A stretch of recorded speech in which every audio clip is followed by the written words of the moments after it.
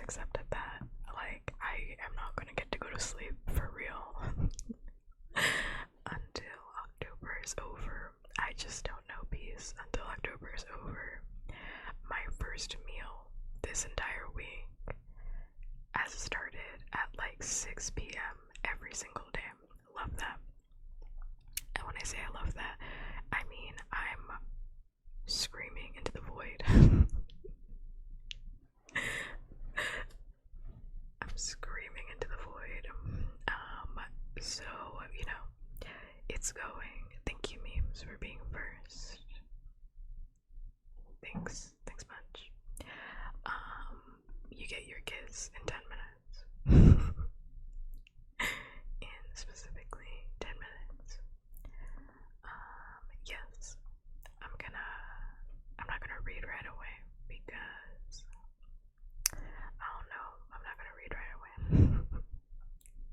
I feel like every time I take like a day off of stream, everyone forgets that I stream.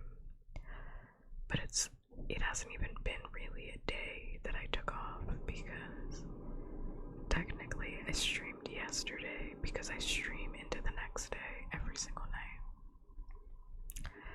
So it really hasn't actually been even like 20. Oh wait, the Bushita didn't trigger. What? That's weird.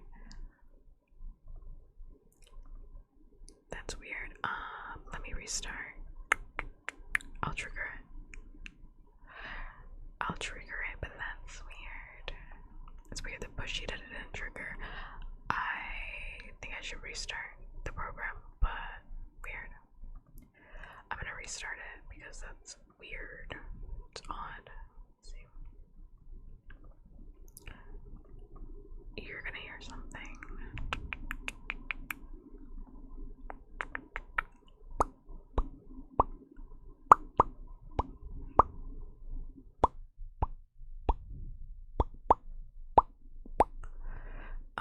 I cannot wait to tell everyone what happened to me this month because I have a lot of stories about specifically this month. I need an entire stream dedicated to specifically this month. Very specifically this month. Where's the Bushita? There it is. That should trigger. There we go. Thank you for the Bushita white. Sorry it didn't trigger. I don't know why I didn't do that. Because today was insane, and tomorrow I have to be up at 8 a.m. in the morning for another thing that is absolutely, you know what, I'll say it is. Okay, so I have to meet somebody for an appointment, right? I have to meet somebody for an appointment, and they said to me, they're like, I can meet you at 10 from 10 a.m. to 12 p.m. Actually, from 10 to 1 p.m. Now, let me ask you, what do you think that means?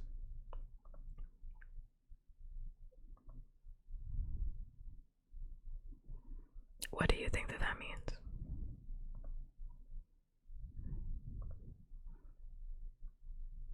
I can wait. What do you think that means?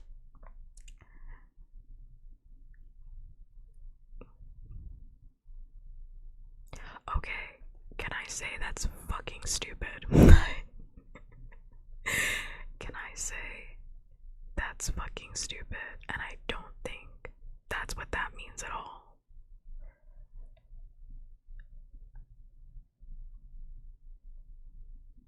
I think that's fucking stupid. That's not what that means at all. That means you're available from 10 to 1 p.m. That's how you said that. I could be there from 10 a.m. to 1. So then I responded, oh sweet, can you do 10:30? And they said no. You misunderstand. That's actually not what they said. They said no. No. I can be there at any time. this specific location from 10 a.m. to 1 p.m. and I'll just show up at any time. Is that not an insane way to operate? I genuinely believe that that is insane, and it's not the first time. It is not the first time that I've had somebody schedule like this. Like, a lot of companies do this where they're like, are you home? Are you home from 9 a.m. to 8 p.m.? We'll just show up. And it's like, I gotta go to work, bro. Like, I gotta go to work, bro. Like, no, I'm actually not. I'm actually not available. And they were like, does that work for you? No. No, that doesn't work for me. No, that doesn't fucking work for me. No, memes, I just said I'm not gonna say at the start. I'm not gonna say until the end of the month. You aren't listening to what I'm saying. I can't tell you what it is.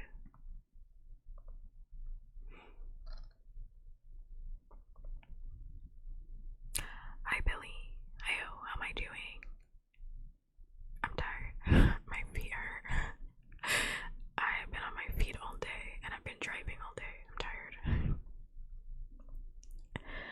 I'm tired.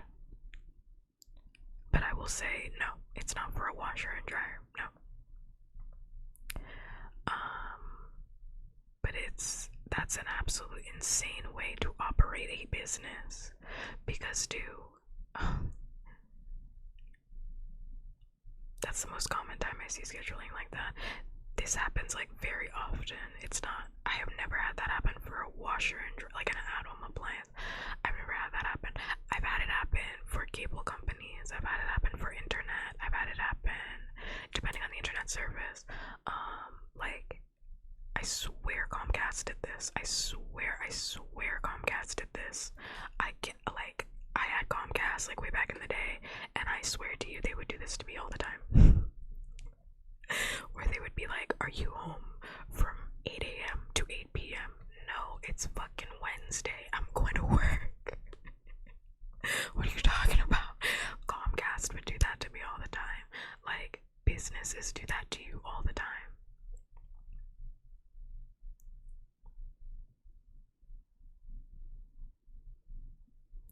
But you need a technician for like literally everything.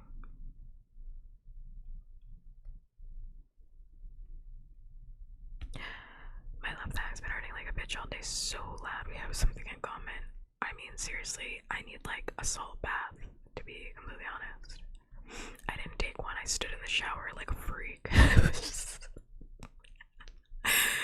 I stood in the shower like a loser because I was too tired to do anything. And if I sat down, I would have never gotten up. Because I actually like showers. I prefer showers over baths. But because I'm disabled, I often have to sit down anyway, so it doesn't matter. But if I'm like exhausted, I can't afford to sit down because I know I'm not getting up. Like, there's no way that I was gonna get up if I sat down. There was no way. I have to catch myself sometimes because sometimes I will be I'll be tired and I'll start squatting and it's like up. Get up. You're falling. Get up. I see what you're trying to do. You're trying to like ease your way into lying down on this bathtub. No. You're trying to ease your way into sitting down, into laying, to getting to a comfortable bath. I won't let you. Get up. Finish your shower. Go lie down later.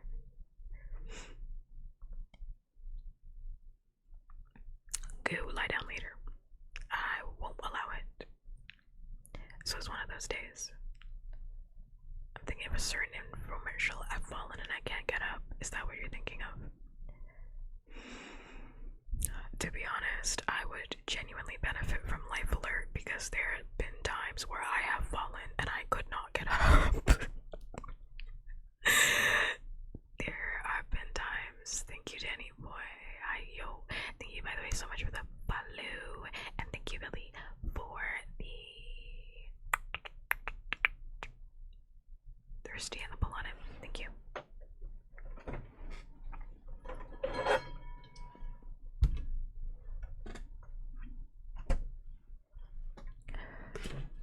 Thanks much. And the Redamon check stream just started, so I'm not sitting like a Redamon. Oh, let me add the heart first. Let me add that one first. But yeah, like today I laid down on the floor, and for a good 3 minutes I was like, I cannot get up. I was like, yeah, I'm not getting up right now. I'm not getting up. And it was a bitch and a half too, because earlier I dropped my keys on the fucking ground. I dropped my keys and I had to get on my fucking knees. I hate getting on my knees. I dropped my key and it slid underneath something. Oh my god. It bounced off my foot and it slid. Where's the heart? I watched it happen in slow motion.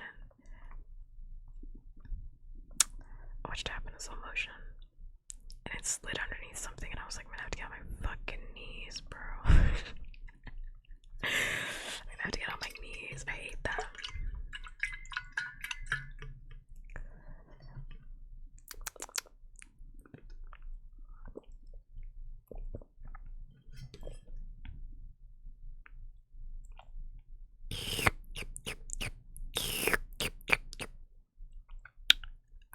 And it hurt so bad. It hurt like a bitch because I was already tired when this happened. I was already exhausted. And if you're wondering why is it so hard for you to get on your knees, for one, getting on my knees for anything, disastrous. And then for two, I have chronic pain in my legs, so when I bend, it hurts really bad. When I bend, it hurts really bad, and when I put pressure on my knees, it hurts really, really bad. Like it feels like my legs are being cut in half.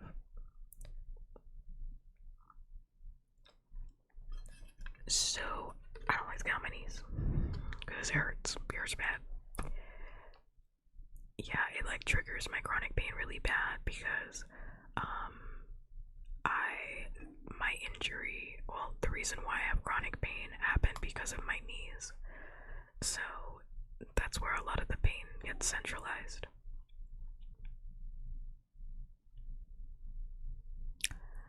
How am I doing today? I'm tired, but we're gonna read, so it's good. I'm actually like very invested in this book. I need to know that nobody ends up okay. Like, I need to know, you know? I need to know that he's going to be okay.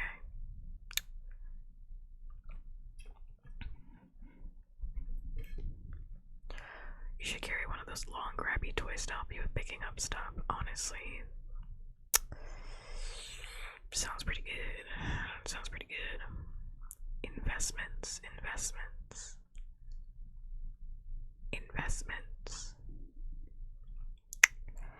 It's not a bad idea.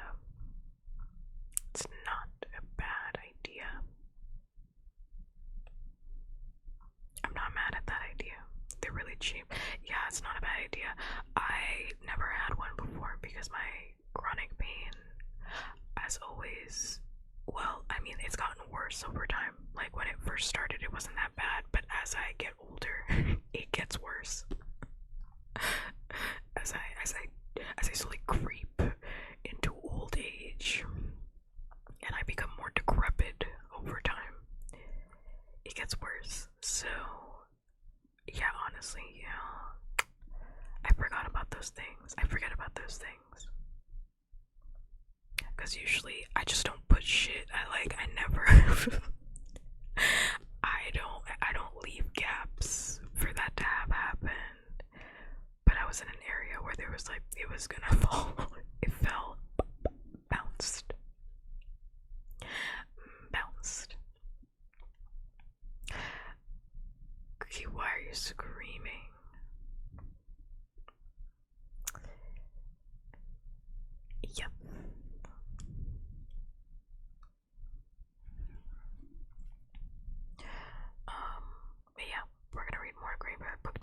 so that's nice. I just woke up, but why are you screaming in here? This is a relaxed space. Why are you screaming? There's no need for all that. There's no need for all of that. No need for all of that. Damn, what was I gonna say? I can't think right now. My head is very empty. Oh yeah, we're reading a book. Okay, let's recap what happened last time. Alright, so last chapter. Well, last chapter was an interlude. The last chapter was actually chapter 5 or chapter 6. Chapter 5, no. Chapter 5. Honestly, I forgot what happened. All I remember is that interlude. I forgot what happened. I'm like, what did happen in chapter 5? Alright. Okay, so in chapter 5, I remember. Chapter full of bullying, that fraud. Which fraud? That loser. The man Jack. He is a fraud. He is a fraud. I remember. Okay, I remember. You don't have to tell me I got it. Okay, give me a second. Damn. I got it. Just because I'm disabled doesn't mean you gotta say it. I got it. I figured it out. I'm capable, okay? I'm capable and able. Okay, so in chapter 5, Bod keeps hearing everybody talk about the macabre, doing the little macabre. He's like, what is that? That sounds kind of nice. What is that? And nobody, Andy capable even, whoa, bro, whoa. Okay, I'm allowed to make jokes about my disability, not you. Whoa, bro. Back off, relax, have some decorum. Have some decorum. Get it together. You heard this was a safe space. It's not that safe. Relax. Andy capable, relax. Okay. Can't be making jokes right now. Okay, I'm trying to tell this recap. Ban him. Let me finish telling this story. So he's like, what is the macabre? And nobody will tell him what the macabre is. So he's like, damn, I guess everybody fucking hates me because nobody wants to tell me about what the fucking macabre is. And then everybody in the graveyard disappears, and he's like, damn, they all disappeared. It's like that one episode of SpongeBob where everybody in the town disappeared. Wow. I hate it here. So he walks down the little hill out of the graveyard because he's like, no one's here. I want to play. I want to have a good time. Nobody's here. So he walks down. And you're so small, I could pick you up like this. You could try it. I promise. I'm much stronger than I look. I promise. I am much stronger than I look. I promise. I actually have a funny story about that. I was buying something that was extremely heavy. It was huge. It was it was huge. I'm 5'6", 5 feet 6 inches. Every inch counts, you know. And I will finish this recap. I promise I will. But I was picking something up, and everybody was like, "Are you good?" And I'm like, "Perfectly fine." I'm like, "Perfectly fine. It's good." Because to be completely honest, I like other people working for me. I don't believe in doing manual labor. I don't believe in, for me, myself and I don't believe in doing manual labor. I don't believe in working harder than you have to. I believe in doing the bare minimum in most aspects of life. putting your whole foot into the things that you actually care about. So, like, you know, most of the time I will let other people carry shit for me because, like, what do I look like doing extra work? I will let you, if you offer to carry something for me, why would I carry it? If you offer to do extra work, why would I stop you?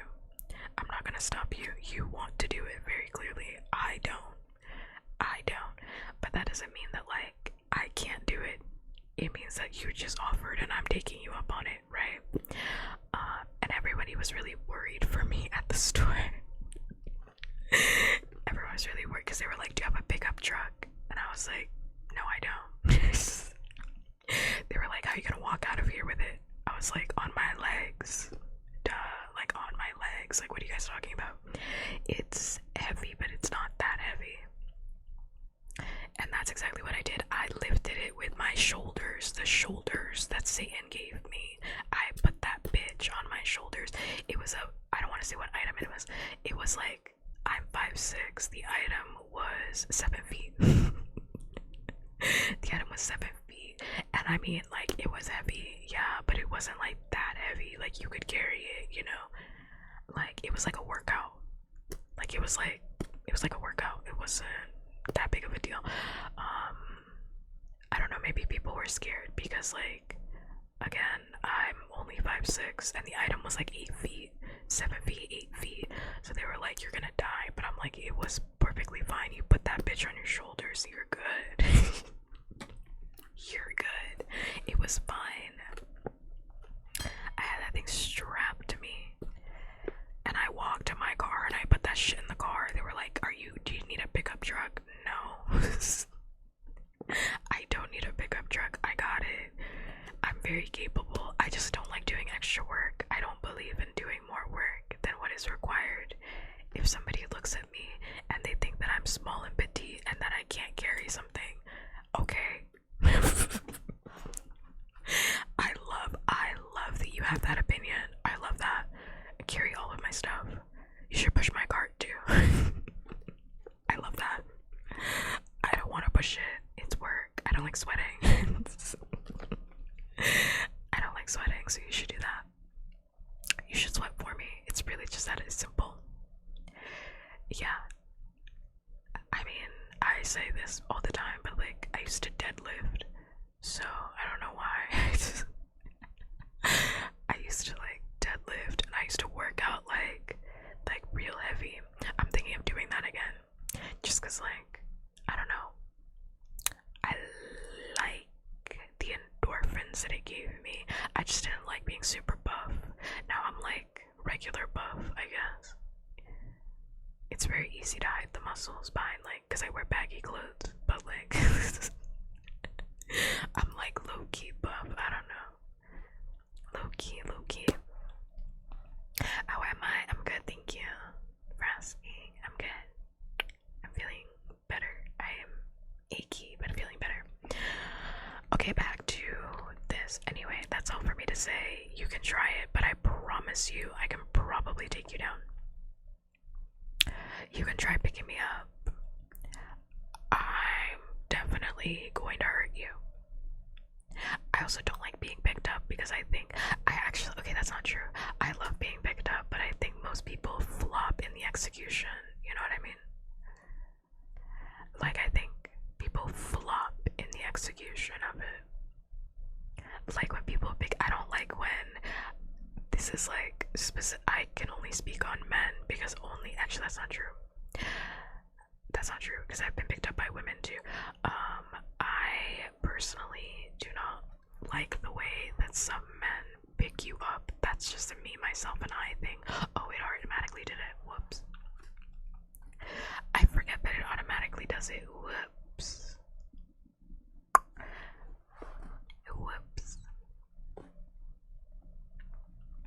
I was doing it manually.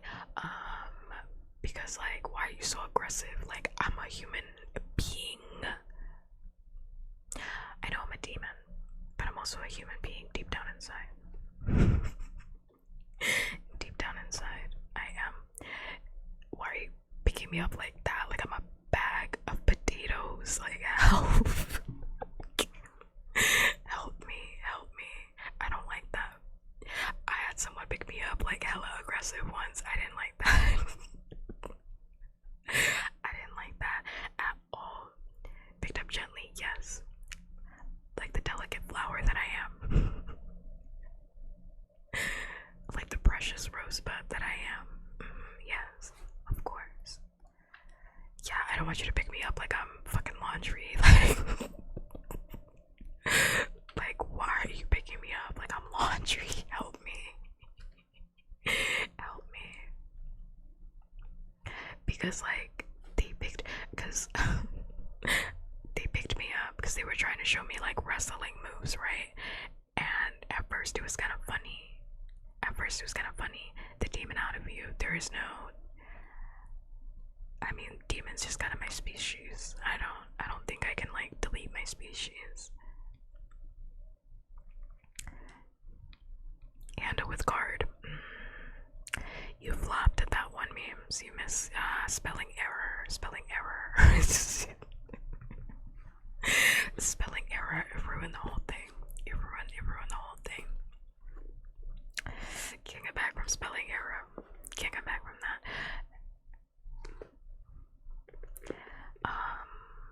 Yeah, and it hurt. It hurt a lot, actually. It hurt really bad. Like, they hurt my ribs. They hurt my ribs, and they hurt my tummy, my precious tummy. I felt like I was about to fucking throw up because they put me over their shoulder. And they were buff, and it hurt really fucking bad. It hurt so bad. Don't do that. Like, it stung, and I was like, damn, this sucks. Don't pick me up like that ever again. If you try that again, I'm gonna kick you in your balls. Don't do that. That's always the go-to for some reason. I mean, I'm okay with it if you do it in a gentle way, because I've had women do it, and I'm like, oh, this is kind of nice. I've dated women, so. Ever picked up a kid before? I've been picked up like a child, and I also don't like that either. But underneath the armpits is like dehumanizing. Like, what? Underneath the armpits, like, I don't know about that one. What am I, a baby? I don't know. What am I, a baby? Like, why are you going underneath the armpits? And also that hurts. Don't do that.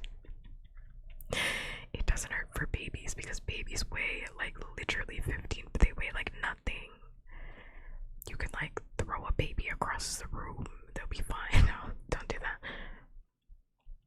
One arm behind them. That's the way. That's the way. That's the way. You're very smart. Smart man. That's the way. That's the way. Nah, but I've been picked up a little bit too many different types of ways. I got picked up upside down once. They picked me up. They picked me up from my legs and flipped me. Let's just say that was done.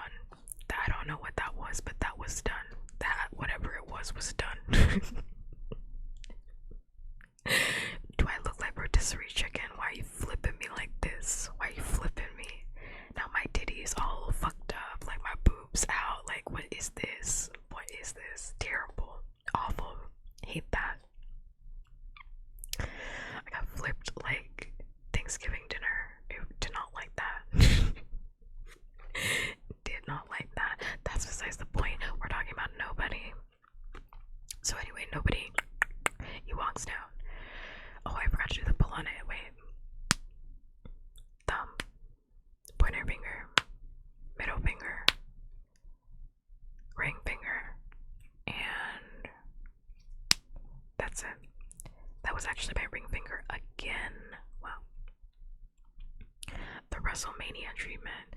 I will just say, if you're flirting with somebody and you don't know them that well, maybe they don't want the WrestleMania treatment. Can I say that? Maybe if you're not, or honestly, if we're dating and you give me the WrestleMania treatment without it being asked for, that's also a problem. Unless we are actively enacting WrestleMania, I don't want you to do that to me. Have you ever been flipped upside down? I'll just say I didn't like that. Without warning. Yeah, I didn't like that. That gave me, dare I say, the ick. That gave me the worst case of ick, because I was like, no, why are you doing something without my permission? Also, you flipped me and you thought that was funny. Alright, I'll show you something funny. It's called the door. You can exit through it. Yeah, it's really funny, this one. The door. I want you to see it. Get very familiar with that one. And they did. I never saw him again.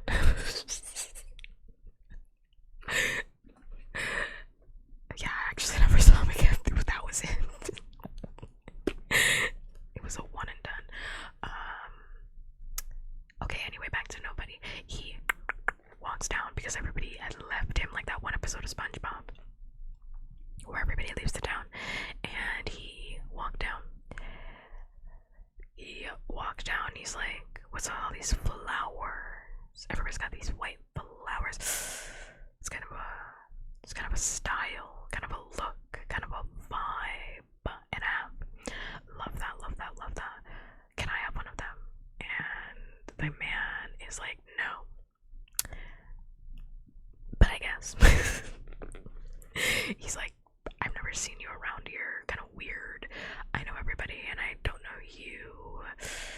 Kind of weird. This Victorian child staring at me. Very odd. Asking me for a goddamn flower. Which also, like, isn't any of his business. Do you know how many times I see children on the street? None of my business. Unless I see children in danger, it's actually none of my business what they're doing. Unless I see a child in danger, it's literally none of my business what they're doing, because I have no idea what they're doing. Mind your business, sir. Like, why are you asking about his home life? Oh my god, you know everybody in this town. Okay, you don't know him. Leave him alone. So he gets a little flower, and he follows other town people because he hears a little beat. Here's a little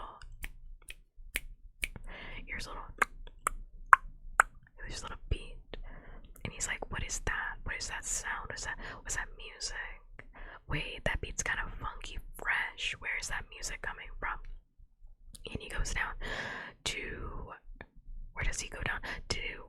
Old Town is the town, but he goes down to, like, I don't know, Main Street. I think that's where it was happening at, like the main area. And everybody's listening to this music and they're bobbing their heads. They're going, yeah. What are they playing? Old Town Road. What do they got playing? Sabrina Carpenter. This is a bop. Like, this is good. And nobody's like, where's that goddamn music coming from? And everybody's like, shut the fuck up. It's just music. Can't you enjoy the music? Why are you asking so many goddamn questions? And he's like, damn, okay. I guess I'll stop asking questions. I guess I'll stop. And he literally does, because he sees in the distance, he's like, is that my mom and dad? Yes, it is, because everybody from the graveyard, all the ghosts are walking in a line. Walking 2 single file lines into the town. Weird. But they're jamming to the music, so everybody's like, yes, this is a vibe. Hell yeah, this is a fucking vibe. Everybody's watching like, yeah, this is amazing.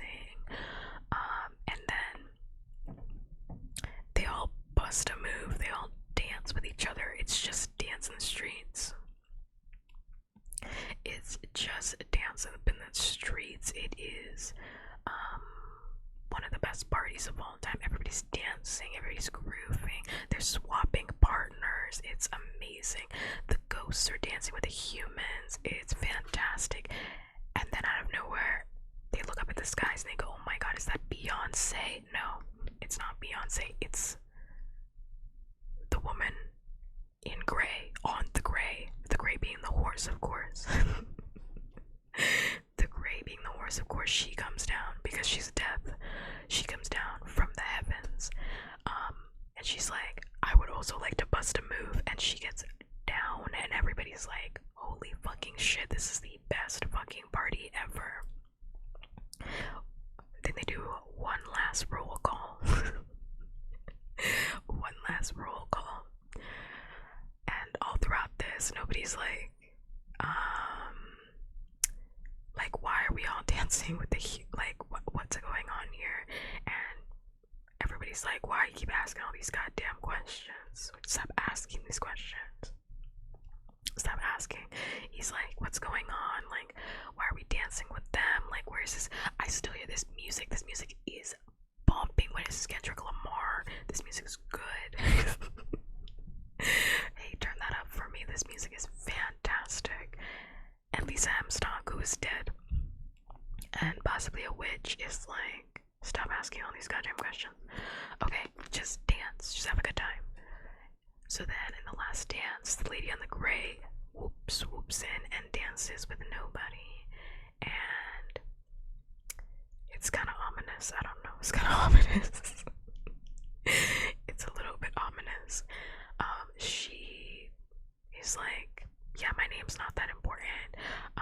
And nobody's like, I love horses. I have read about horses. Horses are really fucking cool, and your horse is huge. Can I perhaps take a ride on your horse? And she's like, not right now, but later. And he's like, on God. And she says, on God. Because everybody rides my horse at one point, one day in the future. And she's like, that's it, bye. And she dips, and nobody's like, that was so swag, love that.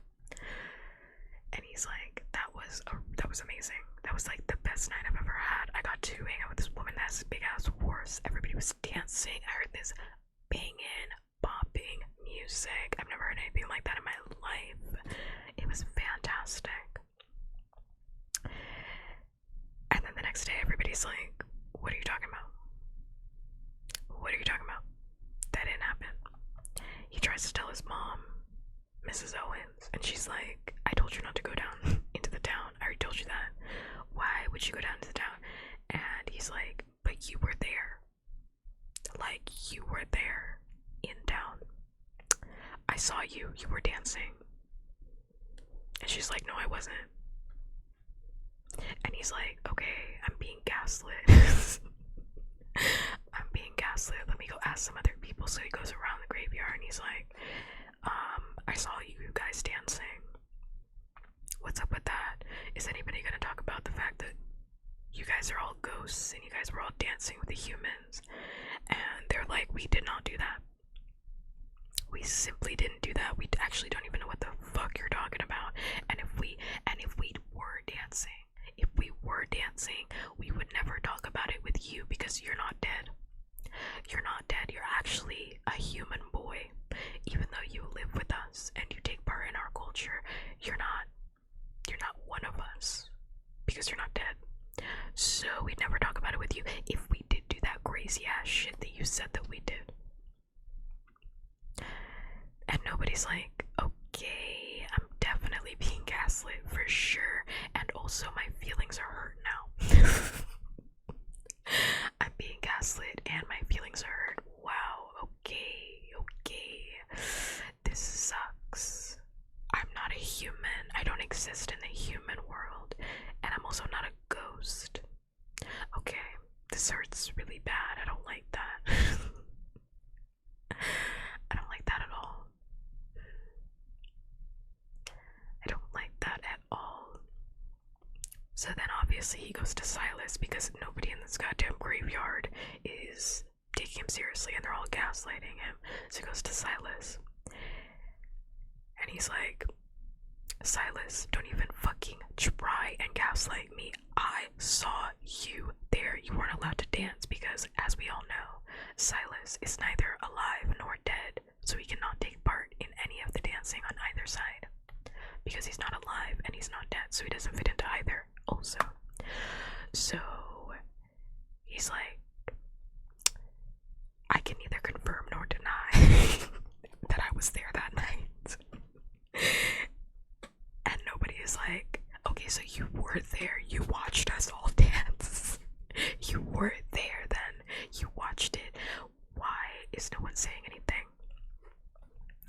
Silas is like, you know, sometimes people just don't want to talk about shit, you know what I'm saying? Like, sometimes people just don't want to talk about it. And nobody's like, that doesn't make any fucking sense. And honestly, I feel really bad for nobody because that doesn't make any goddamn sense. I don't know what you want me to say. That doesn't make any fucking sense at all. And Silas is basically like, you know, I can neither confirm nor deny what I saw. I don't know what I saw yesterday. And nobody's like, oh my god, I'm in this circular conversation with you. I can't keep doing this. You saw the lady on the horse. You saw her. The gray lady. The lady in gray. You saw her. And I danced with her. I danced with her. And then Silas just looks at him. And it's described as being heartbroken. And I didn't like that. I didn't like that at all because I don't know what that means. I don't know what it means that he danced with the lady in gray, who I believe is death. So I don't know what that means that this small child danced with death. What does that mean? I don't like that. I don't like that foreshadowing. So don't love that. And I don't like Silas looking scared. And then Silas was like, yeah, we're gonna stop talking about this. That's all he said. He said, we're done talking about this. And nobody was like, what the fuck? But then he saw it was snowing and he's a child, so he was like, oh my god, it's snowing. It's snowing. This is so important. Let's focus on this. And that's how the chapter ends. That's how chapter 5 ends. We love that. We love that for nobody. So after nobody gets gaslit, we have a bit of an interlude. What happens in this interlude? Well, we go back to the men in black. It's not just a man in black, it's the men in black. No relation to Will Smith. The men in black who are congregating in a little Washington room. That's what it's called. It was called the Washington room. And they're all different shapes and sizes and races, but they're all called the man Jack. Well, not the man in black, the man Jack. I'm getting my men confused. The man Jack. Interesting. And for some reason they're talking about, I actually don't even know what the fuck they were talking about. What were they talking about? Not a goddamn, like, what was the convention about? They were talking about like donations. Because what was that? Yeah, they had donated the kidney machines. They were like talking about hospital equipment that they had bought for the hospital, and I'm like, what the fuck does that have to do? I was very confused about that. I don't know how that factors in. I can't tell you. But our man Jack was at the men Jack's meeting. And he was frankly getting grilled to death. Yeah, he was getting read for absolute filth by, what was his name, Mr. Dandy. He was sitting at a table with the other men named Jack. And everybody was like giving him looks up and down because he failed in his assignment. He was supposed to kill all of the people in that house, and he let the child go. I mean, he didn't let him go. The child escaped, and he failed to kill the child, who we know is nobody. And he was like, yeah, I know I failed, but like, I don't understand why it's that big of a deal. And Mr. Dandy was like, because it's been like a decade, Jack. It's been a decade and you haven't killed this child. Like, why the fuck wouldn't we be mad? You're bad at your job. You're very bad at your job. Quite horrible at it, in fact. He's like, yeah, you had like 10 years. We were trying to kill him before he was an adult. Now he's gonna be a grown-ass man. Like, what's going on here? You have to kill this child. Now you're on a fucking tight deadline. And we're very tired of waiting for you to get it the fuck together. And it's very sad because all of the men when they heard that, they nodded their heads. It was very sad for the man Jack. It was very, very sad for him. It was very sad for him. Yeah, that's where the man Jack is at. He wanted to start a brand new operation, but he can't because he has to finish this one because he failed, and no one wants to hear anything he has to say because he failed. I don't feel bad for him. He did try to murder a baby, so I don't feel bad for him. Again, I don't know what the baby means. I don't know what nobody means, but he did try to kill that baby, so I do not feel bad for him. And Mr. Dandy ends the interlude by saying that time is a ticking for the man Jack. So that's where we're at right now.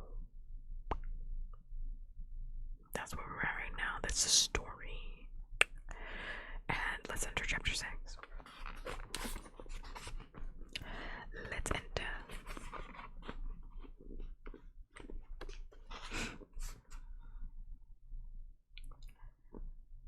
Chapter 6. Nobody Owens's School Days. Page 78. Yeah. I'm just gonna get into it.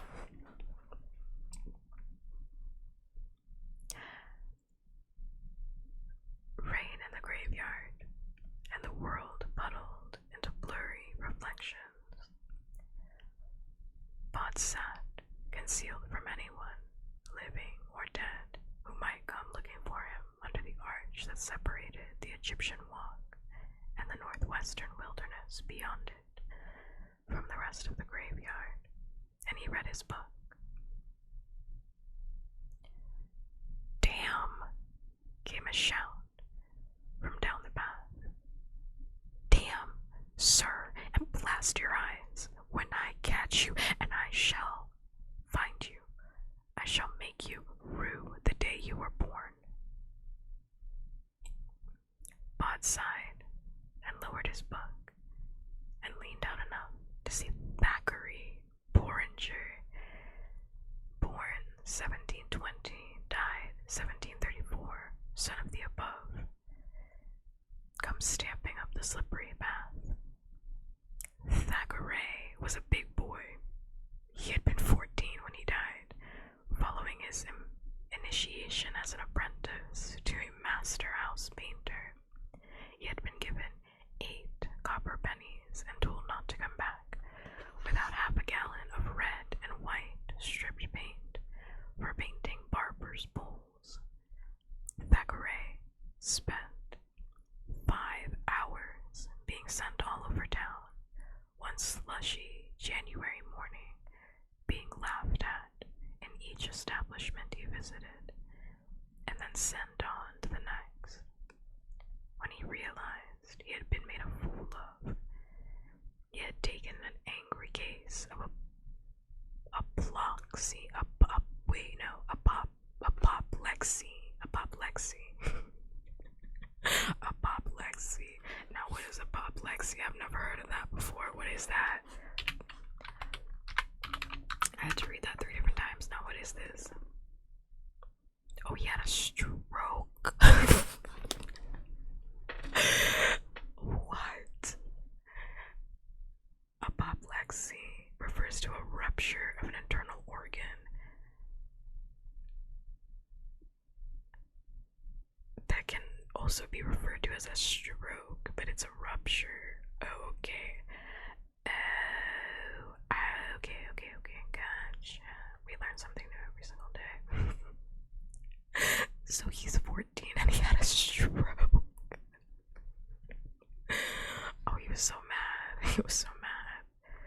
Oh, this poor child. Oh, poor Thackeray. Oh, no. Oh, poor Thackeray.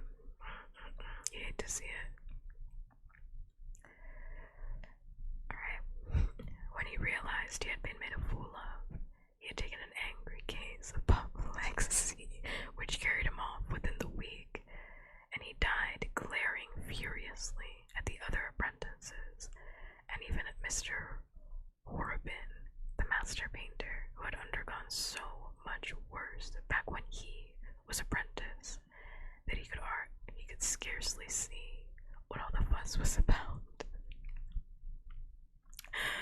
So Thackeray Porringer had died in a fury, clutching his copy of Robinson Crusoe, which was, apart from a silver sixpence with the edges clipped and the clothes he had formerly been standing up in, all that he owned, and at his mother's request, he was buried with his book. That's insane. Okay.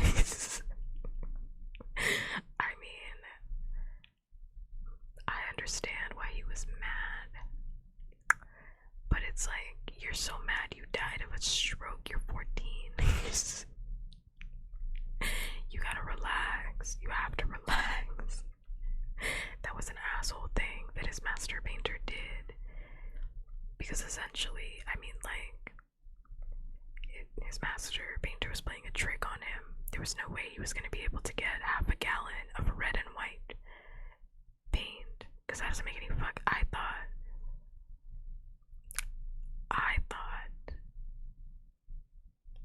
Okay, I understand. Like, I thought he was being laughed at for, like, you know, the price. That doesn't make like half a gallon of red and white. There's no way to have red and white paint in the same gallon. But Thackeray didn't know any better, so he literally thought that like there's magic paint, like red and white paint that you like dip a brush into, and then it comes out with like half red, half white, which is why he got like laughed at. But I'm like, alright, I mean I understand. It was a rainy day. You were upset. You had to go out in the rain, you know. But it's like harmless. I mean, did any of my art teachers do jokes like that? No. Actually, none of my art teachers were very like, they weren't mean, but they didn't do jokes. They were all very like dry people, for the most part. I mean, it's like, it was harmless. I mean, like, he went out and he got laughed at because he thought that there was like 2 types of paint. Was it a waste of a day? Yeah. But it wasn't like he was hurt or anything like that. He actually just died from being too angry. That's literally what that was. Like, he was too angry. And he just died from a stroke at 14. Wow. Yeah, all of my art teachers have been like pretty dry, to be completely honest. Like, they weren't like jokey people. Honestly, a true hater. Yeah, I mean, I already told you about the art teacher that I had that would tell us like horrific stories every single time. Every single time we had to like start a brand new material, she would tell us like a horrific story about somebody that got horrifically injured before we started a material, and then she'd be like, anyway, are you guys ready? And it's like, I guess. I guess, like, I understand you're trying to tell us about safety, but like what's your problem? Like, what's your beef, bro? She'd do that for literally everything. Like, even if it was like clay, she'd be like, yeah. She'd tell us like a horrific story of someone dying from clay, and it's like, she's like, yeah, back in the day I saw this happen.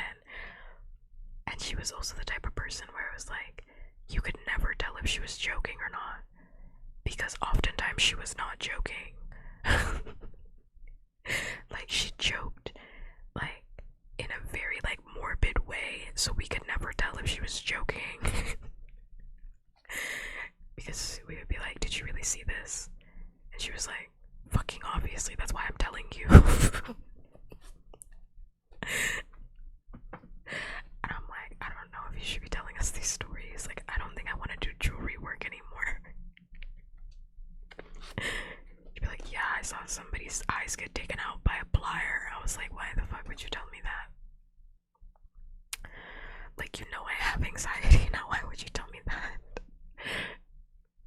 She was pretty cool though. Okay. So Thackeray Porringer had died in a fury, clutching his copy of Robinson Crusoe, which was, apart from a silver sixpence with the edges clipped, and the clothes he had formerly been standing up in, all that she owed, and at his mother's request he was buried with his book. Death had not improved Thackeray Porringer's temper, and now he was shouting, "I know you're here somewhere. Come out and take your punishment, you thief." Bod closed the book. "I'm not a thief, Thackeray. I'm only borrowing it. I promise I'll give the book back when I've finished it." Thackeray looked up, saw Bod nestled behind the statue.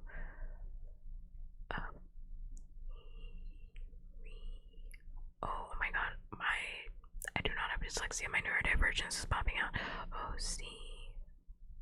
Osiris.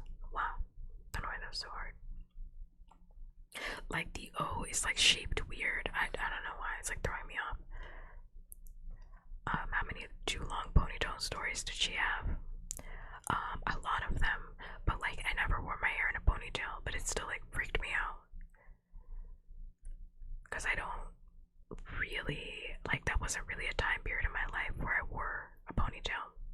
There was a time period in my life where I wore a high ponytail like every single day, just because like my face looks good for it, so and it was like an easy style, but like I never did any jewelry work when I did that, so I told you not to. Bot sighed. But there are so few books here. It's just up to a good bit anyway. He's found a footprint. It's not his.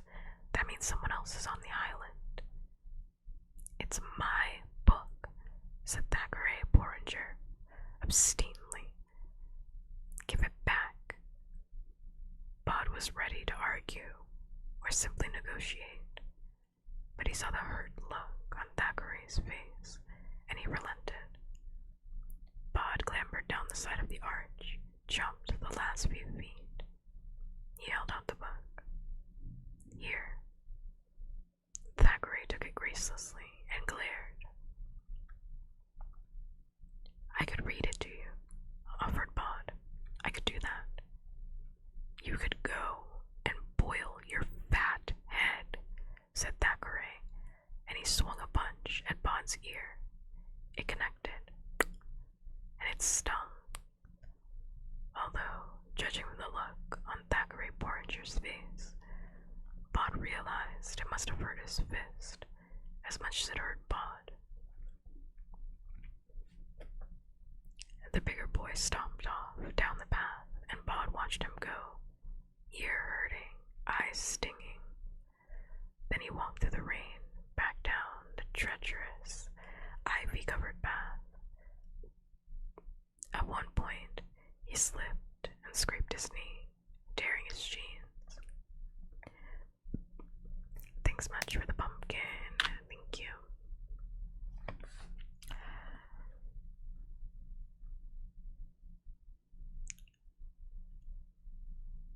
There was a willow grove beside the wall, and Bod almost ran into Miss Euphemia Horsfall and Tom Sands, who had been stepping out together for many years. Tom had been buried so long ago that his stone was just a weathered rock, and he had lived and died during the 100 Years' War with France, while Miss Euphemia, born 1861, died 1883.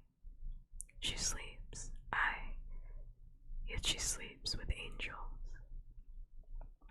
Had been buried in Victorian times, after the graveyard had been expanded and extended and became, for some 50 years, a successful commercial enterprise, and she had a whole tomb to herself behind a black door in the Willow Walk. individuals with a difference in their historical periods. You should slow down, young Bod, said Tom. You'll do yourself an injury. You already did, said Miss Euphemia. Oh dear, Bod. I have no doubt that your mother will have words with you about that. It's not as if we can easily repair those pantaloons.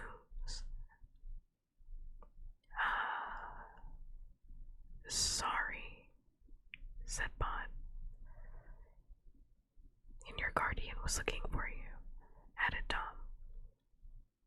Bod looked up at the gray sky.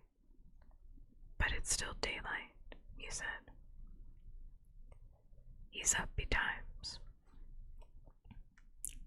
said Tom, a word which Bod knew meant early.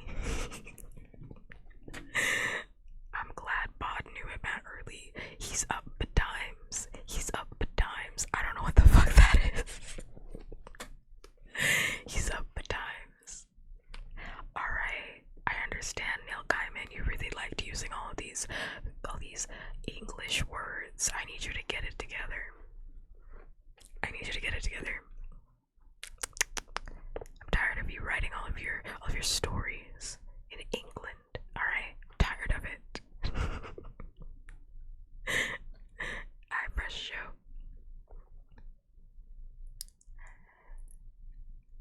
And said to tell you. He wanted you. If we saw you. Bod nodded. There's ripe hazelnuts in the thicket just beyond the Little John's monument, said Tom with a smile, as if softening a blow. Thank you, said Bod. He ran on, pell-mell, through the rain and down the winding path, into the lower slopes of the graveyard, running until he reached the old chapel. The chapel door was open, and Silas, who had love for neither the rain nor for the remnants of the daylight, was standing inside, in the shadows. I heard you were looking for me, said Bod. Yes, said Silas. Then, it appears you've torn your trousers. I was running, said Bod. I got into a bit of a fight with Thackeray Porringer. I wanted to read Robinson Crusoe. It's a book about a man on a boat. That's a thing that goes into the sea, which is water, like an enormous puddle. And how the ship is wrecked on an island, which is a place on the sea where you can stand. And Silas said, it has been 11 years, Bod. 11 years that you have been with us. Right, said Bod. If you say so. Silas looked down at his charge. The boy was lean, and his mouse-colored hair had darkened slightly with age. Inside the old chapel, it was all shadows. Thank you for the follow. I don't think he's a teenager at all. I think 11 is like not really a teenager. I don't really think you're a teenager until like 13, 12. No, like 13. Yeah. I think like 11 and 12 are like tweens. Like tweens. No one says that word anymore, but like, since he was 2. No, he's been there the whole time. What? What are you talking about? I'm adding a little heart just for you. Thank you so much for the follow. I hope you're having a good day night wherever you are. What are you talking about? He has been there. You're talking about nobody. Nobody Owens. He's been there since he was a baby. What? His entire family died when he was like 6 months into being a baby. Like a year. A year, 6 months, 8 months. Split the difference. No, babies can climb. What? Because they describe him as being like fresh and he could eat solids. You can eat solids like 6 months in. We researched this on stream. Like, because they gave him a banana that first night. And they were like, it was a mushy banana, so we just ate it. But babies can eat solids. Like when they're like 6 months. 8 months. Because I was like, banana. I was like, are they trying to kill this baby? Yeah, he's been there like his entire life. He doesn't know anything else. Yeah, baby scrawl. He was scrawling when he got out of his crib. He used the teddy bear. He was still wearing diapers. He was wearing diapers and he used the teddy bear to like get higher and like kind of bounce out of the crib. Because he like stood on top of the giant teddy bear that was inside of his crib. And then yeah, they described him as like crawling all over the walls and stuff like that. Like he liked to explore. So he like used the teddy bear and then like bounced out and he fell out of the crib. And then he like used his diaper to like soften the fall. He used his diaper to soften the fall because he was on the second floor. So he like bounced down the stairs and the diaper softened the fall. Every time he bounced, he used the diaper. Because he was like, I figured out how to crawl up the stairs, but getting down is tricky. You could hurt yourself really bad if you fall down the stairs. That's why I'm gonna use the diaper. Smart baby.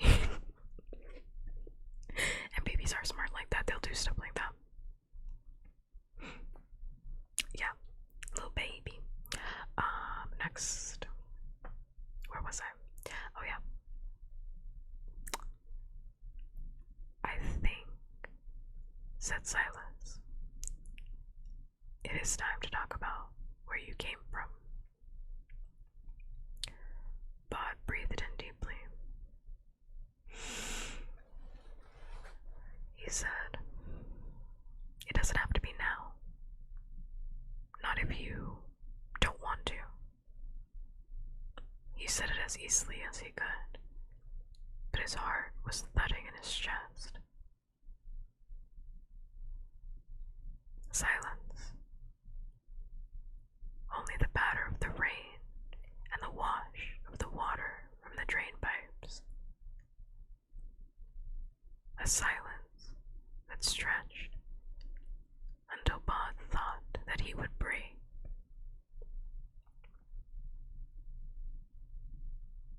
Silas said, you know you're different. That you were alive. That we took you in, they took you in here. And that I agreed to be your guardian. Bod said nothing. Silas continued, in his voice like velvet.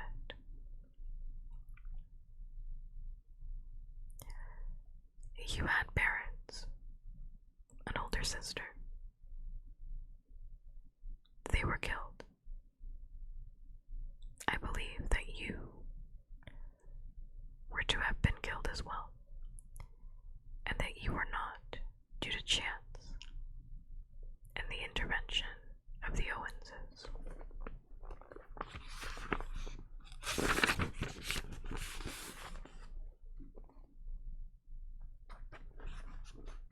And you, said Bod, who had had that night described to him over the years by many people, some of whom had even been there.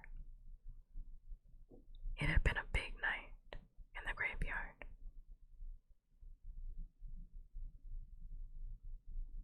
Silas said, out there, the man who killed your family is, I believe, still looking for you. Still intent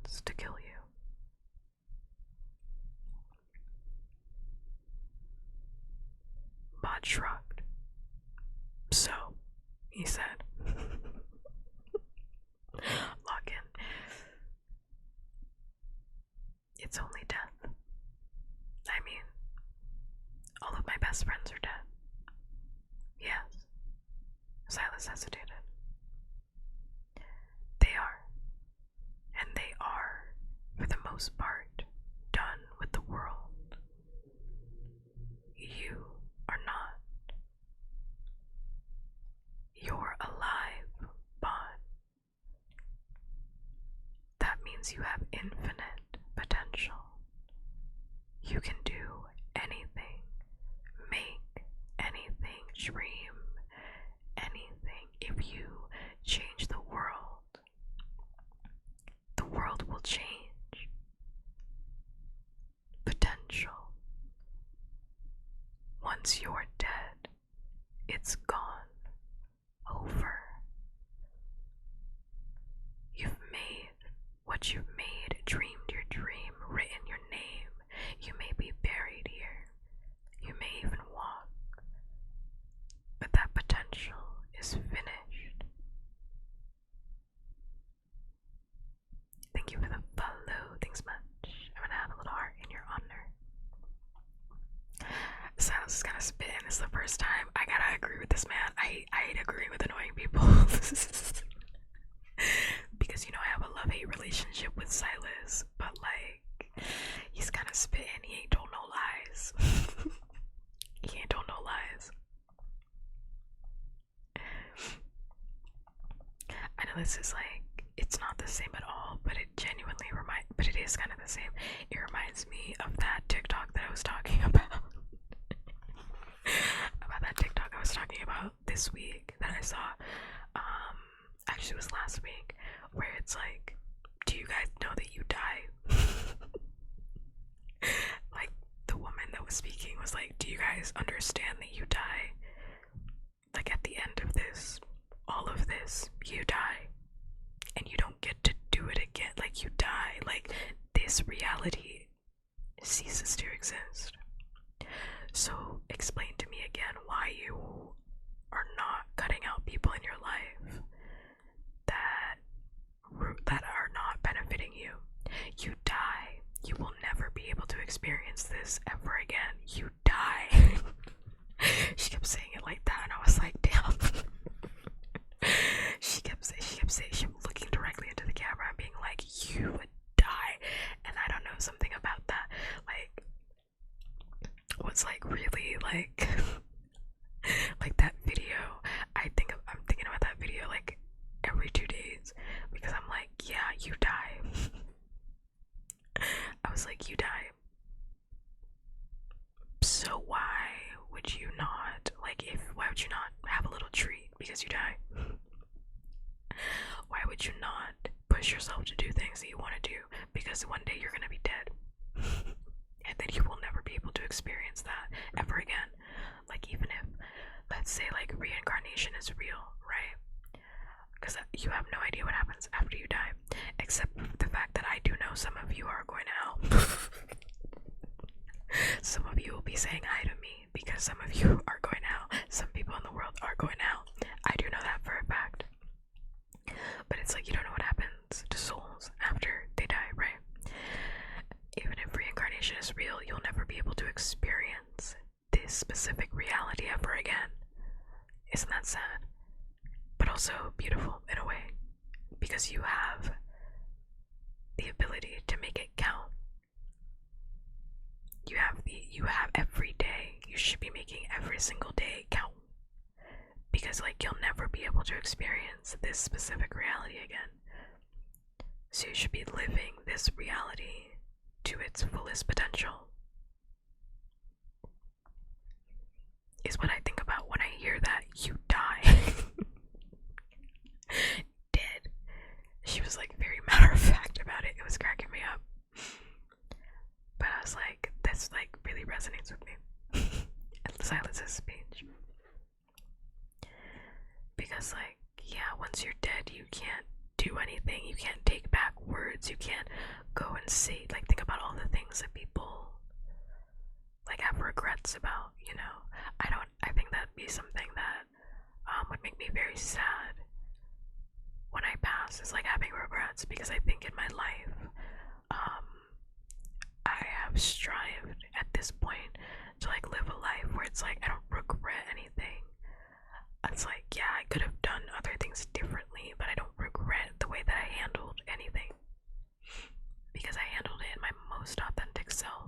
I know in my heart I tried as best as I could in all of my situations, and you kind of have to just eat that and like be okay with that.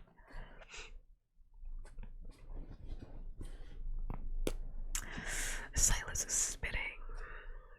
Only time Silas has spit this entire book. He has not cooked a single time in the kitchen. This is the only time.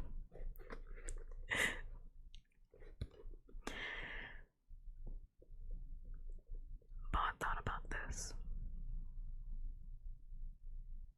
It seemed almost true, although he could think of exceptions. His parents adopting him, for example. But the dead and the living were different. He knew that, even if his sympathies were with the dead. What about you? He asked Silas. What about me? Well, you aren't alive, and you go around and do things. Said Silas, am precisely what I am, and nothing more. I am, as you say, not alive. But if I am ended,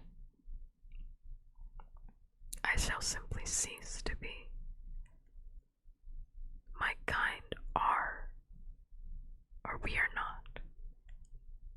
If you see what I mean. Not really. Silas sighed.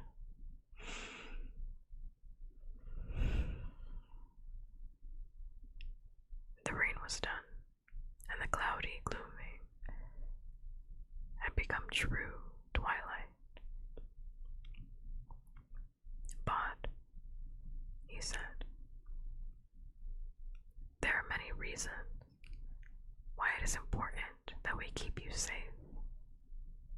Bod said, the person who hurt my family, the one who wants to kill me, you are certain that he's still out there. It was something that he had been thinking about for a while now, and he knew what he wanted. Yes, he's still out there. Then, said Bod, and said the unsayable, I want to go to school.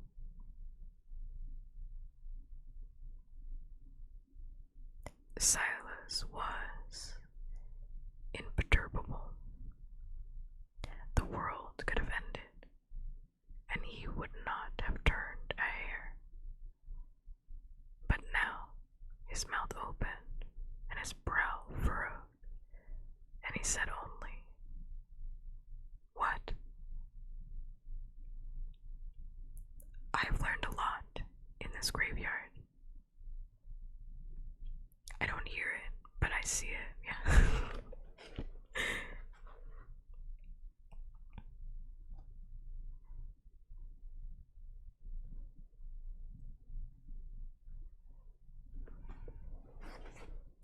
Hi honey, how was stream? How are you? How was ASMR? How are you doing? Thank you so much for the raid. Thank you. Hi hello raiders, my name is Puppkats. I'm an asexual, non-binary sex demon after nothing but your heart. Let's cut it out for me, won't you? I use the they them pronouns, they, them, theirs, and right now we are reading The Graveyard Book by Neil Gaiman, who is a huge piece of shit, but we are reading this book because it is a good book, but it will also be the last Neil Gaiman book that we read ethically. But yeah, it's very good. I would highly recommend it if you've never read it before.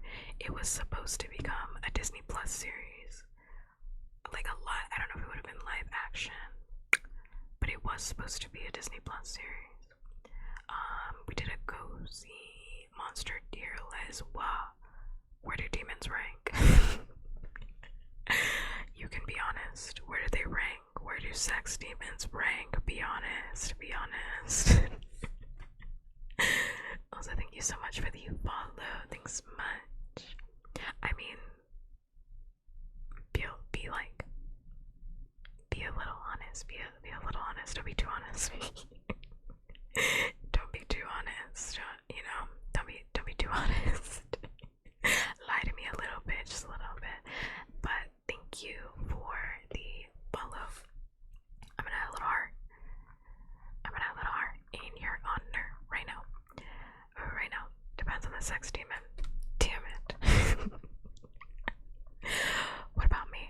I'm talking specifically about me. I actually don't give a fuck about anybody else. I'm asking specifically about me. Where do I rank? Me, myself, and I. Me. It's always about me. Me. Oh my god, I forgot to say too, if you're hungry, tired, or sleepy, you need to leave. Yes, I think I can understand that, yes. Triple S score. If you're hungry, tired, or sleepy, you need to head out. And that applies to everybody, not just the raiders, but the streamer as well, or anybody that was already here. You need to head out, you're feeling so sleepy, you're so hungry, you haven't peed in 3 hours. I would recommend going to the bathroom. I'd recommend eating. I'd recommend doing whatever feels good for you, because we really care about physical and mental health here. So go take care of yourself. I would also recommend, if you haven't read this book, I do think it's a really good book. It has a graphic novel. If you're not into reading, I don't know how you wouldn't be into reading, but if you're like, I need pictures, because that's my best friend who's like, I can't read a book if it doesn't have pictures in it. Which is insane because she's literally a lawyer. So okay, but I'm like, okay, you're a lawyer that can't read, whatever. Whatever. It has a graphic novel, so pictures. Highly recommend. You can rent it from your local library because we love supporting local libraries. Your library is very important. Get a library card. So yes, if you need to head out, honey. If you need to head out, because they read enough without pictures, that's fair. But also, she's my best friend, so I get to slander her. I don't have to think about her in a favorable light. She's my best friend. I don't have to think about her positively. I can slander her all I want. That's why we're friends. The slander comes with a friendship, okay? But she has openly admitted that, reading the textbooks were hard. Because she kept getting distracted by gay porn. This is my lawyer, dog. We're definitely going to jail. Your lawyer is reading yaoi. In their free time, they're not studying your case. They're on Mangago. They're on Webtoon. Let me just tell you that. I have to go get food. I hope you have an amazing stream. Thank you so much. I really appreciate you sharing your community with me. Thanks much. I cannot promise to protect them, but I can promise to provide a semi-comfortable, comfy, cozy stream for them to vibe to. But get your food. Thank you. Do appreciate it. Based. Honestly and truly. I mean, I thought it was hilarious. I thought it was very funny. I think she's a very funny person. Not funny ha to me, but funny weird in general.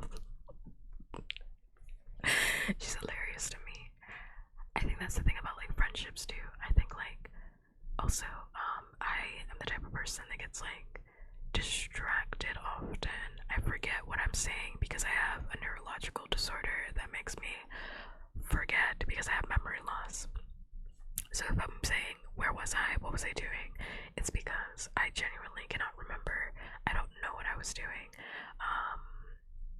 But I will eventually get there. It's good this.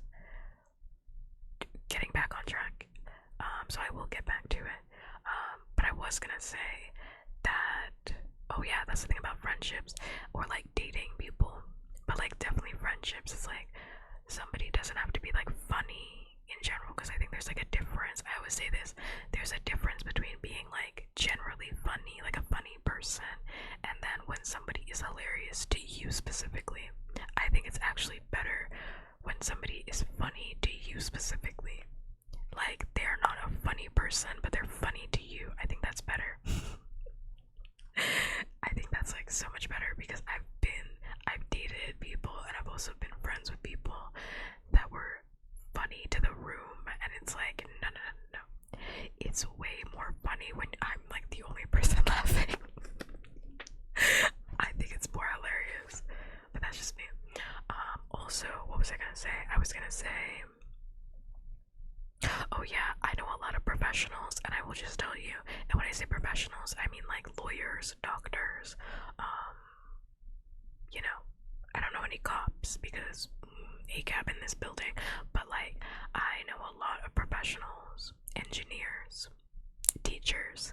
I will just say, everybody's a freak. I think it's funny that like most of my friends are like real professionals, and it's like, I know that you are tired. You are tired not because of your clients, but because you were up all night watching Grey's Anatomy and on AO3. I think that's very hilarious. I know everybody's just a person, but it's just funny to think about your doctor in that way. It's just very hilarious to think about your doctor in that way. Anyway, back to the story. Yes, spoilers for the Graveyard Book because we're already 6 chapters in. So if you want to read it on your own, I would recommend exiting from stream because I'm already on chapter 6, and there's not that many chapters in the book. It's not a short read, but there are not that many chapters, so. Okay. Sorry, my boob is really itchy. My boob is like really, really itchy. It's like not helping. Gotta get that scratch in. Okay. I'm ready.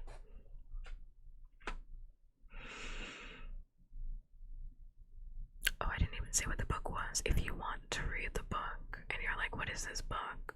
Essentially, very short, 2 sentences. Nobody Owens is a child that grew up in a graveyard because his parents and entire family were murdered when he was a baby by the man Jack. That's it. That's all you get. So if you would like to, read more, I highly recommend renting from your local library. Okay.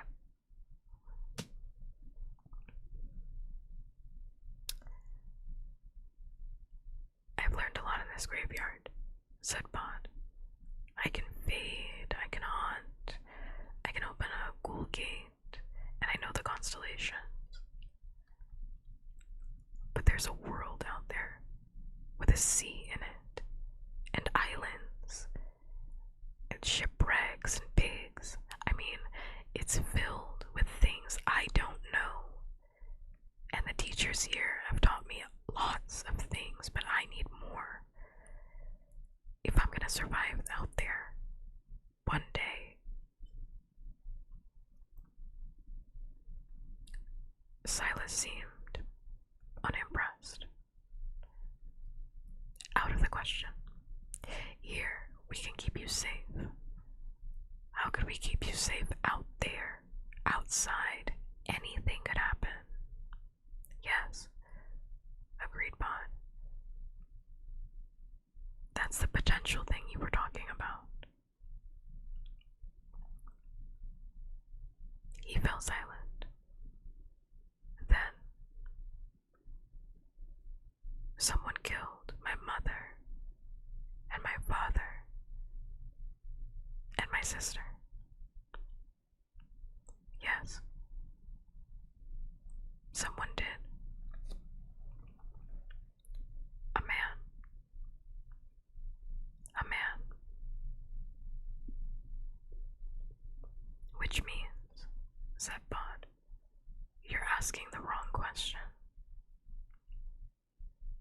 Silas raised an eyebrow. How so? Well, said Bond, if I go outside in the world, the question isn't who will keep me safe from him. No. It's who will keep him safe from me. That's my boy. That's my boy. Wow. Big ups, nobody. That's crazy. That's crazy. That's crazy. I have such a huge smile on my face. Wow, nobody. That's my son. That's my son. That's my son. That's my son. That's my son. That's my son. He deserves to eat mac and cheese. He deserves to eat mac and cheese and dino chicky nuggies. This is an 11-year-old boy with hands. Okay. Wow. That's my son. That's my son. Wow, he's like, wow, this guy killed my mother, my father, and my sister. Okay, I'm gonna murder him. I'm gonna kill him. Like I said this. I said this in the last time that we read, but I seriously need this book to end with nobody murdering the man Jack. Like, I'm so serious. Like, I didn't know how it was gonna happen, and I still don't know how it's gonna happen, but I just need him to murder the man Jack. He can't get away with this. He can't keep getting away with this. Also, I just have to say that it's really weird that, like, Silas, I've been saying this entire time, but, like, it's really weird. Whoa, relax. My voice got really weird there for a second.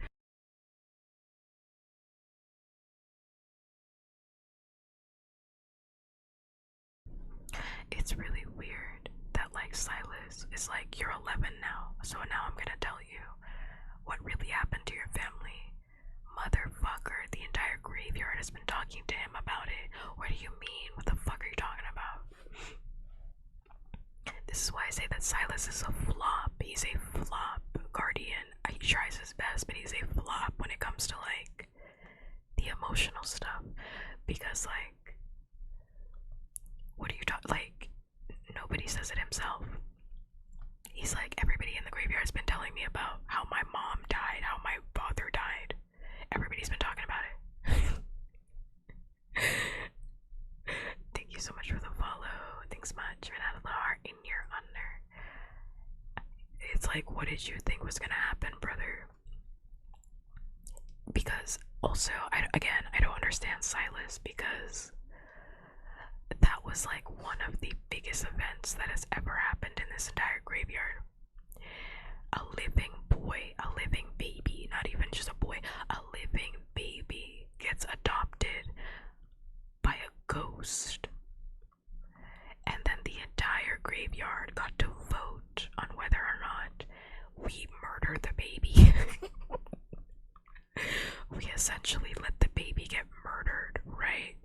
And then death, death comes down from the heavens and is like, maybe let's protect the child. Like, why are you guys voting? Like, maybe let's protect, there's an eyelash in my eye. Maybe let's protect the child. Could you imagine that happening? That's absolutely insane. That's insane.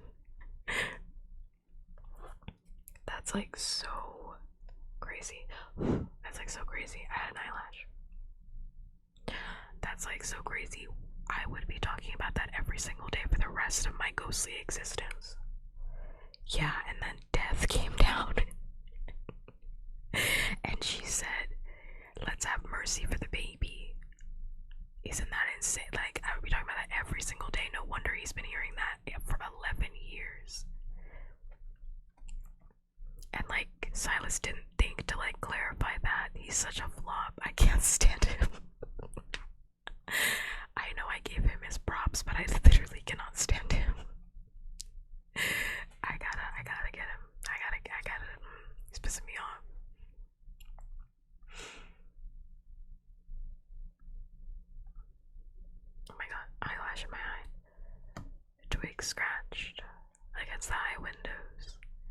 as if they needed to be let in.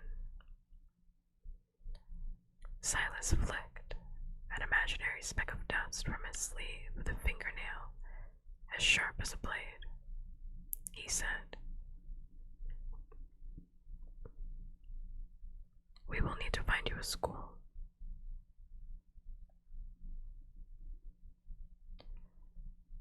No one noticed the boy. Not at first. No one even noticed that they hadn't noticed him. He sat halfway back in class. He didn't answer much, not unless he was directly asked a question. And even then, his answers were short and forgettable, colorless. He faded in mind and in memory.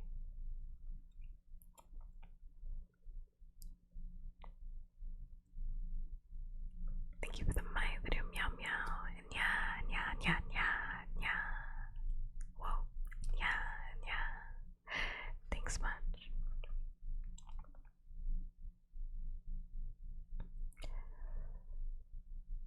Do you think they're religious? His family asked Mr. Kirby in the teacher's staff room. He was marking essays.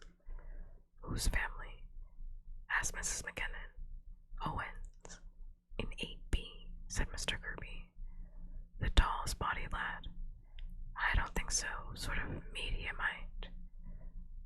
Mrs. McKinnon shrugged. What about him?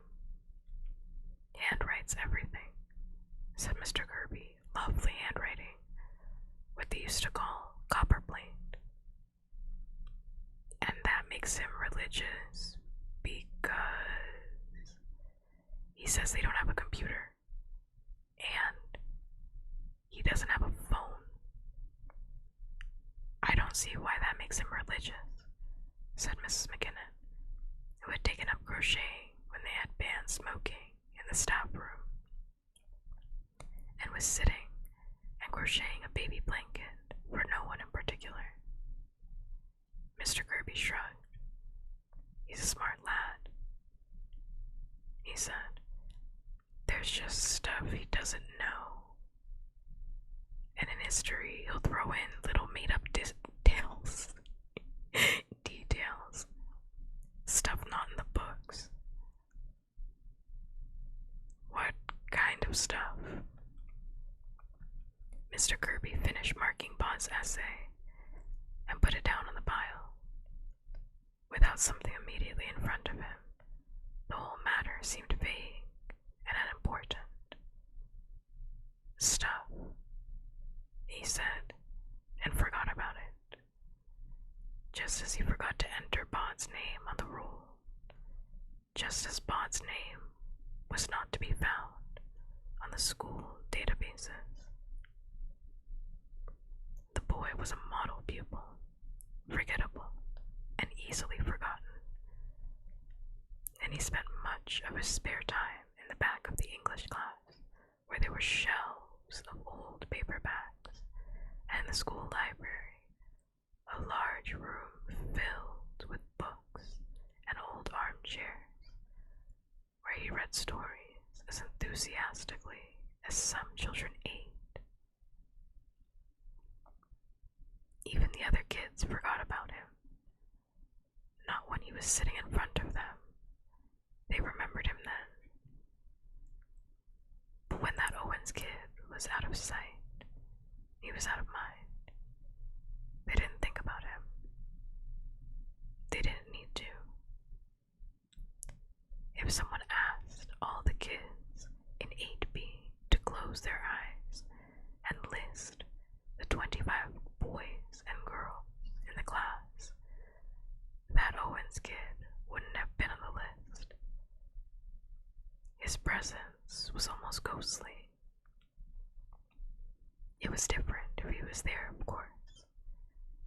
Nick Farthing was 12, but he could pass, and did sometimes, for 16, a large boy with a crook smile and little imagination. He was practical. in a basic sort of way. An efficient shoplifter and an occasional thug who did not care about being liked as long as the other kids, all smaller, did what he said. Anyway, he had a friend. Her name was Maureen Quilling, but everyone called her Mo. And she was thin and had pale skin and pale yellow hair, watery blue eyes, and a sharp, inquisitive nose. Nick liked to shoplift, but Mo told him what to steal.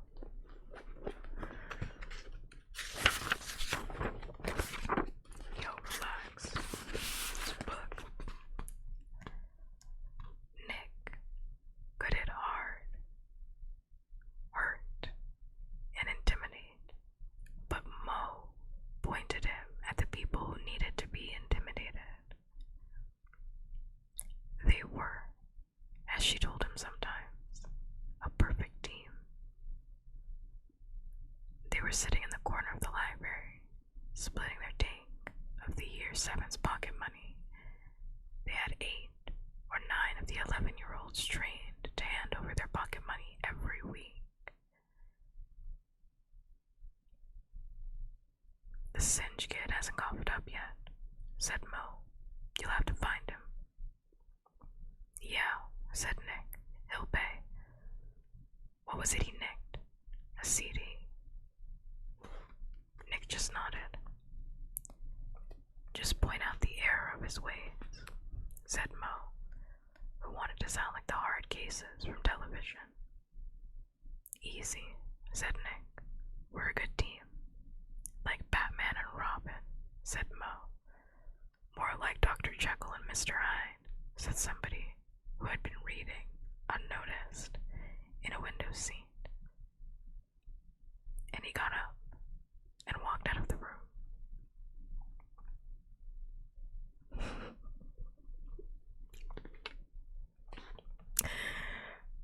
I just have to say, I really like Nobody growing up, because then we get to see like this kind of like sarcastic side of him, like a more inquisitive side of him that was like kept hidden for a while, because like this is the comedy hour, like why would he say that?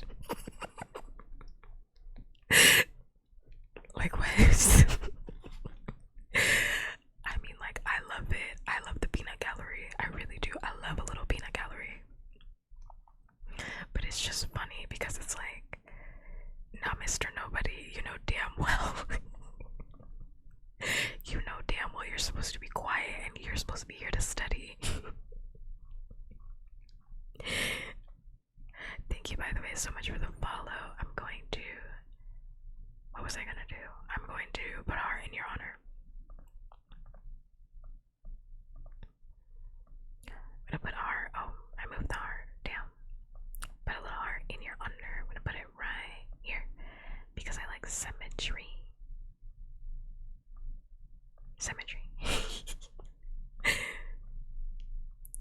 I'm like Mr. Nobody Owens. You know damn well you're supposed to be reading your goddamn book and minding your business. Paul Singe was sitting on a windowsill by the changing rooms, his hands deep in his pockets, thinking dark thoughts. He took one hand out of his pocket, opened it, looked at the handful of pound coins, shook his head, closed his hand around the coins once more. Is that what Nick and Mo were waiting for? Somebody asked. And Paul jumped, scattering money all over the floor. The other boy helped him pick up the coins and handed them over. He was an older boy, and Paul thought he had seen him around before, but he could not be certain. Paul said, "Are you with them?" The other boy shook his head. Nope. I think that they are fairly repulsive. He hesitated. Then he said, actually, I came to give you a bit of advice. Yeah. Don't pay them.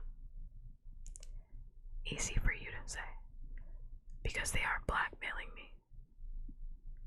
The boy looked at Paul, and Paul looked away, ashamed. They hit you, or threatened you until you shoplifted a CD for them. Then they told you, unless you handed over your pocket money to them, they'd tell on you. What did they do? Film you doing it? Paul nodded. Just say no, said the boy. Don't do it. They'll kill me. And they said, tell them that you think the police and school authorities could be a lot more interested in a couple of kids who are getting younger kids to steal for them and then forcing them to hand over their pocket money than they ever would be in one kid forced to steal a CD against his will. That if they touch you again, you'll make the call to the police, and that you've written it all up. And if anything happens to you, anything at all, if you get a black eye or anything, your friends will automatically send it to the school authorities and the police. Paul said, but I can't. Then you'll pay them your pocket money for the rest of your time in the school, and you'll stay scared of them. Paul thought, why don't I just tell the police anyway? He asked. Can if you like. I'll try it your way first, Paul said. He smiled. It wasn't a big smile, but it was a smile. Right enough, his first in 3 weeks. So Paul Singe explained to Nick Farthing just how and why he wouldn't be paying him any longer, and walked away while Nick Farthing just stood and didn't say anything, clenching and unclenching his fists. And the next day, another 5 11-year-olds found Nick Farthing in the playground and told them they wanted their money back. All the pocket money they'd handed over the previous month, or they'd be going to the police. And now, Nick Farthing was an extremely unhappy young man. Mo said it was him. He started it. If it wasn't for him, they'd have never thought of it on their own. He's the one we have to teach a lesson. Then they'll all behave. Who? Said Nick. The one who's always reading. The one from the library, Bob Owens. Him. Nick nodded slowly. Then he said, which one is he? I'll point him out to you, said Mo. I can't.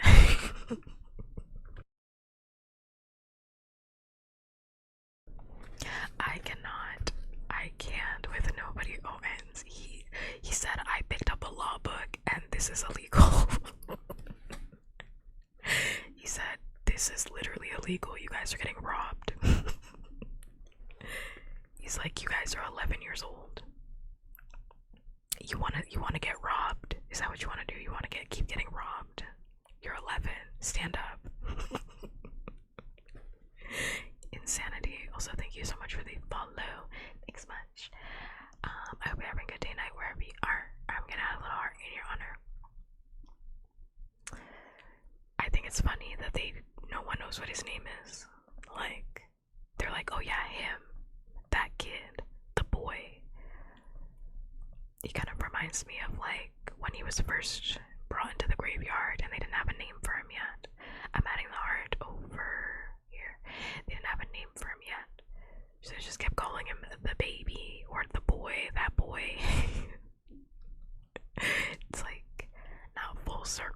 but just reminiscent of that.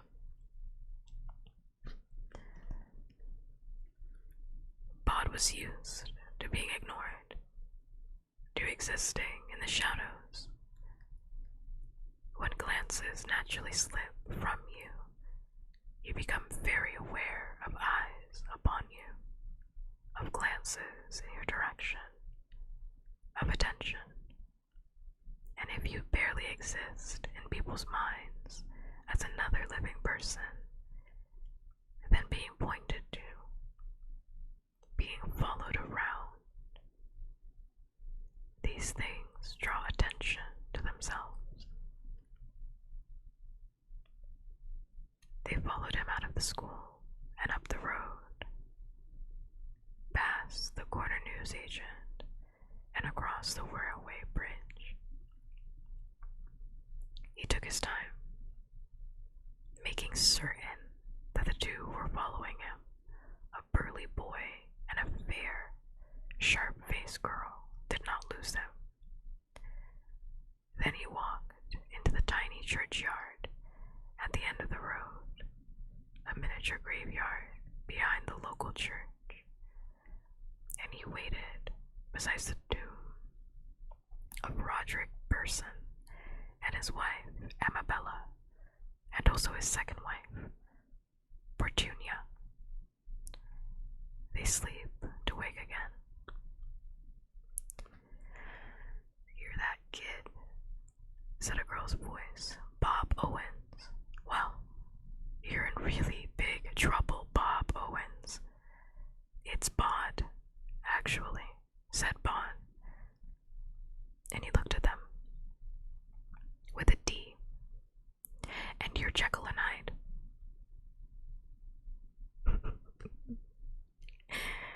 Why were they all buried together? I don't know. I couldn't tell you. Some people do that. I will say, if I ever get married and I die before my spouse, you're not allowed to remarry. I'm actually not wishing you happiness. I need you to know that. I'm not wishing you happiness. I'm not. You can convince yourself in whatever way, shape, and form that you gotta do. You can gaslight yourself in whichever way you need to know. And is it healthy to wish your partner happiness if you die before them? Yeah, I didn't say it wasn't. I'm saying that I'm not wishing you that. I'm not wishing you that at all. If I die before you, I want you to become a spinster. You're not dating someone else. You're a spinster now. That's what you are. That is what you are. You're a superstar. You're a spinster. You're a widower. I don't want you to be dating anybody else. What do you mean, second wife? Insanity. Second wife. If possible, I will be haunting your ass. Yes, obviously. I'm not letting you get any more pussy. You can't have it. You can't have pussy. You can't have pussy, and you definitely can't have pussy. You're done. You're done, bro. You're done. You're done. You're locked off. That's it. You're done. Wrap it up. I'm not letting you have it. I'm not letting you rest easy. Because I always see in like movies, right? Where they're like, oh, she would have wanted this, or he, or they. Honestly, it's like anybody, but like, it's anybody, but it's like, oh, they would have wanted you to find love again, not me. I promise you, not me. I promise you, not me. I didn't. I don't. Because I'm supposed to be the love of your life. You actually aren't supposed to move on from me. Sorry. Sorry. I'm supposed to be the love of your life. What are you talking about? Second wife. That would be so if death was like how it is in this book specifically, I would be so fucking mad if you buried me next to your fucking second partner. I will blow you up. I will blow up this graveyard. What do you mean? You buried us all together, so now I'm stuck with you. I'm stuck with you, and I'm stuck with your second partner. I'm stuck with the second one because, like, if you don't remember, in this book, you can only exist after you die, where your bones are. So if your bones are all buried together, that means you guys are literally stuck together forever.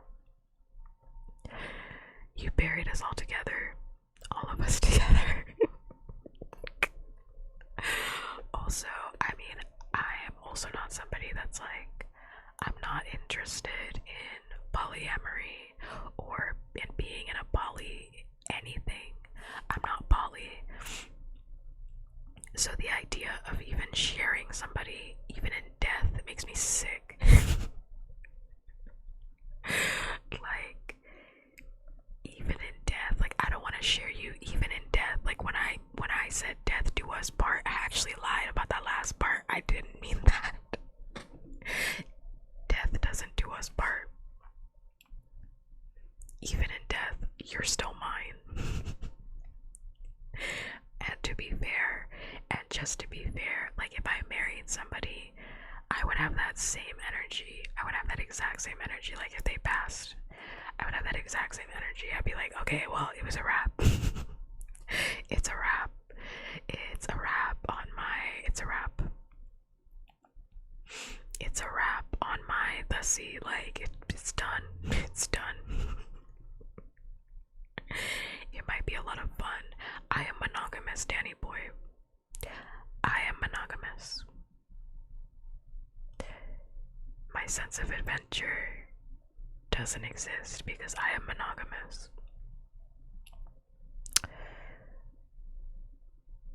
You know, that's like asking a straight person. Oh my god, my voice is so crackly.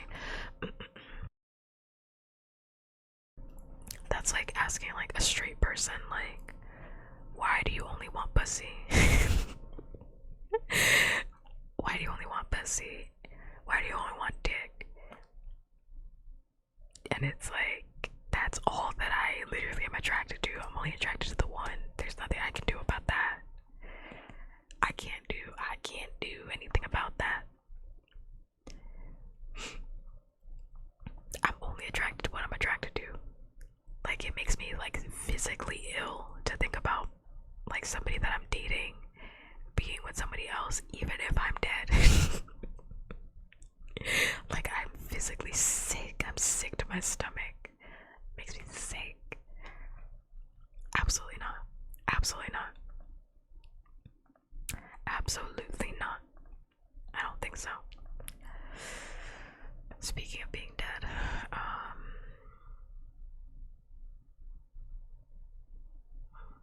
it was you. Said the girl. You got to the 7th formers. So we're gonna teach you a lesson, said Nick Farthing, and he smiled without humor. I quite like lessons, said Bond. If you paid more attention to yours, you wouldn't have to blackmail younger kids for pocket money. Nick's brow crinkled.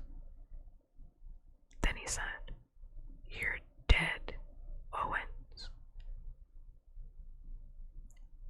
Bud shook his head, and he gestured all around him. I'm not actually, he said. They are. Who are? Said Mo. The people in this place, said Bond. Look, I brought you here to give you a choice. You didn't bring us here, said Nick. You're here, said Bond. I wanted you here. I came here. You followed me. Same thing. Mo looked around nervously. You got friends here? She asked. Bond said, You're missing the point, I'm afraid.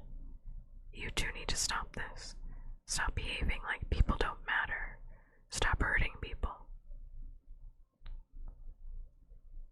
Mo grinned, a sharp grin. For heaven's sake, she said to Nick, hit him. I gave you a chance, said Bod. Nick swung a vicious fist at Bod, who was no longer there, and Nick's fist slammed into the side of the gravestone. Where'd he go? Said Mo. Nick was swearing and shaking his hand. She looked around the shadowy cemetery, puzzled. He was here. You know he was. Nick had little imagination, and he was not about to start thinking now. Maybe he ran away, he said. He didn't run, said Mo. He just wasn't there anymore. Mo had an imagination. The ideas were hers. It was twilight in a spooky churchyard, and the hairs on the back of her neck were prickling. Something is really, really wrong, said Mo. Then she said, in a higher-pitched, panicky voice, we have to get out of here. I'm gonna find that kid, said Nick Farthing. I'm gonna beat the stuffing out of him. Mo felt something unsettle in the pit of her stomach. The shadows seemed to move around them. Nick, said Mo, I'm scared. Fear is contagious. You can catch it. Sometimes all it takes is for someone to say that they're scared, for the fear to become real. Mo was terrified. And now Nick was too. Nick didn't say anything, he just ran, and Mo ran close on his heels. The streetlights were coming on, and as they ran back towards the world, turning the twilight into night, and making the shadows into dark places in which anything could be happening.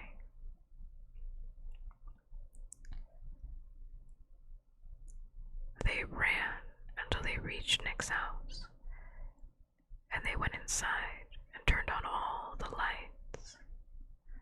And Mo called her mother and demanded, half crying, to be picked up and driven the short distance to her own house, because she wasn't walking home that night. Pod had watched them run with satisfaction. That was good, dear, said someone behind him, a tall woman in white. A nice fade first, then the fear. Thank you, said Bod. I haven't even tried the fear out on living people. I mean, I knew the theory, but, well, it worked a treat, she said cheerfully.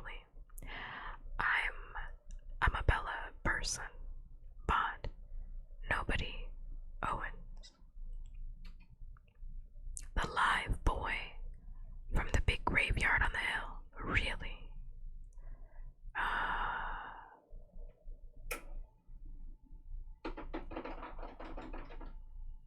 Bod hadn't realized that anyone knew who he was beyond his own graveyard. Amabella was knocking on the side of the tomb. Roddy, Petunia, come, see who's here. There were three of them there then, and Amabella was introducing Bod, and he was shaking hands and saying charmed, I'm sure, because he could greet people politely over 900 years of exchanging manners.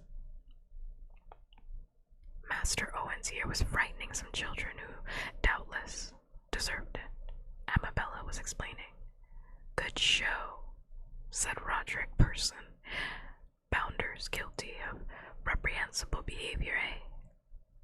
They were bullies, said Bond, making kids hand over their pocket money, stuff like that. A frightening is certainly a good beginning, said Petunia Person, who was a stout woman, much older than Amabella. And what have you planned if it does not work? I hadn't really thought, Bod began, but Amabella interrupted.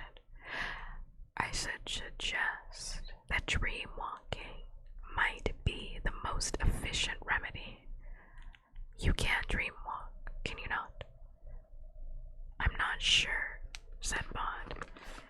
Mr. Pennyworth showed me how, but I haven't really, well, there's things only I really know in theory, and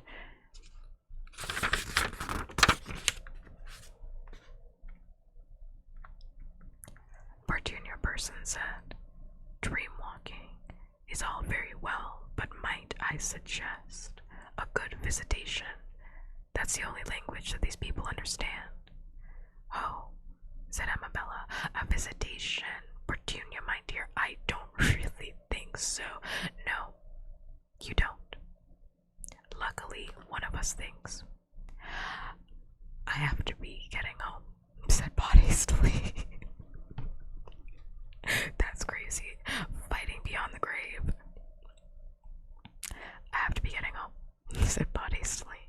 They'll be worrying about me. Of course, said the Person family. And lovely to meet you. And a very good evening to you, young man.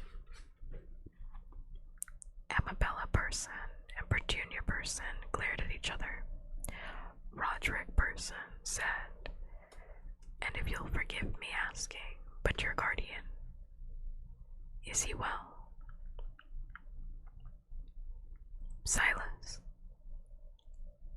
Yes, he's fine. Give him our regards.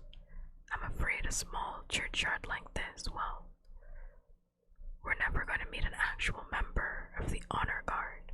Still, it's good to know that they're there. Good night, said Bod, who had no idea what the man was talking about, but filed it away for later. I'll tell him. He picked up his bag of school books and walked home, taking comfort in the shadows. Going to school with the living did not excuse Bod from his lessons with the dead. The nights were long, and sometimes Bod would apologize and crawl to bed exhausted before midnight. Mostly, he just kept going. Mr. Pennyworth had little to complain of these days. Bod studied hard and asked questions. Tonight, Bod asked about hauntings, getting more and more specific, which exasperated Mr. Pennyworth, who had never gone in for that sort of thing himself. How exactly do I make a cold spot in the air? He asked. And I think I've got fear down, but how do I take it all the way up to terror? And Mr. Pennyworth sighed and harumphed and did his best to explain, and it was gone 4 in the morning before they were done.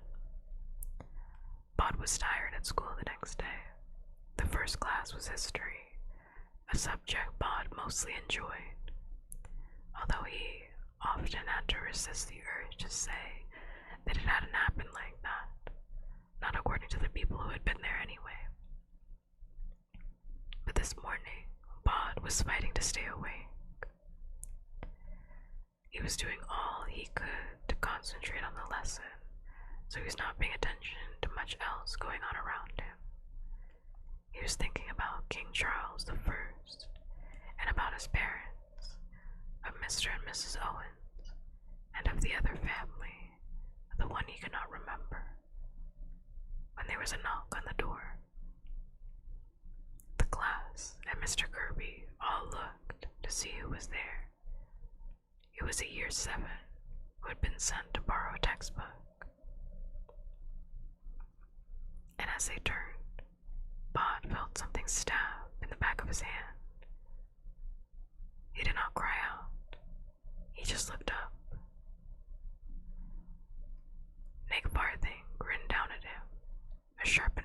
his fist. "I'm not afraid of you," whispered Nick Farthing. Bod looked at the back of his hand. A small drop of blood welled out where the point of the pencil had punctured it.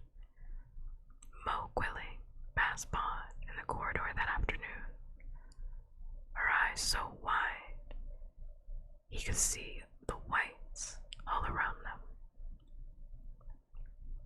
"You're weird," she said.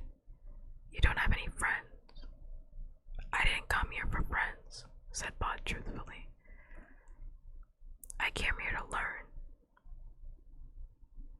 Mo's nose twitched. "Do you know how weird that is?" she asked. "Nobody comes to school to learn. I mean, you come because you have to." Bod shrugged. "I'm not afraid of you," he said. "Whatever trick you did yesterday, you didn't scare me." "That is my son," I said. "That is my son." That is my son. I'm so serious. Like when I was mentoring kids, I would literally tell them that. I would straight up tell them that. I'd be like, at the end of the day, you're not here to make friends. Like, other mentors would be like, "Oh my god, like, what happens if you don't make friends? Whatever." I'm like, at the end of the day, you are not here to make friends. You need to be talking to your counselors about your grades. You guys are here for a degree. You guys are here for a degree. You guys are here for your education. Like, am I wrong? Like, making friends is all nice and dandy, but that's secondary to your education, to be completely honest. And I genuinely believe that. I'm not joking. I had the same mentality when I went, to get my master's, because like I went in there when I was getting my master's. Honestly, I could even say for college, like when I went to college, I went into college being like, "Oh my god, I'm gonna like make friends, I'm gonna do whatever." By year 2, I was like, I need to get my fucking degree. By year 2, I was like, I need to get my motherfucking degree. "You got your master's?" "Yep." I have multiple masters. I can't say what I got them in, but because my job is extremely specific. But yeah, I have multiple masters, and I honestly would not recommend it. unless you have a very specific job that recommends you to go get your master's. Like, I would not recommend going to school for it, to be completely honest. Like, I would not recommend it, because it was like the worst periods of my life. Like, no shit, it was really bad. It was really bad. Anything's better than that, but that doesn't mean anything. That doesn't mean anything, Fox. I'm not like me, at least to me, that doesn't mean anything. I don't think like the fact that like I have a master's or I have like a college degree or anything like that means anything. In terms of like just the fact that I have qualifications to do a job that you are not allowed to do. That's pretty much it. Like, I am allowed to do certain jobs that you're not allowed to do. That's literally it. I don't think it has anything to do with anything, because like, I don't know, I know a lot of people that like, I just think that like education, like specifically college, I think everybody should get their high school diploma at least, but like, I think college is not for everybody, and there's different ways to like go about living your best life. It's just, for me, if I wanted to live my best life, I had to go to school. So I had to go to school. I don't regret it. I love certain parts of it. I like college more than higher education. I like college more than higher education, for sure.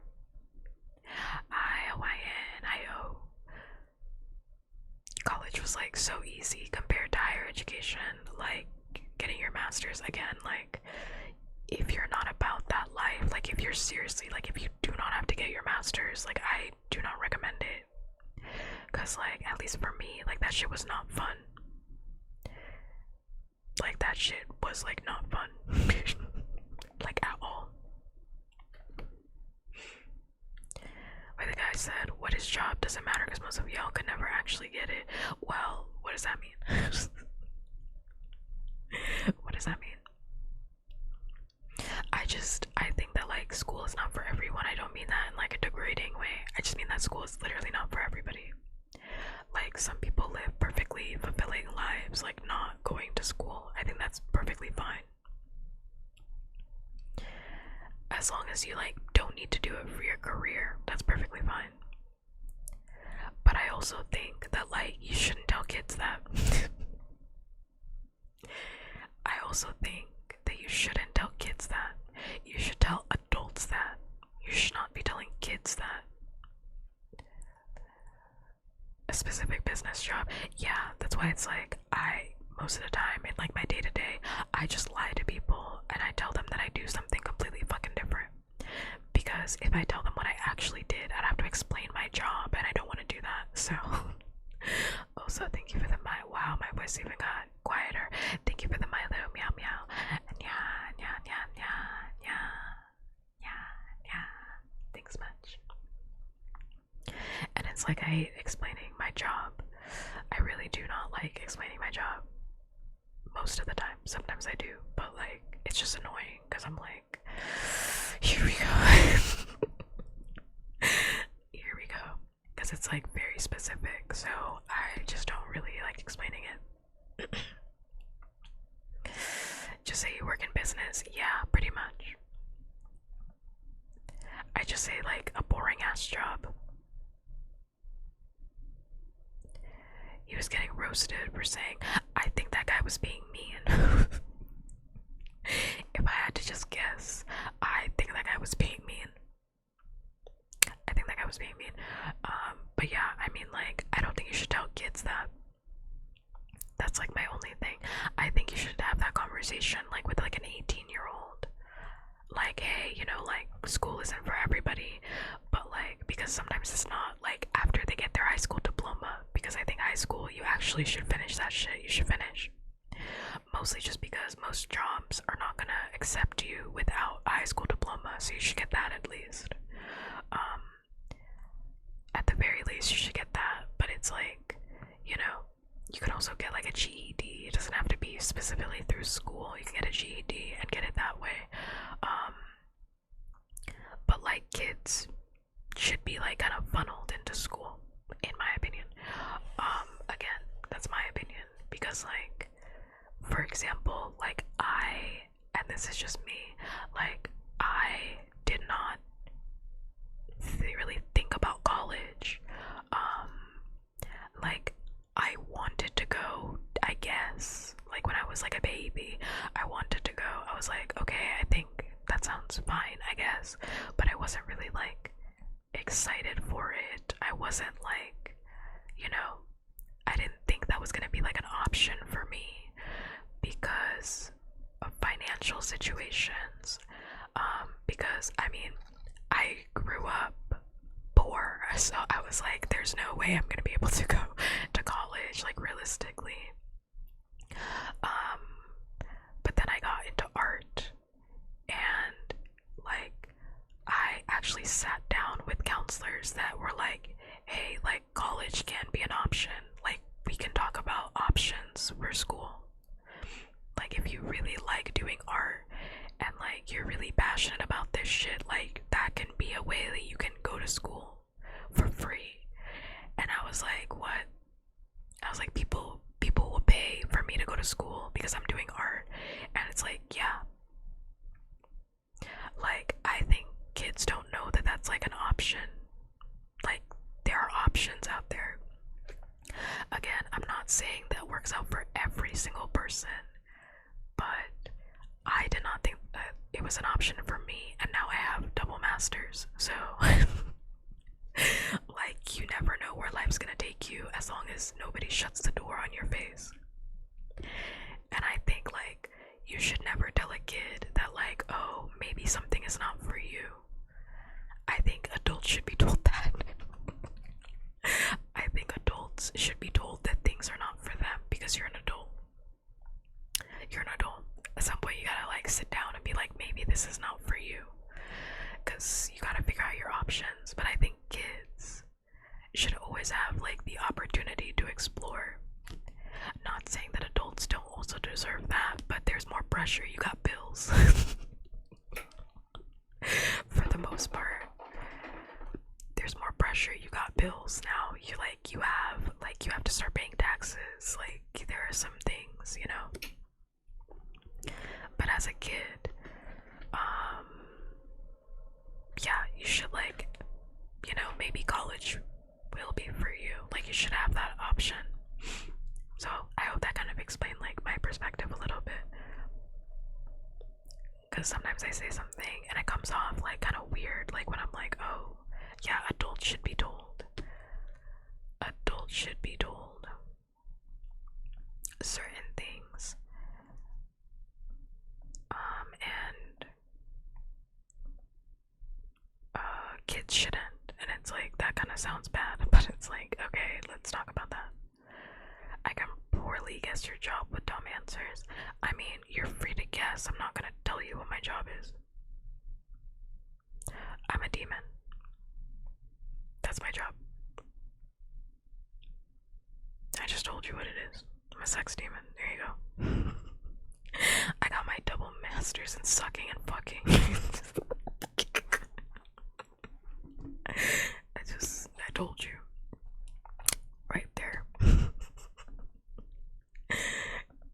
Easy work. Easy work. No need for you to guess. I just told you. Alright, back to this. No, but what? That's what I got my double masters in. That is what I did.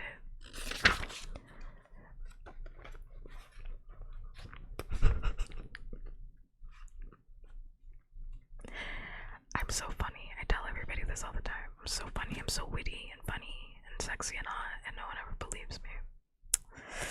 But I am. Sometimes I catch myself off guard. I'm like, damn, that was funny. that was good. That's good one. Pat yourself on the back. Alright. Page 86.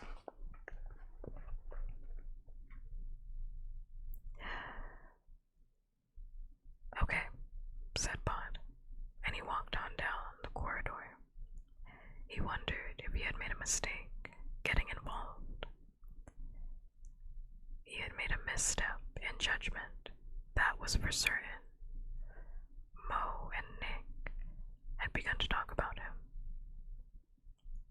Probably the year 7s as well. Other kids were looking at him, pointing him out to each other. He was becoming a presence rather than an absence, and that made him uncomfortable. Silas had warned him to keep a low profile, told him to go to school, partly faded, but everything was changing. He talked to his guardian that evening, told him the whole story. He was not expecting Silas's reaction. I cannot believe, Silas said, that you could have been so stupid. Everything I told you about remaining just this side of invisibility, and now you've become the talk of the school. But what did you want me to do? Not this, said Silas. It's not like the olden times. They can keep track of you, Bond. They can find you. Silas's unmoving exterior was like the hard crust of rock over molten lava. Bond knew how how angry Silas was, only because he knew Silas. He seemed to be fighting his anger, controlling it. Bod swallowed. "What should I do?" he said simply. "Don't go back," said Silas. "This school business was an experiment. Let us simply acknowledge that it was not a successful one." Bod said nothing. Then he said, "It's not just the learning stuff. It's the other stuff. Do you know how nice it is to be in a room filled with people and for all of them to be breathing? It's not something in which I've ever taken pleasure," said Silas. "So, you don't go back to school tomorrow." "I'm not running away. Not from Mo or Nick or school. I'd leave here first." "You will do as you are told, boy," said Silas, a knot of velvet anger in the darkness. "Or what?" said Bod, his cheeks burning. "What would you do to keep me here? Kill me?" And he turned on his heel and began to walk down the path that led to the gates and out of the graveyard. Silas began to call the boy back. Then he stopped and stood there in the night alone. At the best of times, his face was unreadable. Now his face was a book written in a long, forgotten language, in an alphabet unimagined.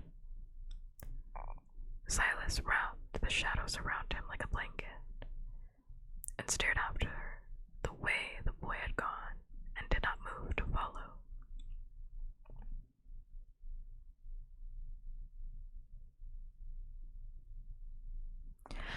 I'm just saying, like, again, I just think that, like, Silas is, like, really annoying in this situation, like, very clearly, and it's honestly, truly, I don't even blame him because he does not understand humans. Like, he's not human, like, he is not human, he doesn't get it.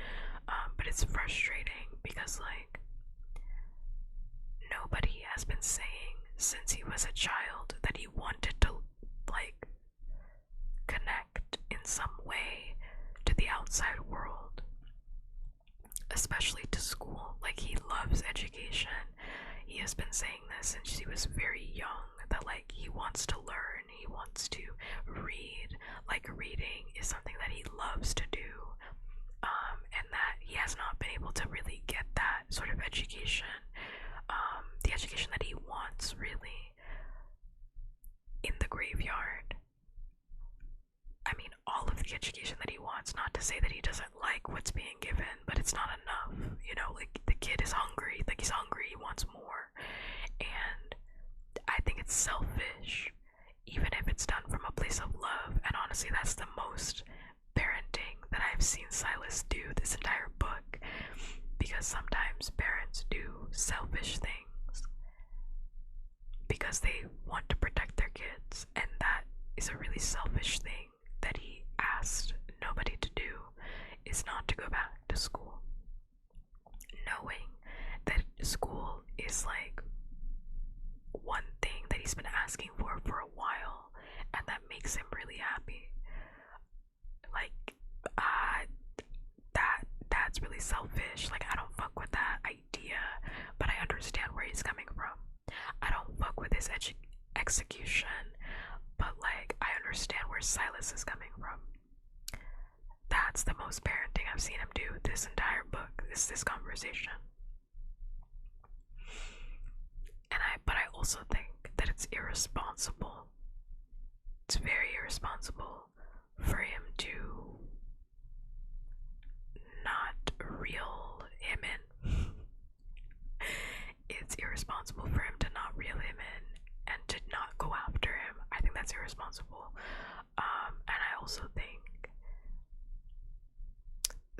Silas, it wouldn't have worked out even if Silas went after him, because Silas is not equipped to have that conversation. He's not equipped to have that conversation, to have like a coming down from the ledge conversation with nobody. Because Silas has never been the 1, 2, 3, 4, or 5 to have that conversation with. Every single time, nobody has been like emotionally distressed, which is why I said earlier that like Silas flops at the emotional part. Like, he's just not good at it. And that really sucks, because like it seems that nobody really wants him to take on the emotional stuff, because his parents don't do that. His parents don't do that.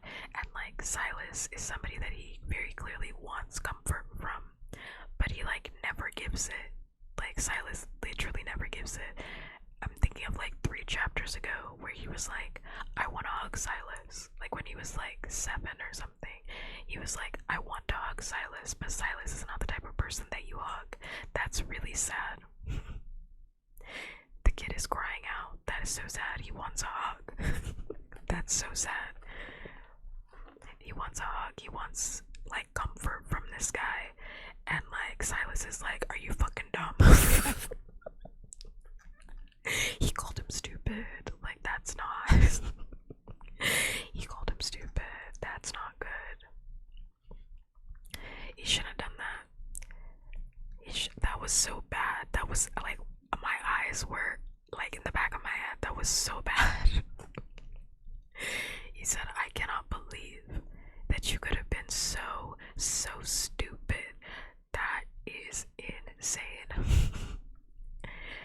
That's not good. That's not what you tell the child after they're like, hey, I know you told me, to stay in the dark. I was trying to do that, but then I watched all these kids in my class get bullied, and it just felt weird for me to like not do anything, or like not say anything, like, especially because like, isn't it a good thing that like nobody didn't turn out deranged? I know no one's thinking about it, but I've been thinking about it. I'm like, isn't it like a good thing that he hasn't like turned out deranged? Because like nobody is a pretty well-adjusted child for the most part. Like, he's not evil. He's not evil.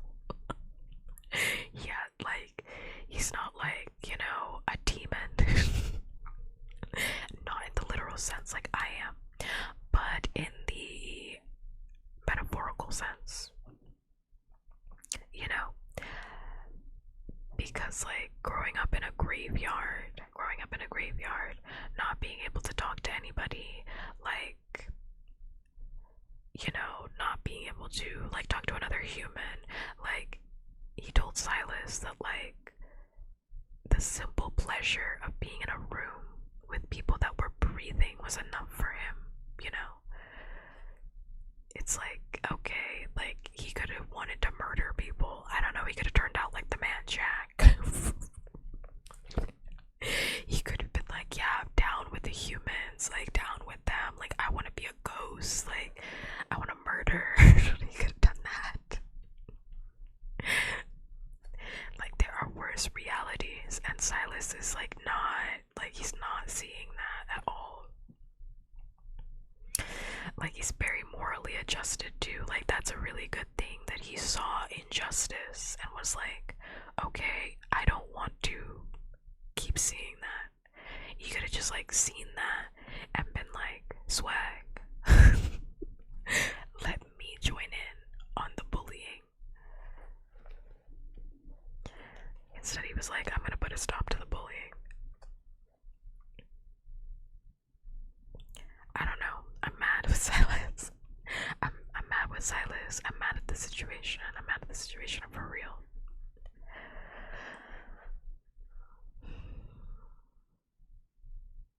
Nick Farthing was in his bed, asleep and dreaming of pirates on the sunny blue sea when it all went wrong. was the captain of his own pirate ship, a happy place, crewed by obedient 11-year-olds, except for the girls, who were all a year or two older than Nick, and looked especially pretty in their pirate costumes. This this gooner in the making, Nick Farthing. This 11-year-old gooner in the making. What, how old is he? 12. This 12-year-old gooner. He said, "Yeah, I'm dreaming about obedient 11-year-olds and girls in pirate costumes that look kind of good. Oh no." Get me out of this dream. That took me out. The next, he was alone on the deck. A huge, dark ship the size of an oil tanker, with ragged black sails and a skull for a figurehead, was crashing through the storm towards him. And then, in the way of dreams, he was standing on the black deck of the new ship, and someone was looking down at him. "You're not afraid of me," said the man standing over him. Nick looked up. He was scared. In his dream, scared of this dead-faced man in pirate costume, his hand on the hilt of a cutlass.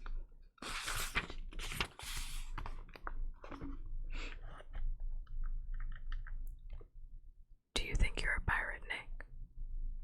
asked his captor. And suddenly, something about him seemed familiar to Nick. "You're that kid," he said. "Bob Owens." Said his captor. "I'm nobody. And you need to change. Turn over a new leaf. Reform. All that. Or things will get very bad for you." "Bad how?" "Bad in your head," said the Pirate King, who was now only the boy from his class, and they were in the school hall, not the deck of the pirate ship. Although the storm had not abated, and the floor of the hall pitched and rolled like a ship at sea. Thank you for the thirsty redeem. Thanks much.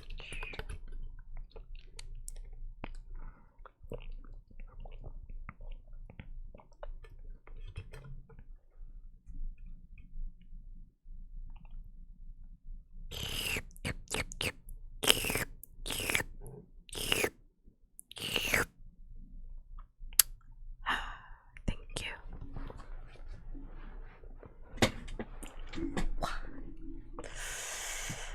Whoa, my ass is falling asleep.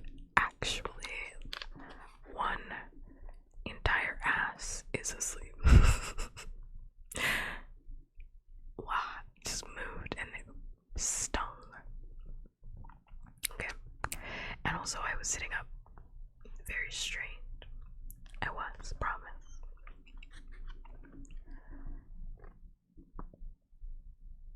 "This is a dream," Nick said. "Of course it's a dream," said the other boy. "I would have to be some kind of monster to do this in real life." "What can you do to me in a dream?" asked Nick. He smiled. "I'm not afraid of you. You've still got my pencil in the back of your hand." He pointed to the back of Bob's hand, at the black mark the graphite point had made. "I was hoping it wouldn't have to be like this," said the other boy.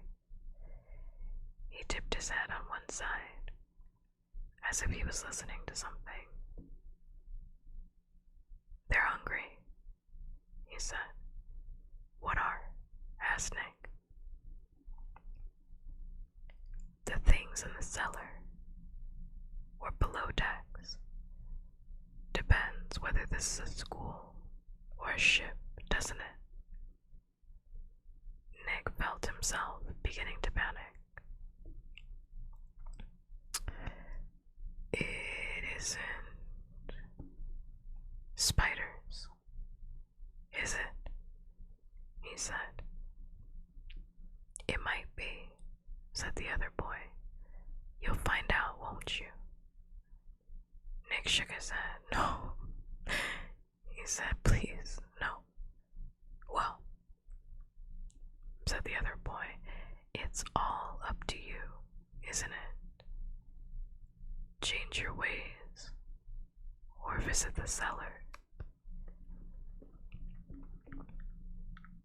The noise got louder, a scuttling, sort of scuffling noise, and while Nick Farthing had no idea what it was, he was utterly, completely certain that whatever it would turn out to be would be the most scary, terrible thing he had would ever encounter. He woke up screaming.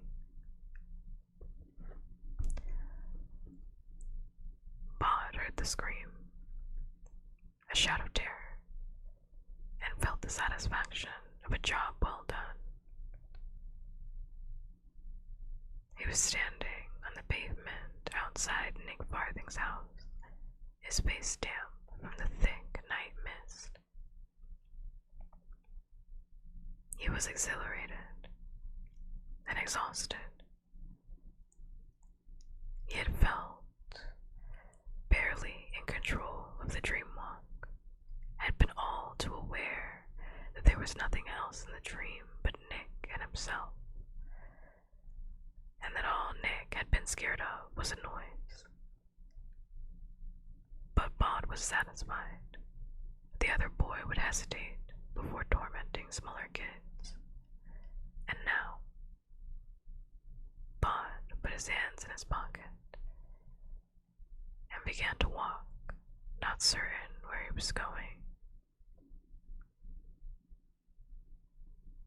He would leave the school, he thought, just as he had left the graveyard.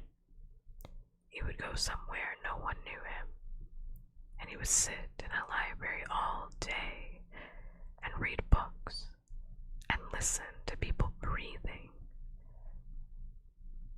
He wondered if there were still deserted islands in the world, like the one on which Robinson Crusoe had been shipwrecked. He could go and live on one of those.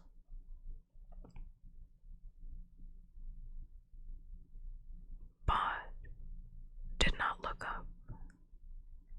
If he had, he would have seen a pair of watery blue eyes watching him intently from a bedroom window. He stepped into an alley, feeling more comfortable out of the light.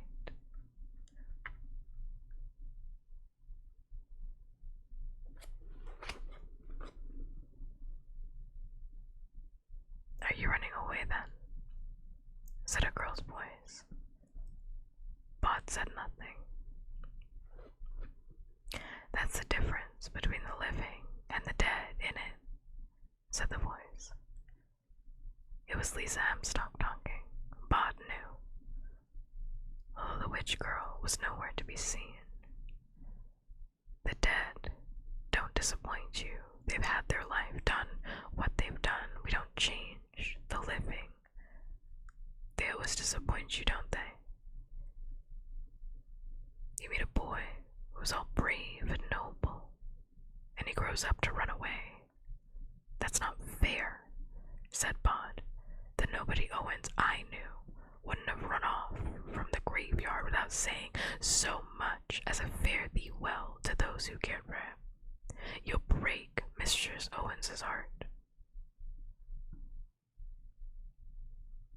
Bod had not thought of that.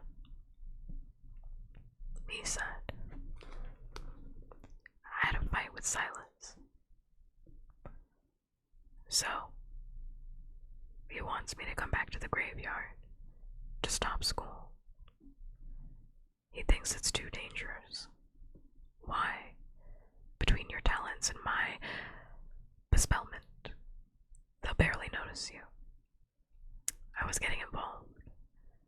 There were these kids bullying other kids. I wanted them to stop. I drew attention to myself.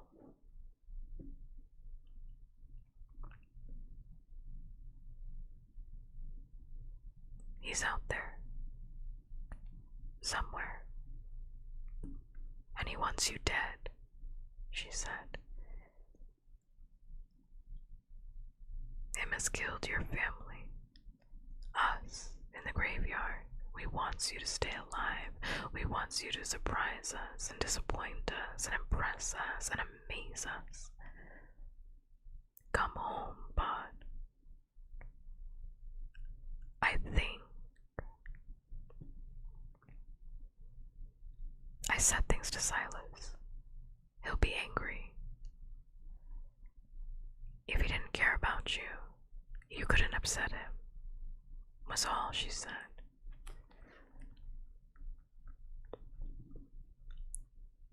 The fallen autumn leaves were slick beneath Bod's feet, and the mist blurred the edges of the world. Nothing was as clean-cut as he had thought a few minutes ago. I did a dream walk, he said. How'd it go? Good, he said.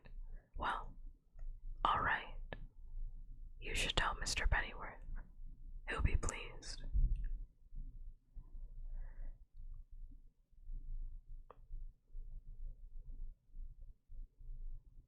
You're right, he said.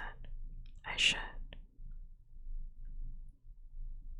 He reached the end of the alley, and instead of turning right, as he had planned, and off into the world, he turned left, onto High Street, the road that would take him back to Dunstan Road, and the graveyard on the hill.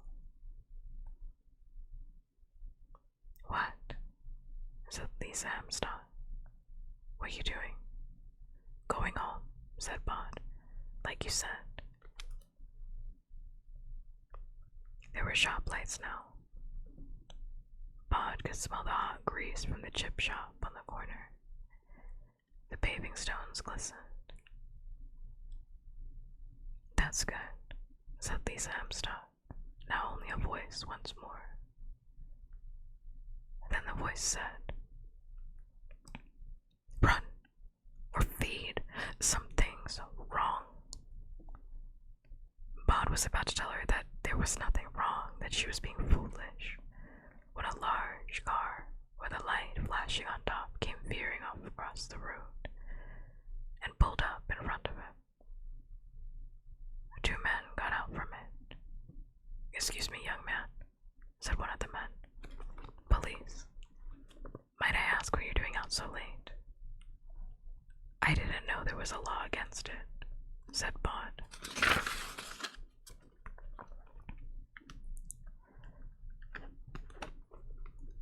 The largest of the policemen opened the rear door of the car. Is this the young man you saw, miss? He said. Mo Quilling got out of the car and looked at Bod and smiled.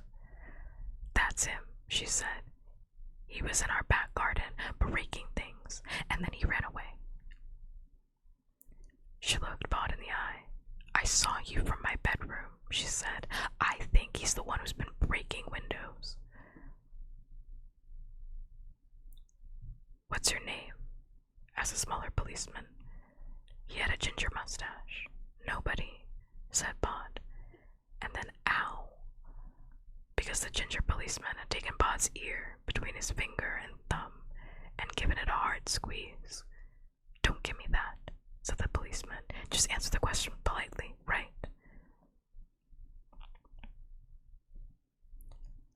Bond said nothing. Where exactly do you live? Asked the policeman. Bond said nothing. He tried to fade, but fading, even when boosted by a witch, relies on people's attention sliding away from you and everybody's attention, not to mention a large pair of official hands, was on him then. Nobody said, "You can't arrest me for not telling you my name or address." "No," said the policeman. "I can't, but I can take you down to the station until you give us the name of a parent, guardian, responsible adult, into whose care we can release you." He put Bond into the back of the car where Mo Quilling sat, with a smile on her face of a cat who had eaten all the canaries. "I saw you from my front window," she said quietly, "so I called the police." "I wasn't doing anything," said Bond. "I wasn't even in your garden. Why are they bringing you out to find me?" "Quiet back there," said the large policeman. Everyone was quiet until the car pulled up in front of the house that had to be Mo's. The large policeman opened the door for her, and she got out. "We'll call you tomorrow. Let your mom and dad know what we found," said the large policeman. "Thanks, Uncle Tam," said Mo. "Uncle Tam, fucking hell." Fucking Uncle Tam. I was just about to say, I was like, this white bitch. I was like, this white bitch is literally using her fucking whiteness against this child, like, against my son. That's my son. She's weaponizing the police. I was like, this bitch is weaponizing the police. I was thinking in my head, and I was like, this bitch broke her own shit, and then was like, he did it. Uncle fucking damn. White woman dears, she's weaponizing it. Oh my god, spare me. He should have dealt with Mo. He should have dealt with Mo first. Fuck. That's where he fucked up. Because he should have fucking hit Mo first, because Mo is the one with the ideas. Damn. He should have dealt with Mo first, and then dealt with what's his name? Rich. What was his name? Rick. I can't even remember his name. What's his name? He was like so nothing. Like, what was his name? His name Nick. That's his name, Nick Farthing. God damn it. I knew it wasn't Concerned Cops. It was Nick. That didn't make no goddamn sense. That made absolutely no sense. I was literally gonna say earlier too, I was like, this bitch Mo is weaponizing the police, because how come the police, like, the way they described the police car driving, they were like, the police skirted right in front of him.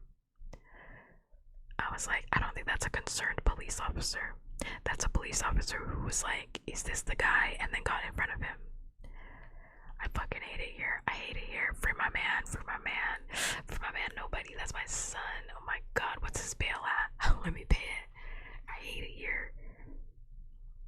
That didn't make any fucking sense. I was like, because it's literally not illegal. Like, he's right. Like, it's not illegal for kids to be out at night. It's not safe, but it's not illegal. Like, a child can be outside at night. It's not safe. You wouldn't do that, but it's not like illegal. If you saw a child like walking down the street, you might be like, it is nighttime.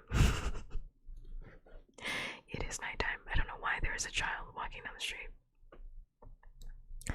But it's not like, oh, this child is going to jail. I fucking hate this bitch Mo. She has to die too. That's not gonna happen. But she has to get her fucking legs. This sucks. I'm like, I don't care that she's 11 years old. I don't care. She has to die. She has to die. I don't care that she's 11. You can clip that. I don't care. She can die too. I don't care. The man Jack. Here's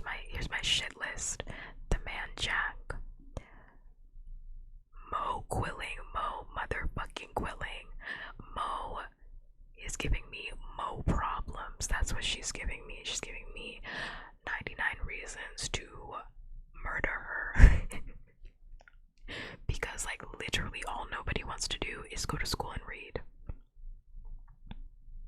Like, she's mad that she doesn't get to bully. Oh my god, she's related, and she's literally related to a fucking police officer. That makes so much sense. That's where she learned the bullying from. I'm not joking. I'm like, oh, that makes sense. Yeah, the apple does not fall far from the fucking tree. She was like, oh my god, my uncle is a police officer. He bullies people too, so I'll do that. You're an 11-year-old bullying other children for money. You are accosting children. You are accosting children. Oh my god. See, nobody wins. I've been saying this. I have been saying this. I have been saying this.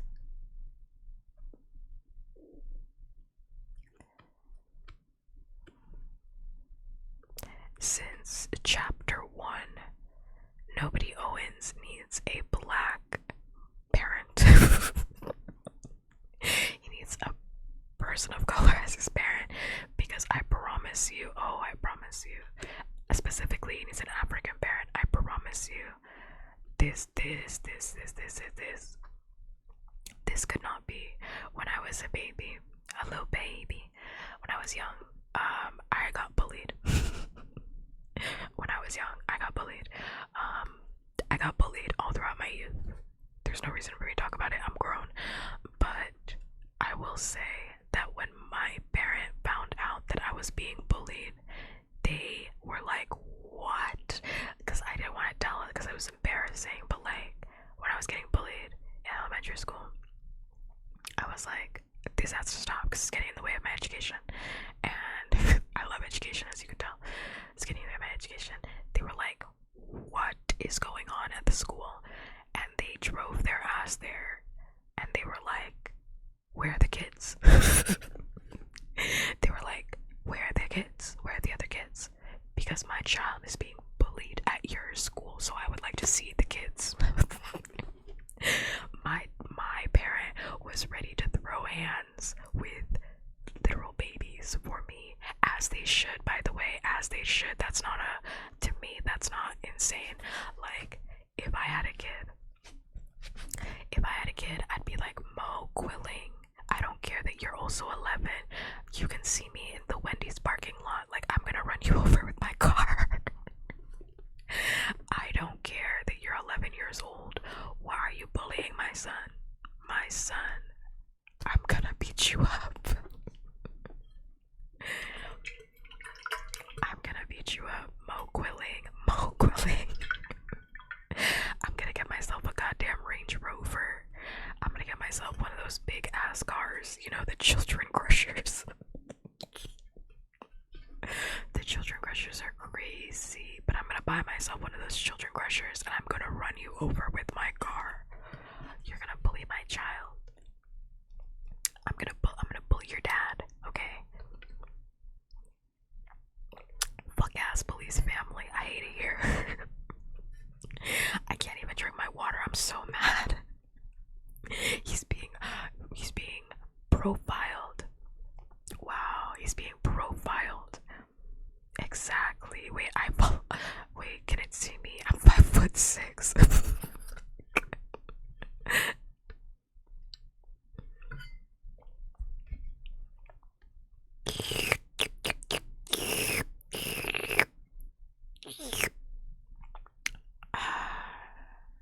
Yeah, you'd be seeing the 1 inch. That 1 inch is everything.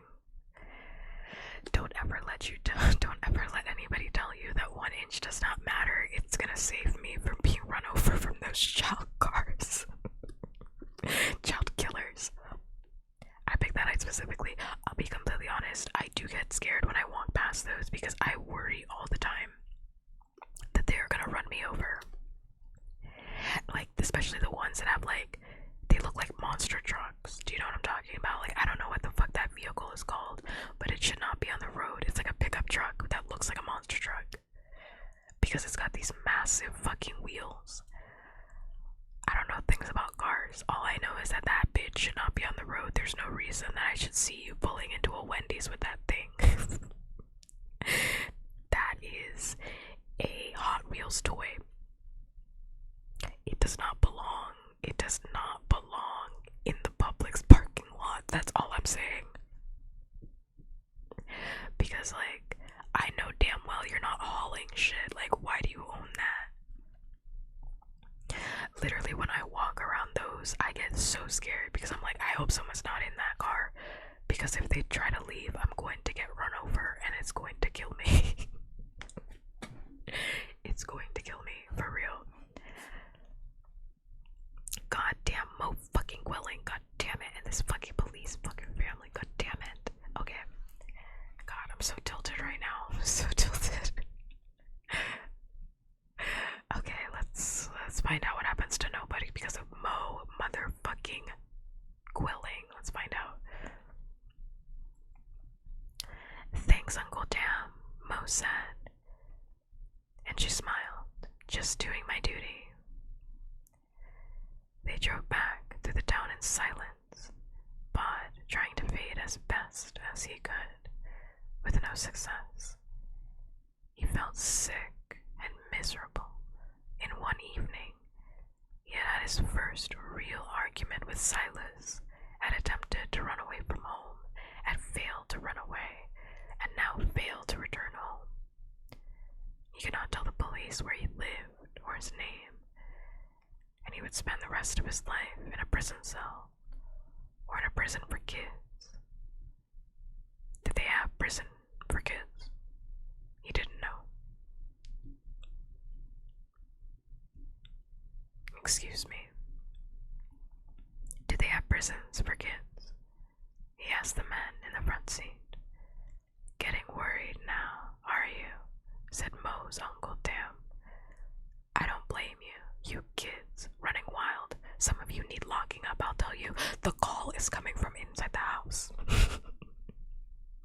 The call is coming from inside the house. Your niece is a menace to society. She is tormenting the children at the school. The call is coming from inside the house. I know that's the point of these characters. It's a commentary on the police system, but the call is coming from inside the house. Damn. I'm not calling you uncle. You're no uncle of mine. Damn. The call is coming from inside the house. What are you talking about? Some of you kids. Start with the inside of your house. What? Honestly, you should be locked up. Oh my god, I'm so upset. I hate it here. I hate it here. I hate it here. I hate it here. I hate it here. Bod wasn't sure if that was a yes or a no. He glanced out of the car window. Something huge was flying through the air above the car and to one side. Something darker and bigger than the biggest bird. Something man-sized that flickered and fluttered as it moved, like the strobing flight of a bat. The ginger policeman said, when we get to the station, best if you just give us your name, tell us who to call and come get you. We can tell them we gave you a bullocking. They can take you home. See? You cooperate. We have an easy night. Less paperwork for everyone. We're your friends. Hello, hi, Brigger. You're too easy on him. A night in the cells isn't hard. I want to reach through the book and strangle these two police officers. I want to reach through the book and strangle these two police officers. I want to reach through the pages of which this book exists and run my nails across their faces like a cat because I don't understand them. Thank you you so much for the follow. Thank you. I don't understand what's happening here. The kid is 11. And you're being like, yeah, you can stay in this cell. I'm going to stab you to death. What are you talking about? What the fuck are you talking about? I'm going to stab you to death. What are you talking about?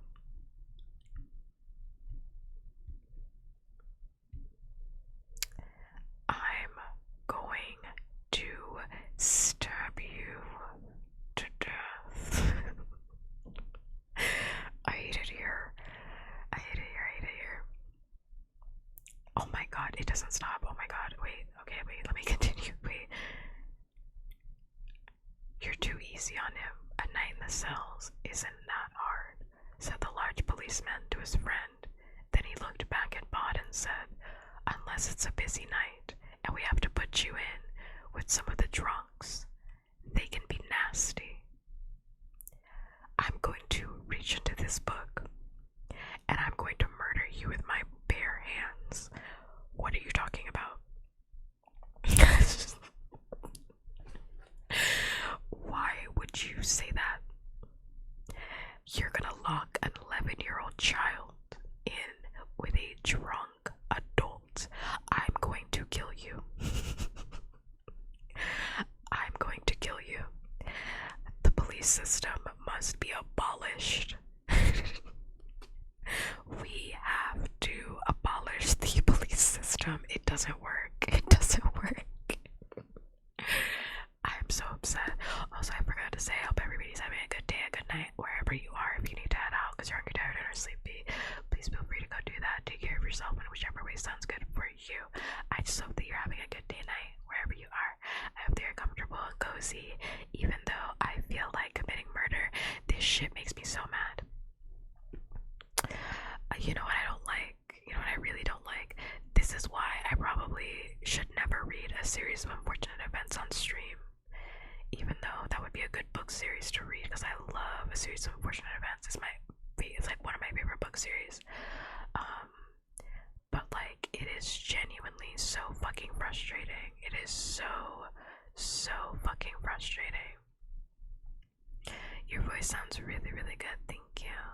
Thanks much. That was sweet of you to say. It is really fucking frustrating when I see I hate seeing children not be believed, and I hate seeing children get taken advantage of. Like, I hate that. And a series of unfortunate events is just like non-stop gaslighting. That's literally the entire book series. Like, they gaslight the fuck out of those kids. For 13 books, they gaslight the fuck out of those kids. 13 books. They sit there and they will look those kids in the face and they'll be like, Count Olaf is not here. Count Olaf, that's not Count Olaf. And I'm just like, God damn it. I like the show a lot too. Yeah, I mean, like, the entire point of it is that children are not believed, right? Like, I know why it's written like that. I love that about the book. It's that children are not believed even when they are right, because they are children. Oftentimes in the book, adults will tell them, I'm an adult. I don't think it is incompetence. I think it's a way to show how children can be abused, because adults often, for one, don't believe kids. I mean, it's like written as quote-unquote incompetence, but I mean, there's a reason why it's written like that, right? Children are not believed, and it leads to cycles of abuse. Like, I think, honestly, it's a really good commentary on, like, the foster cares. They do a really good commentary on a lot of different systems, but I think, too, how, like, abuse is perpetuated by the adults that do, specifically about children, by the adults that don't really do enough, and sometimes it's just enough to listen, and adults don't do that. Like, adults don't do that, because, like, also, thank you for the my little meow meow. Nya, nya, nya, nya, nya, nya, nya. Thank you. Like, adults, like, oftentimes in Like, these kids, specifically a series of unfortunate events, like, these kids just want somebody to listen to them. Like, even if it's just about their interests, and nobody listens because they have their own agenda. Like, nobody's listening, no one's paying attention. And because of that, like, the cycle of their abuse, like, they are the ones that are affected by it, constantly gets perpetuated. A physical, emotional, like, it's tragic, but also like very real to life. Like, how many times does this happen? I mean, you could watch Law and Order SVU and see it happen all the time. Where it's like, why wasn't this case solved? It's because no one believed the kid, you know? And the ones that do listen get axed. True. That is true. But also, I will say, some of them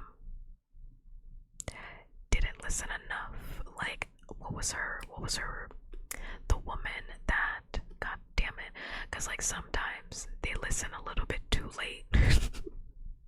Like, sometimes they'll be like, that's not Count Olaf, and then like halfway through the book they'll be like, that was definitely Count Olaf, we gotta get the fuck out of here. and it's like my guy, like, it's too late. Like, Count Olaf already has his claws in, it's too late. God damn it. It's way too late. My Twitter banner is, yeah, that's also my offline screen. The hotel one, the hospital. See how there's too many? No. See how there's way too many? See how you named two? There shouldn't be. I was actually not thinking of either one of those things. I was thinking of the woman that was afraid of everything. That one, but I was also thinking of a different one too, because I'm like, I can't remember. Because she did, well, she tried to give those kids away, but then she did try to give those kids away. The place that burned down. Those kids, those poor kids, man. It happened, that's what I was telling you. I was like, literally every single book, those kids got gaslit, emotionally abused, and then they were like, okay, on to the next one. On to the next one. They lamented very often. Yeah, which is why I was like, we can't read that book on stream, or any of the books on stream, because honestly, it's just very depressing. I mean, I like it, obviously, because it's depressing, but oh my god, my voice.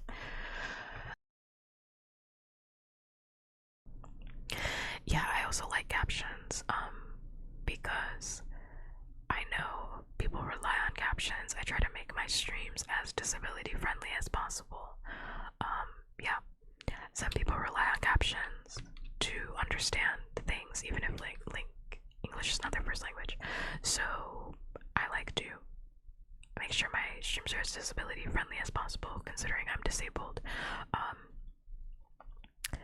What was I gonna say? Even though I think like another important lesson in the book is that there are good people everywhere, right? Like, that's kind of the idea of the not the VFD. What's that organization? Is it the VFD? I haven't read the book in a while. The organization that like their mother and father were a part of, right? It's that like good people, specifically like a series of unfortunate events. Thank you so much for the follow. Thanks much. I really do appreciate it. I hope you're having a good day, night, wherever you are.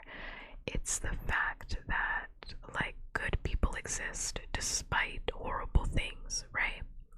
Like, it's worth continuing. Like, life is worth continuing because you meet good people often. Like, just as often as bad things happen to you, you meet people that make life worth living. And I think that's also a really important lesson too. It's like, yes, sometimes you are not believed. Sometimes people get hurt. Sometimes you get hurt. I'm just gonna add art just for you. Lexi, thank you. I hope you're having a good day and a good night wherever you are. Thanks much. Hello. Sometimes you get hurt because of other people's actions, but that also doesn't mean that you shouldn't try to share your story anymore because you got hurt the first time, right? Like, Sunny, Klaus, I could talk about like the themes in the series of unfortunate event for like hours, but like the Baudelaire children never stop telling their story, and I think that's also really important to tell children too, that it's like your story is worth repeating, it's worth sharing, because that's your truth too. And like, yeah, good things can happen despite horrible things happening too. Like they lost their family, but also they got to meet a lot of different people that have helped them and tried to help them and that genuinely cared about them throughout their time. And I think that's like really important, that like kids should know that. I could talk about the series of unfortunate events for like hours. I love that book series, honestly and truly. I love that book series, up, down, left, and right. I know I said it was depressing. It is, but it's also like extremely hopeful. Like it's an extremely hopeful book, except for the last. I mean, I have problems with the last book. Because I am a hateful person. So I have problems with the last book. However, I understand the last book and why it's written like that, but it's fine. Don't worry about it. Anyway, let's get back to the book. Where were we? Oh yeah, child being arrested. A child being arrested and put in a cell with drunk adults because these police officers are absolute monsters, one might say. But thought he's lying and they're doing this on purpose. The friendly one and the tough one. Oh yeah, we're doing we're doing child endangerment tonight. Which, you know, frankly is a step up from the last book. Because the last book, well, not really. I think every book series we've read has had child murder in it. I think that's the theme of the books that we've read, child murder. Because I was gonna say Coraline did not have child murder, but yes it did. That's the whole fucking point. That is the entire fucking point, was that she was gonna eat them. She was gonna eat that kid. She was going to swallow that child completely whole. So I mean, she was gonna love it, quote unquote, love the child to death. We know what that means. She was going to have that child for dinner. So yeah, I don't know about that. And then the Hunger Games is literally nothing but child murder. So I think Katniss Everdeen is like, what, 18 when the books finally end. So I mean, by the end of it, she's like an adult for real. She's like, she has kids, but like she has kids, but the child endangerment makes it so good, you know. The child endangerment adds to the flavor of the book. I really want to read Percy Jackson so bad, but we're never gonna read it. I want to read it so bad because that first book is so good. I want to reread that first book. It's so good. Like, I can't tell you, that first book is so good. But it's like the rest of the books, we have to like, I'd have to read the rest of the books because it ends on a cliffhanger, and then it's like, okay. We would have to read the rest of the books. I can't help myself. We would have to read them. But like, I hate all the books that are after, I think, book 3. What's book 3? Wait, hold up. Now we're taking a pause. Hold up. What's book 3? Is it book 3 or book 4? Oh no, the Titan's Curse is good. Question mark. Wait. Is it good? Book 3. Am I thinking of book 4? What am I thinking of? Book 4 is bad. I don't care. Wait, it is book 4. I think it is book 4. Book 3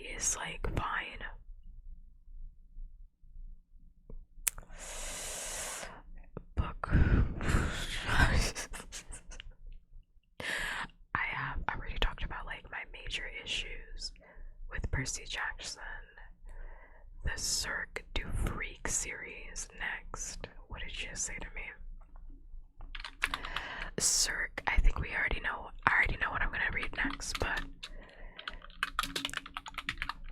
the Cirque du Freak series. Because you want to get freaky in the chat.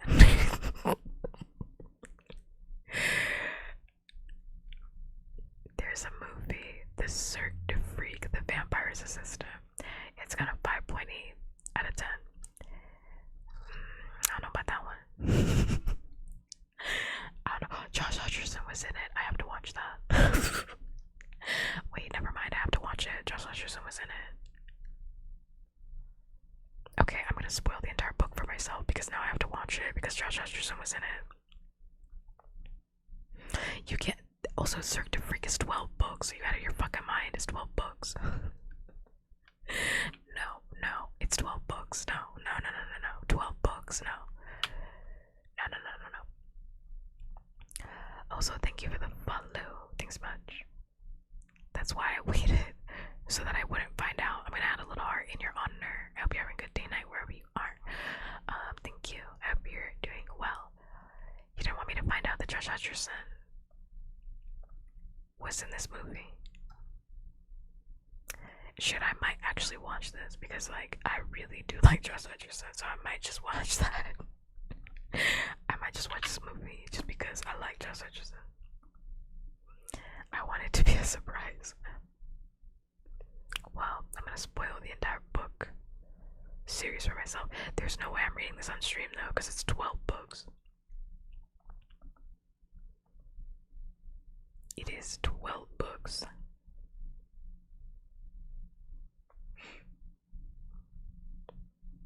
It doesn't even have a wiki page. Like, what am I supposed to do? I didn't know it was that long. I need the wiki page. Why is it a manga? It's a manga. There's a manga of it. It was based on the book. I'm not reading Maze Runner because I don't like. There's something in Maze Runner I don't like. I actually forgot. Hold up. I have a reason why we're not gonna be reading Maze Runner.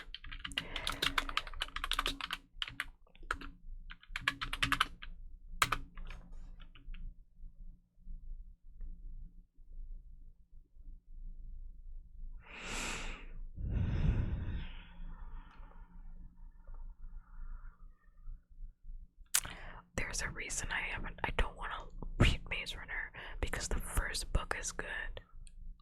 I can't read book series where it's like the first book is good. That's my problem.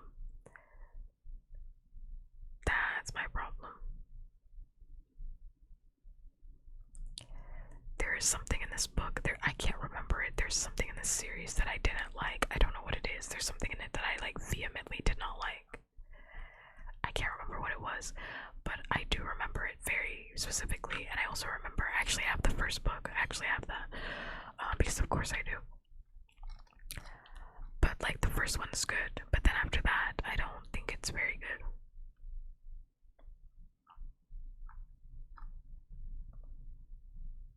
I don't think it's very good, so I don't know. That's why we started off like hella strong, like very strong. Because The Hunger Games is a good book series the entire way through. There's like no flops. It's just good from beginning to end.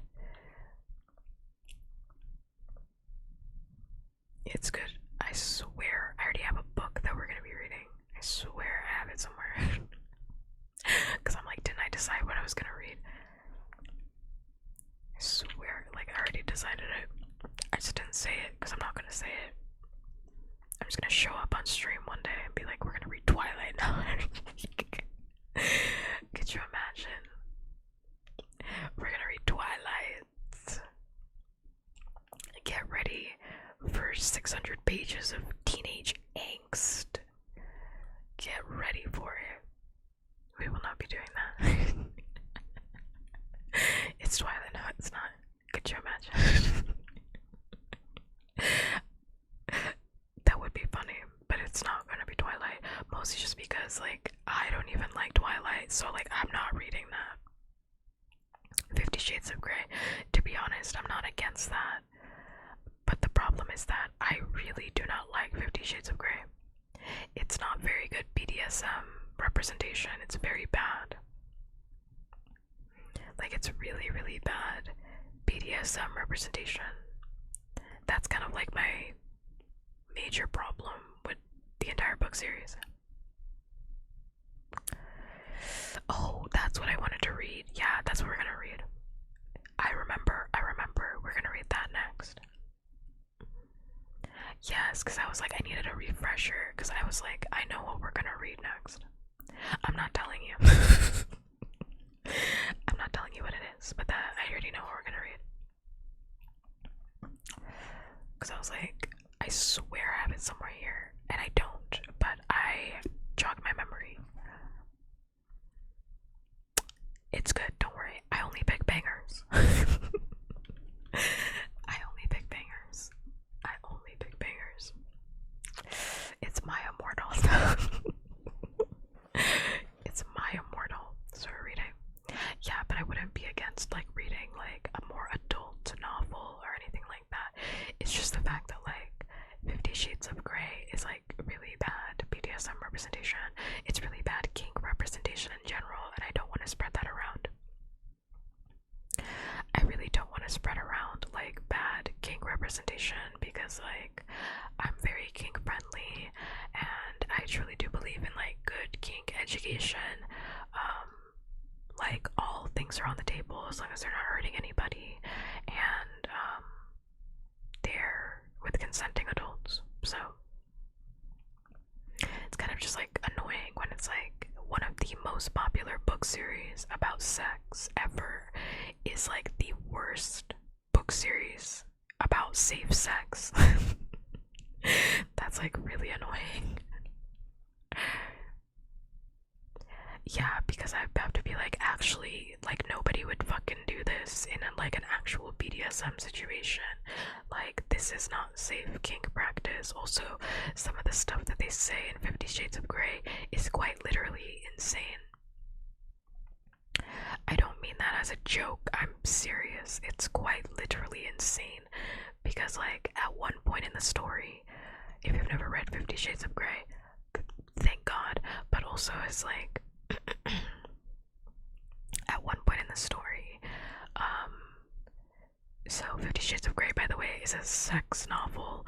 It started off as, that's what it is, it started off as a Twilight fanfiction, with Edward and Bella on like fanfiction.net question mark, but it was probably WordPress.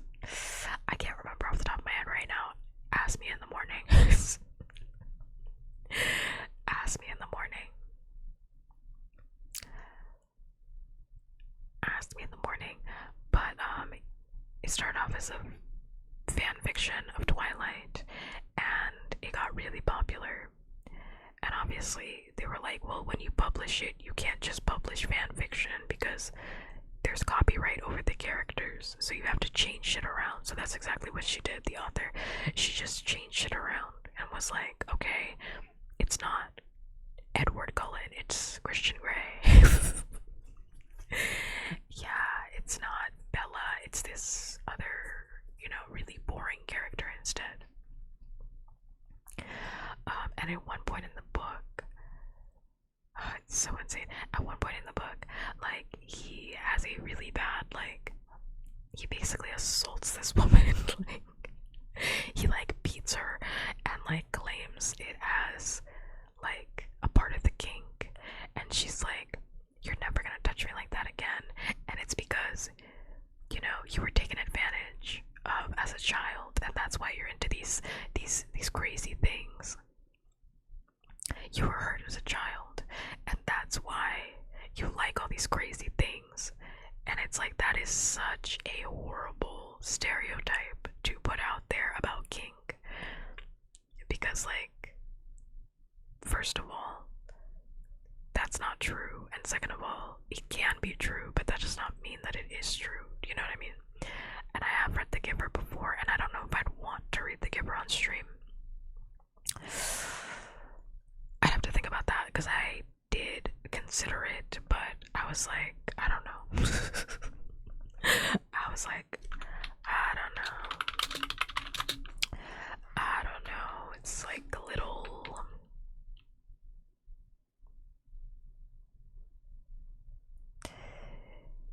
It's a little. It's not. I don't know. I'd have to think about that. Maybe down the line. I don't know. Maybe down the line. Because I kind of already thought about it. And I was like, not right now. But maybe down the line. Yeah, and that's a really bad thing to say about kink, because yeah, obviously everything affects everything. So if you experience something at a young age, if you experience something at any age, that affects how you are now, right? That's just kind of like a fact. Everything affects everything, so it also obviously also affects things that you're interested in sexually. However, some people just have kinks. That is just what it is. It's not drama. It's not somebody acting it out in a dramatic way, acting out their drama in a dramatic way. Sometimes people just have kinks. The fact that I like men in lingerie has nothing to do with anything. I just think they look good. I just think they look good. What do you want me to do about it? Nothing happened to me. I had never seen when I was younger, I didn't see that. I know damn well I didn't see that. But I'm just like, oh, this is for me. Not everything has to be about a trauma, and the perpetuation of that is so dangerous because it just stigmatizes kink. It's so bad. Anyway, that's all to say, I will not be reading 50 Shades of Grey on stream ever. However, Twilight is still on the table. However, Twilight might be on the table, or maybe that Twilight book that's Midnight Sun from the perspective of Edward Cullen. The entire book, it's the same, but it's specifically the perspective of Edward Cullen. Maybe that one. Not right now though. Later. Not right now. Okay, let's get back to the book. I'm stalling. That would be good. It's also going to be bad. I think Stephanie Meyer, I could actually talk about. I know I said let's get back to the book, but I just want to say that Stephanie Meyer, honestly and truly, is I have conflicting feelings about her, but I think that she ultimately white woman way too close to the sun with Twilight. I think she white woman way too close to the sun, and I think a lot of the themes in her books are insane. In hindsight, truly and utterly insane.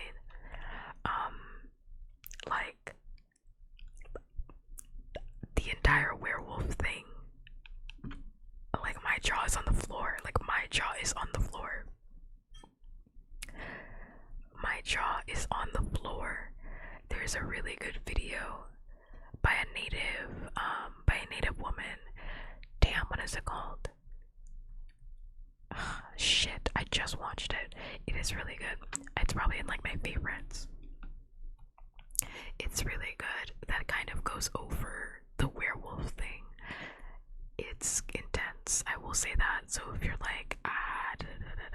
can't do intense, then don't watch it, obviously.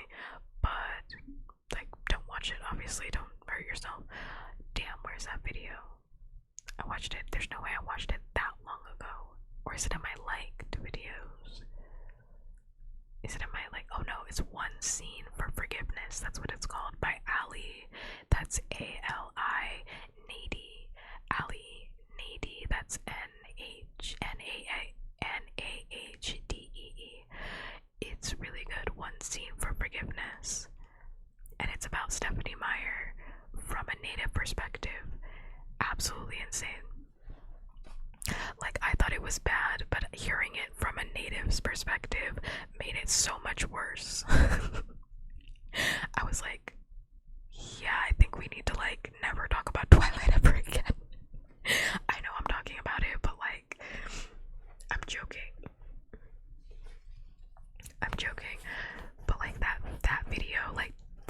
like truly made me feel sick to my stomach when I think about Twilight. It makes me feel sick to my stomach. Anyway, all of this started because of police brutality, so let's get back to that. Let's get back to child endangerment.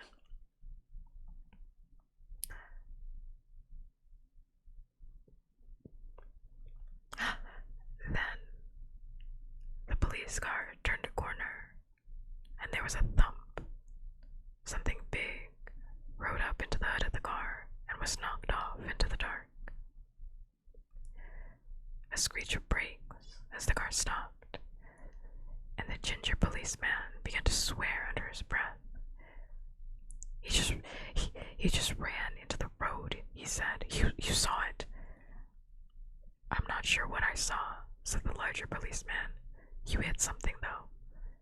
They got out of the car, shone lights around. The ginger policeman said, he was wearing black. You can't see it. He's over here, shouted the large policeman. The two men hurried over to the body on the ground, holding flashlights. Bod tried the door handles in the back seat. They did not work. And there was a metal grill between the back and the front. Even if he faded, he was still stuck in the back seat of the police car. He leaned over as far as he could go, craning to try and see what had happened, what was on the road. The ginger policeman was crouched beside a body, looking at it. The other, the large one, was standing above it, shining a light down into its face. Bod looked at the face of the fallen body. Then he began to bang on the window, frantically, desperately.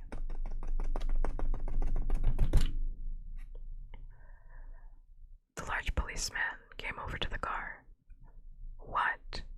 He said irritably. You hit my dad, said Bod. You're kidding. It looks like him, said Bod. Can I look properly? The large policeman's shoulders slumped. Oi, Simon, the kid says it's his dad. You've got to be bloody kidding me. I think he's serious. The large policeman opened the door and Bod got out. Silas was sprawled on his back on the ground where the car had knocked him. He was deathly still.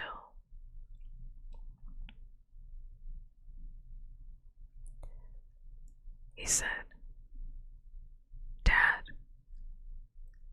And then he said, You killed him. He wasn't lying, he told himself. Not really. I've called an ambulance, said Simon, the ginger mustache policeman. It was an accident, said the other.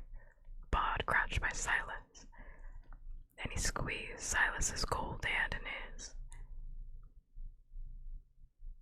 If they had already called an ambulance, there was not much time, he said. So that's your career's over then. It was an accident you saw. He just stepped out. What I saw, said Bod, is that you agreed to do a favor for your niece and frighten a kid she's been fighting with at school, so you arrested me without a warrant for being out so late, and then when my dad runs out into the road to try and stop you or to find out what's going on, you intentionally ran him over.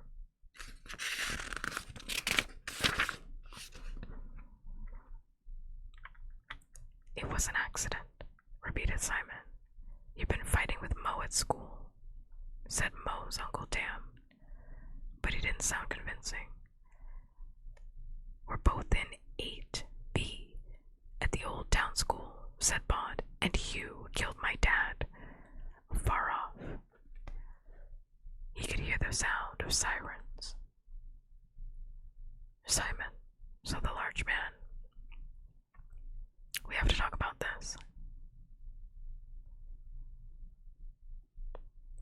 They walked over to the side of the car, leaving Bod alone in the shadows with the fallen Silas. Bod could hear the two policemen talking heatedly. Your bloody niece was used, and so was if you'd kept your eyes on the road. Simon jabbed his finger into Tam's chest. Bod whispered, "They aren't looking now," and he faded. There was a swirl of deeper darkness, and the body on the ground was now standing beside him. Silas said, "I'll take you home. Put your arms around my neck." Bod did, holding tightly to his guardian, and they plunged through the night, heading for the graveyard. "I'm sorry," said Bod. "I'm sorry too," said Silas. "Did it hurt?" asked Bod. "Letting the car hit you like that?" "Yes," said Silas. "You should thank your little witch friend. She came and found me, told me you were in trouble and what kind of trouble you were in."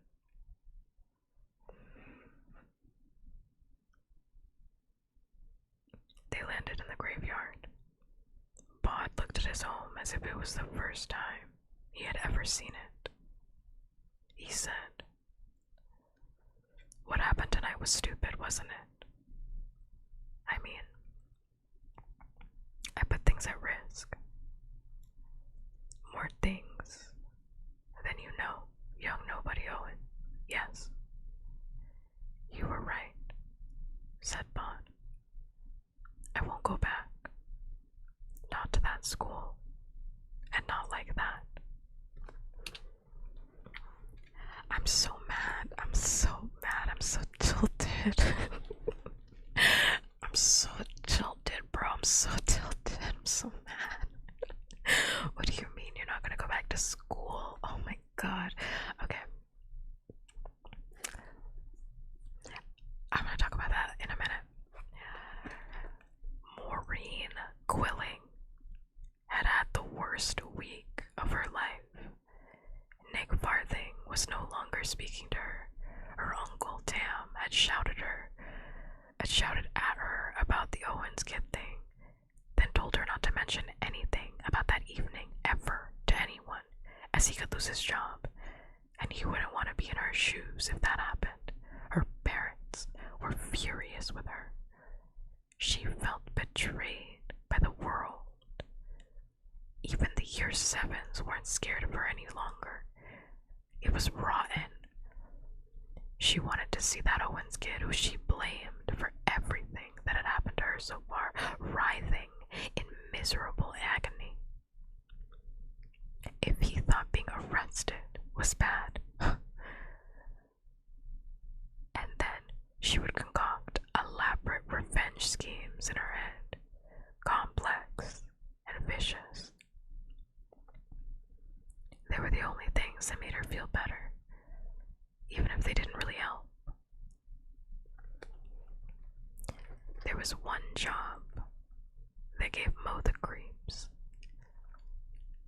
It was cleaning up the science labs, putting away the Bunsen burners, making sure that all the test tubes, petri dishes, unused filter papers, and the like were returned to their places. She only had to do it on a strict rotation system once every 2 months, but it stood to reason that here, in the worst week of her life, she would be in the science lab. At least Miss Hawkins, who taught general sciences, was there collecting papers, gathering things up at the end of the day. Having her there, having anybody there, was comforting. "You're doing a good job, Maureen," said Mrs. Hawkins. A white snake in a jar of preservative stared blindly down at them. Mo said, "Thanks." "Aren't they meant to be 2 of you?" asked Mrs. Hawkins. "I was supposed to be doing it with the Owens' kid." said Mo, but he hasn't been to school in days now. The teacher frowned. Which one was he? She asked absently. I don't have him down on my list. Bob Owens, brownish hair, a bit too long, didn't talk much. He was the one who named all the bones of the skeleton in the quiz, remember? Not really, admitted Mrs. Hawkins. You must remember, nobody remembers him, not even Mr. Kirby. Mrs. Hawkins pushed the rest of her papers into her bag and said, Well, I appreciate you doing it on your own, dear. Don't forget to wipe down the working surfaces before you go. And she went, closing the door behind her. The science labs were old. There were long, dark wooden tables with gas jets and taps and sinks built into them. And there were dark wooden shelves upon which were displayed a selection of things in large bottles. The things that floated in the bottles were dead, had been dead for a long time. There was even a yellowed human skeleton in one corner of the room. Mo did not know if it was real or not, but right now, it was creeping her out. Every noise she made echoed in that long room. She turned all of the overhead lights on, even the light on the whiteboard, just to make the place less scary. The room began to feel cold. She wished she could turn up the heat. She walked over to one of the large metal radiators and touched it. It was burning hot, but still, she was shivering. The room was empty and unsettling in its emptiness, and Mo felt as if she were not alone, as if she were being watched. Well, of course I'm being watched, she thought. 100 dead things in jars are all looking at me, not to mention the skeleton. She glanced up at the shelves. That was when the dead things in the jars began to move. A snake, with unseeing milky eyes uncoiled in its alcohol-filled jar. A faceless, spiny sea creature twisted and revolved in its liquid home. A kitten, dead for decades, showing its teeth, and clawed the glass. Mo closed her eyes. This isn't happening, she told herself. I'm imagining it. I am not frightened, she said out loud. That's good, said someone, standing in the shadows by the rear door. It seriously sucks to be frightened, she said. None of the teachers even remember you. But you remember me, said the boy, the architect of all her misfortunes. She picked up a glass beaker and threw it at him, but her aim went wide and it smashed against the wall. How's Nick?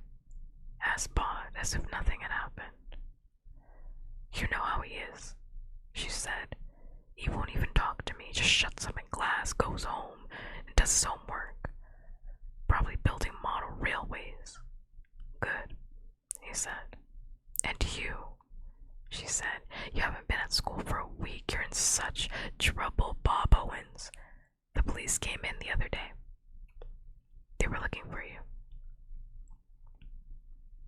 That reminds me. How's your Uncle Tam? Said Bod. Mo said nothing. In some ways, said Bod, you've won. I'm leaving the school. And in other ways, you haven't. Have you ever been haunted, Maureen Quilling? Ever looked in the mirror wondering if the eyes looking back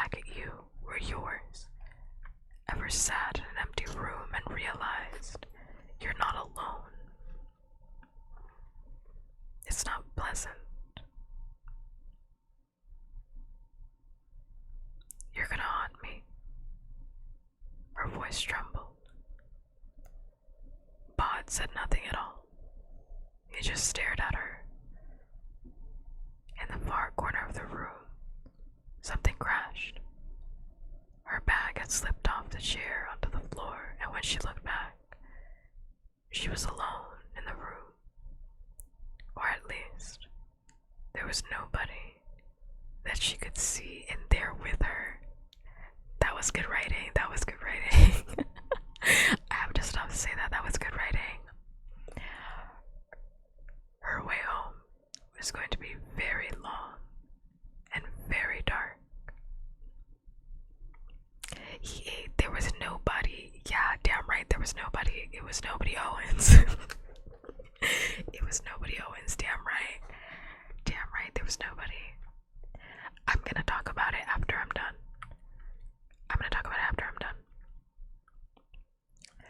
Thank you for the Kirby. I'm gonna talk about it after I'm done. Also, memes. I already knew that. I knew that you fell asleep. I knew you fell asleep like 2 hours ago. I knew that. I can always tell when you're going to sleep because you go radio silent. That means you're asleep. Because you're not the type of chatter to be radio silent, so you go like you went asleep. But I'm back. I know. I'm not mad. I'm just saying. Like, I know when you go to sleep, you're the type of chatter to chat up until the very end. So, like, or at least, like, say something. Okay. Let me read this one. And then we'll talk about it. The boy and his guardian stood at the top of the hill, looking out to the lights of the town. Does it still hurt? Asked the boy. A little, said his guardian, but I heal fast. Soon.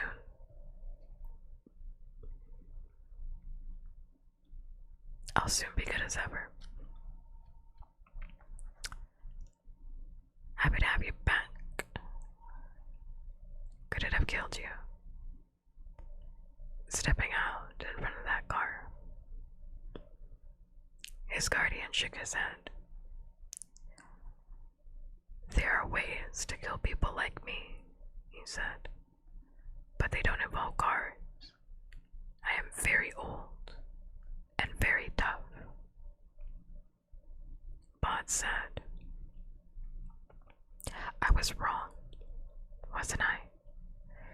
The whole idea was to do it without anybody noticing, and then I had to get involved with the kids at school, and the next thing you know, there's police and all sorts of stuff because I was selfish.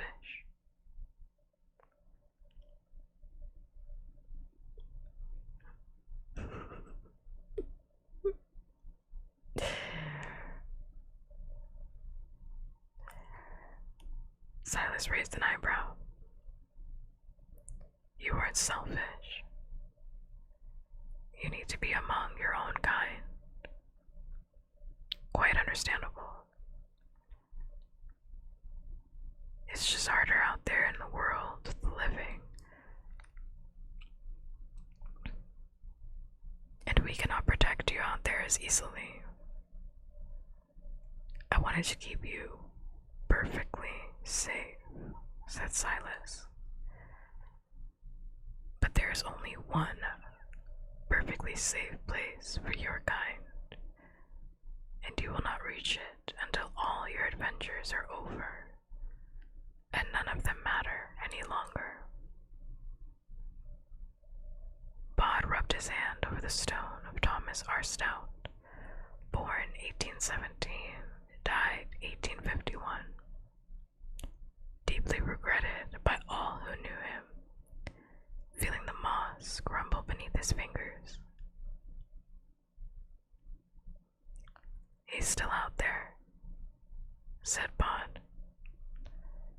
The man who killed my first family. I still need to learn about people.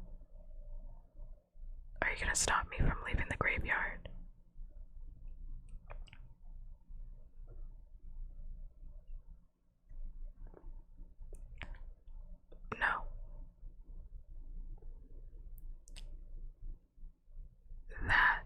was a mistake, and one we have both learned from. Then what? We should do our best to satisfy your interest in stories and books and the world.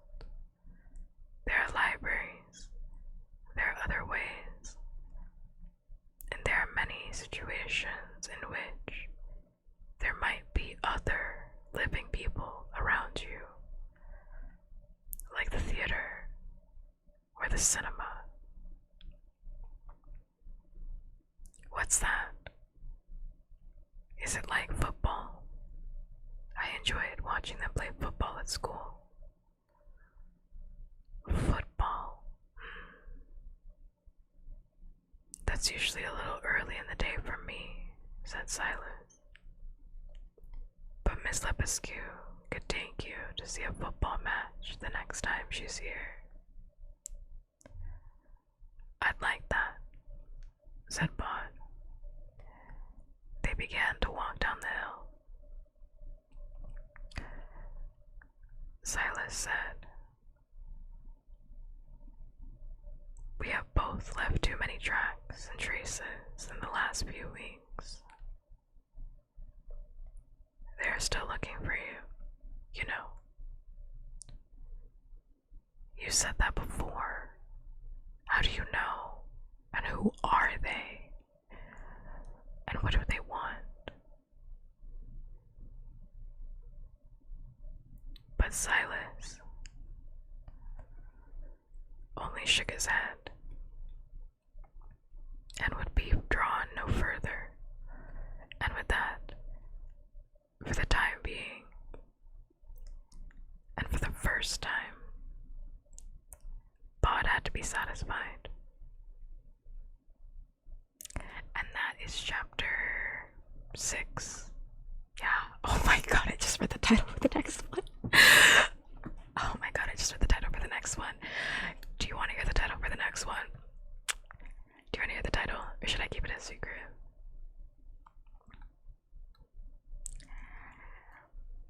The title is Every Man Jack Sickening. Sickening. Sickening. My eyes couldn't help but glance over. It's too late, I already said it. Every Man Jack Sickening. Sickening. Come back when I read this book again. Come back when I read this book again. Come back when I read this book again. Not right now. The fraud returns. That's insane. That's insane. That's insane. These chapters are so long. I kept thinking that the next page was gonna be the end, and then I just kept going. I was like, damn, we're still going. I was like, damn, this does not stop for Nobody Owens. This does not stop. Also, I just have to say, that wasn't enough. Mo ruined his life. Fuck her. She ruined his life. Fuck yeah. Fuck her. Seriously. Fuck her. And fuck her. Goddamn police family. Fuck her. Also, yes, beef. I was reading, but my pronouns are they, them, theirs. I'm non-binary. I'm not a girl. I'm not a woman. I don't identify that way. I sound very feminine, but that has nothing to do with my presentation. Fuck her entire police family. They ran over a man. I don't care that Silas is not alive or dead. They ran over a man and they were ready to cover it up. Excuse me. Excuse me. They were like, you both saw it. No hesitation. Like zero hesitation. They didn't hesitate once. They were like, oh, he's wearing all black. Yes, we can use this. We couldn't see him. It was an accident. It was an accident. It was an accident. I don't know what you want from us. It was an accident. Zero hesitation. They coordinated on that shit. They coordinated. The both of them. Mr. Damn, he coordinated. That is so fucking annoying. They're so fucking annoying. There's 8 chapters, so we're getting towards the end. There's 8 chapters. We just finished chapter 6.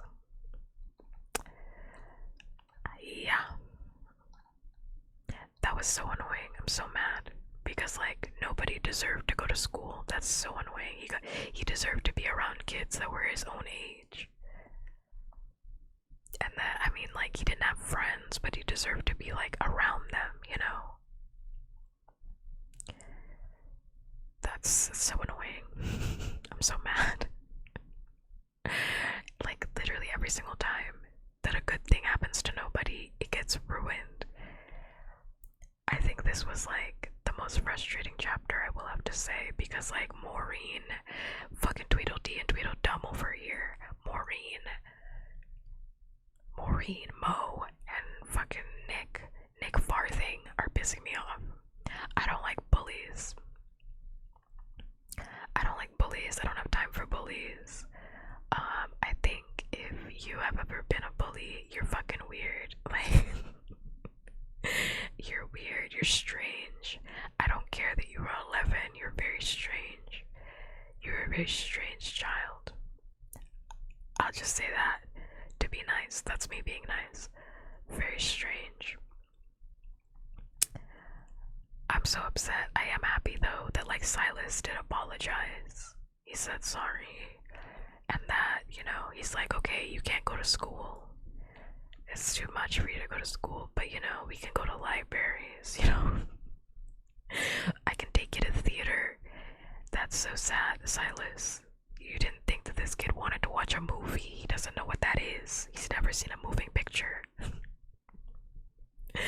He wants to see a movie. He's never seen Bubble Guppies. This kid doesn't know the joys of Cocomelon.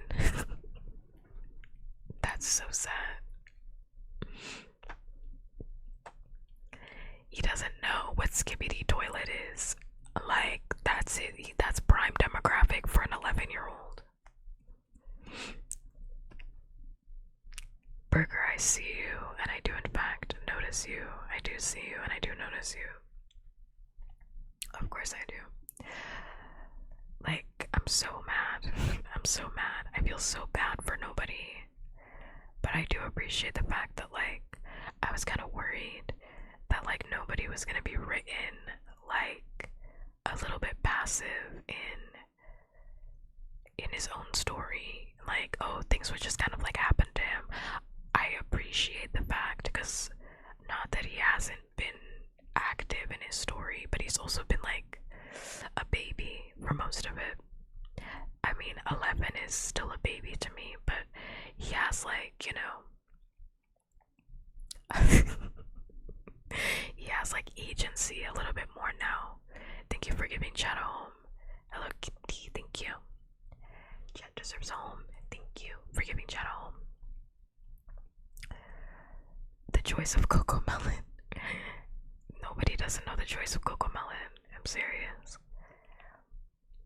What was I gonna say? God damn it, I forgot. God damn it. I was saying something.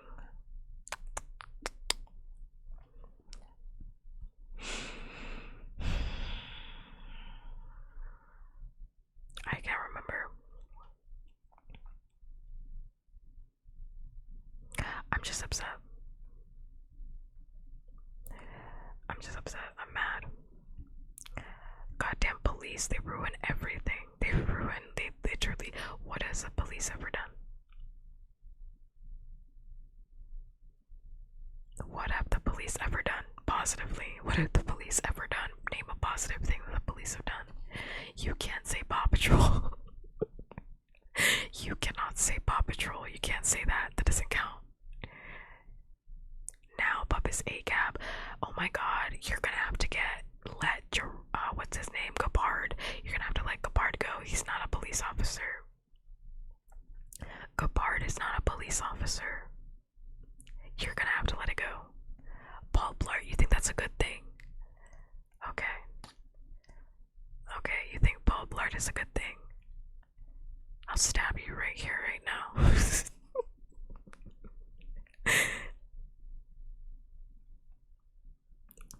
Thank you, by the way, Billy, for the pets. Thanks much. No one ever wants to give me pets. I do appreciate it.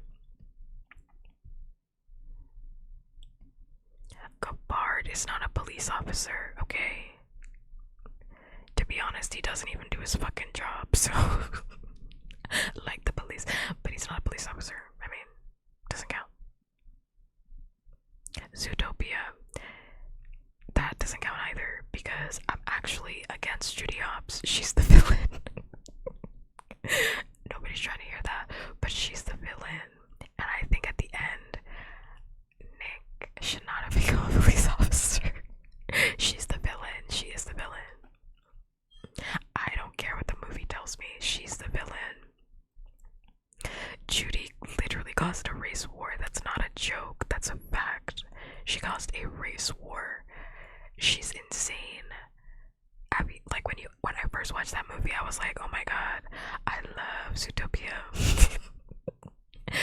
I was like, oh my god, I love Zootopia. Me and Zootopia posted up with a bestie, and then I watched it again, like with clear eyes, you know, because I had like Disney, you know, Disney nostalgia.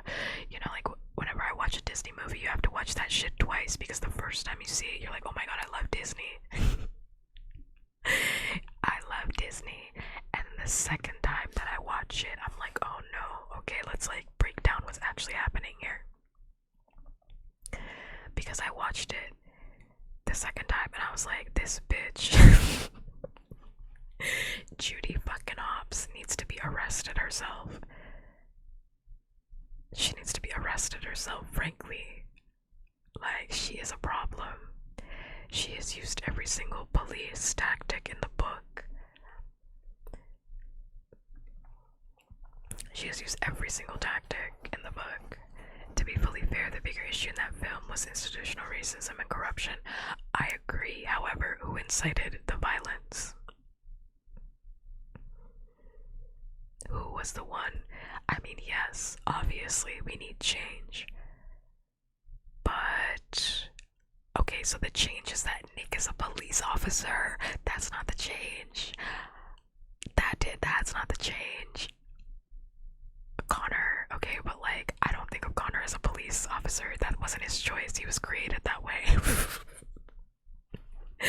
That was not his choice. That was not his choice.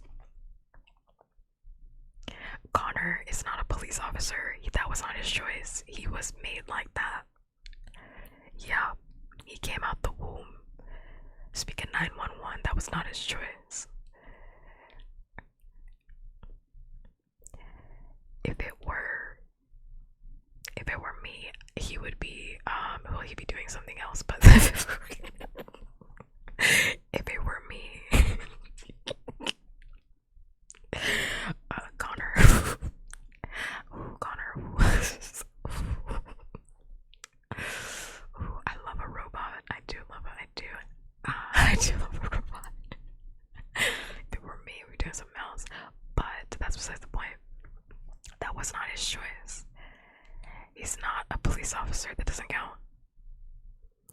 It doesn't count because police officers choose it, you know? Also, by the way, quite literally, I know I just said it, but it's still insane that, like, at the end of Zootopia, the happy ending is that Nick becomes a police officer. Like, they straight up said when black people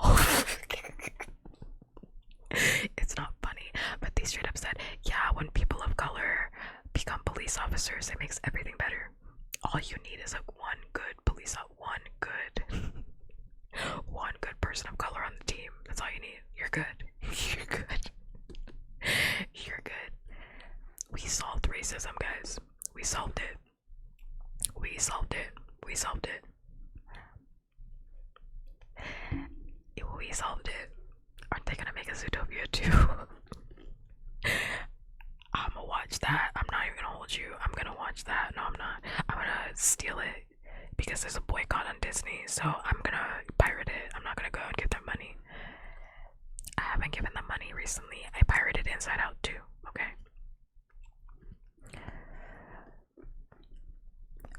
People are the I mean, yeah, because the minute that you start realizing that institutions are the problem, that the system is inherently flawed. By the way, thank you for the just little guy Billy. The minute that you realize that the system is inherently flawed, that it is built else is there to do but dismantle the entire system? And a lot of people benefit from the system. Like Disney. People being Disney.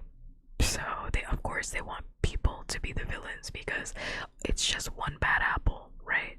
It's the one bad apple argument that it's like, oh, the police force isn't inherently corrupt. It's one bad apple. It was that sheep bitch. It was her. It's not the fact that our police force targets carnivores. No. No. It was a sheep. She was doing it. She was pulling the strings. Boo, tomato, tomato, tomato. But that's what it was. That's what it was. I mean, like, it always makes me think of Greta, what's her name? The little girl that got like super famous. Greta, what's her name? Greta Thunberg. That's her name. I had it. I didn't even have to type it. Greta Thunberg. That's her name. Who was like very big on climate change when she was very young, right? And everybody loved her. Everybody loved her. Everybody loved Greta Thunberg. Oh, cute little kid talking about how climate change needs to be taken seriously, right? And then as she got older, she was like, actually, it's the entire system. Like, I thought it was just like a few people, right? But no, it's the entire system that's broken, right? Because she started reading as she got older. She started reading and she was like, oh no, like, these are corporations that are doing this. Like, this is the system that is built to keep the corporations in power, and that inherently fuck over the entire planet, right? And as soon as that shit clicked, have you ever seen Greta Thunberg on television? Have you seen her in the news in a positive light? No. She's still out there doing activism. She got like arrested a while ago. Yeah, everybody turned on her, and that's exactly why, because corporations benefit from this. They benefit from keeping the system the same. That's why social change is so hard, because someone is profiting off of the fact that you are stuck. Someone is profiting off of the fact that you are stuck. If you ever wonder why is it like this, it's because somewhere, somehow, there is a man. I want to say a woman is there too, but you know, lower on the ladder. Let's be honest. Let's be honest. I mean, there's a dude sitting pat in Cabo right now because you're suffering. Thank you so much for the follow, by the way. Thank you. I very much appreciate it. I hope you're having a good day, good night, wherever you are. This conversation is a first for me to watch. Amazing. I mean, like, we're just having a regular conversation. What's so amazing about it?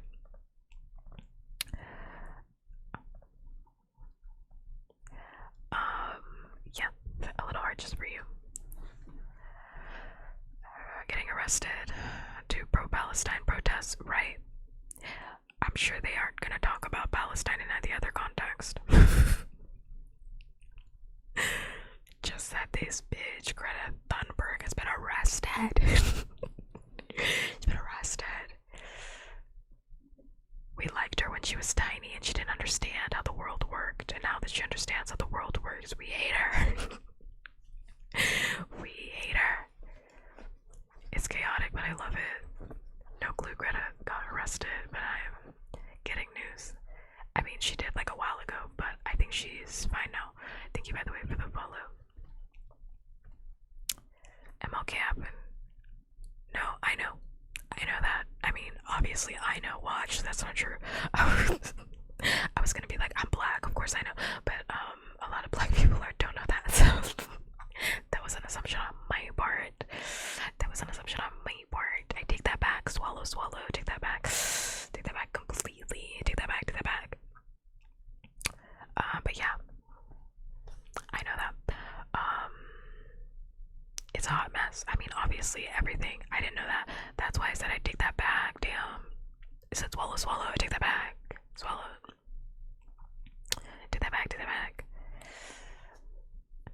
I'm a little too woke, as the streets might say. I know things. I like to watch the news in my free time, okay?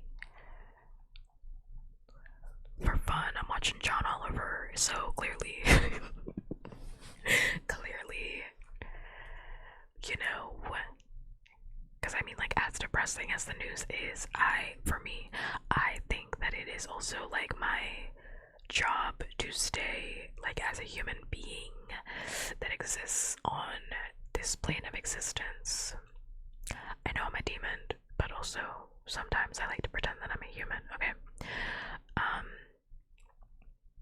It's like my job to like stay updated to certain things, even if it's like depressing or boring.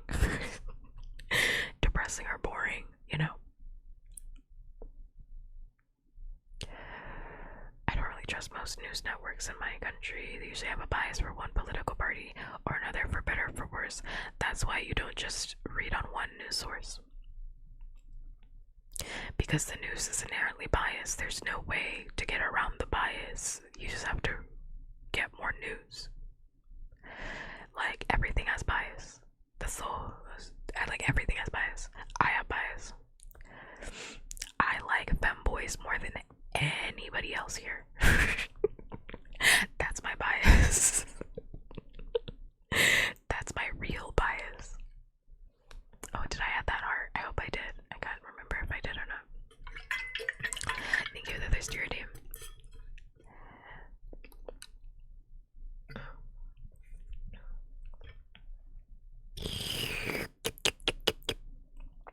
I promise you. I promise you I do. Can't argue with that. I do. Yeah.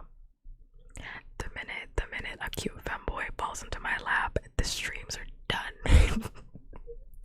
The streams are over. The streams are done. They're done. I'm not doing this anymore.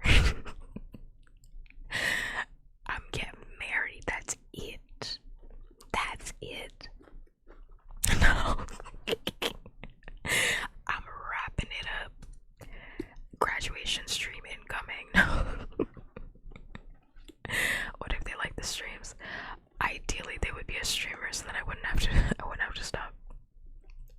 I mean, I'm never gonna stop anyway, unless I get bored. Manifesting that for you. That's sweet. That's actually very sweet. Hello Kitty lover, I'm fucking with you, but like, that's very sweet that you would wish the best for me, even when I'm graduating. I would not stop streaming unless I got bored, because I don't like to be bored. When something is boring, I don't like to do it anymore. When people, I say this all the time, and like, people think I'm being mean, but like, genuinely, when people bore me, that's when I stop wanting to hang out with that person. I don't like being bored. I don't like being bored. Don't bore me. That's pretty much what it is. Like, I don't like being bored. Like, if a person is boring to me, like, I don't know what to do with that. So it's just best if we don't see each other anymore. But it's like, when I say that, I'm being very blunt. I'm sure there's like a nicer way to say that. I just don't want to say it in that way. I'm sure there's like a nicer way to say that, where it's like, you know, when people are intriguing to me, when I can keep things interesting. That's not what it is though. When people bore me, that's what that is. When an activity is boring, I don't want to do that shit anymore. But stream has not been boring. So streaming has not been boring. It's different every single time. Every single time. And I always get to decide what to do, and even when I decide, I can never know if it's gonna go well. So it has not been boring so far. There's always an opportunity for me to get bored, don't worry. There's always an opportunity for me to get bored. Just throwing this out there too, to clarify from earlier, even if I started dating somebody, I'm not gonna stop streaming. Obviously, that would be batshit insane to let somebody like dictate my life in that way. That would be insane. roll like that. Also, ideally, I would be with somebody that also streams, because until when do I have to keep this part of myself like hidden from you? Until when? That's too much. Also, streaming is like a huge part of my life, you know? Like, I do it all the time. So it's like, it's just easier if you just date somebody that is also doing the same thing as you. So it's like going to the gym, you know? Like, I stream like every single night. At some point, well, not every single night, but like when I get back to my usual schedule, I stream like 3 days out of the week. At some point, you're gonna ask me what the fuck I'm doing in the bedroom with the PC all the time. And I'm gonna have to answer, so it's like, it's easier if you might as well just also be in this shit with me. We'll be in OBS together.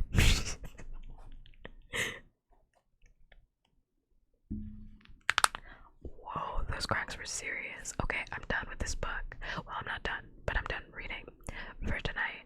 It's insane. Oh, I was saying earlier, it is insane that he never went to a movie. This kid doesn't know what Batman is. That's so sad. He should be at the comic book store. Nobody Owens should be at the comic book store eating Cheeto Puffs, drinking Prime energy drink, and talking about how Spider-Man would definitely kick Batman's ass. That is what nobody Owens should be doing. Instead, he's fighting his fucking demons. I hate it for him. I hate this for him. I really do hate this for him. I hate this for him. Not Prime. He should be drinking a Prime. The kids love Prime. The kids crave Prime. I've actually never had Prime before. I really just feel like it would taste like Gatorade, and I don't like Gatorade, so I don't like Gatorade. So I was like, I'm probably not gonna like Prime. Also, I didn't want to give my company, I didn't want to give my money to that ugly ass company, because like, I hate everybody associated with Prime. Like, I truly, honestly hate everybody that's associated with Prime. I think they're all fucking weird, transphobic freaks. I thought it was an energy drink. Me neither. It's literally, it's like Gatorade, right? Like, it's like an energy, like, it's like Gatorade. But it's like marketed to kids because kids are the only ones that would buy that. I mean, adults buy it too. Just throwing that out there. Adults do buy that shit. Adults do buy that shit. Yeah, it's like hydration. Yes, Prime is what KSI, the YouTuber, and Logan Paul, the second YouTuber, they made it together. They said, oh my god, you're a piece of shit. I'm also a piece of shit. Do you want to make a multi-million-dollar company? And then they did that.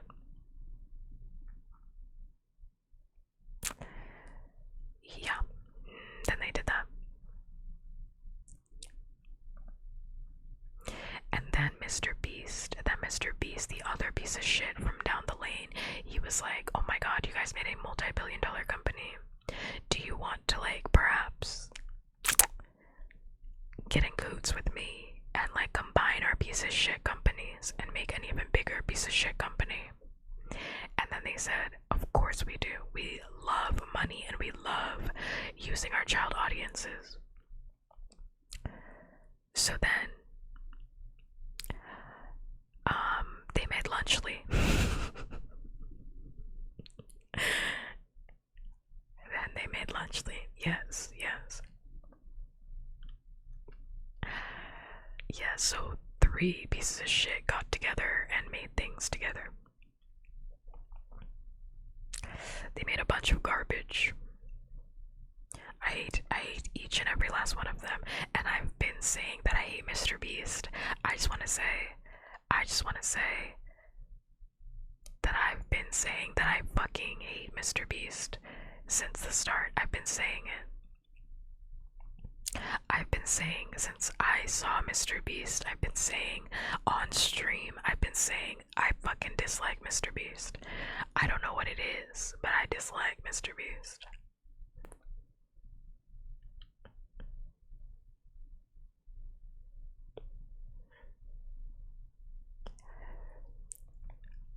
And then I was right. I mean, I was right from the beginning because anybody with eyes. Okay, I shouldn't say that.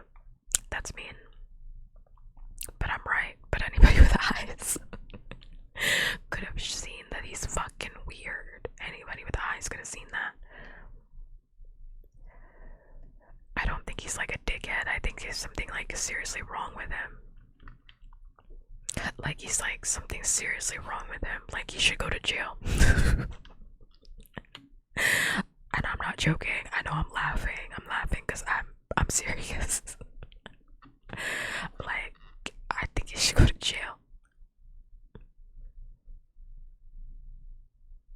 He should go to jail for real. I had a problem with them including Prime in kids' lunch meals.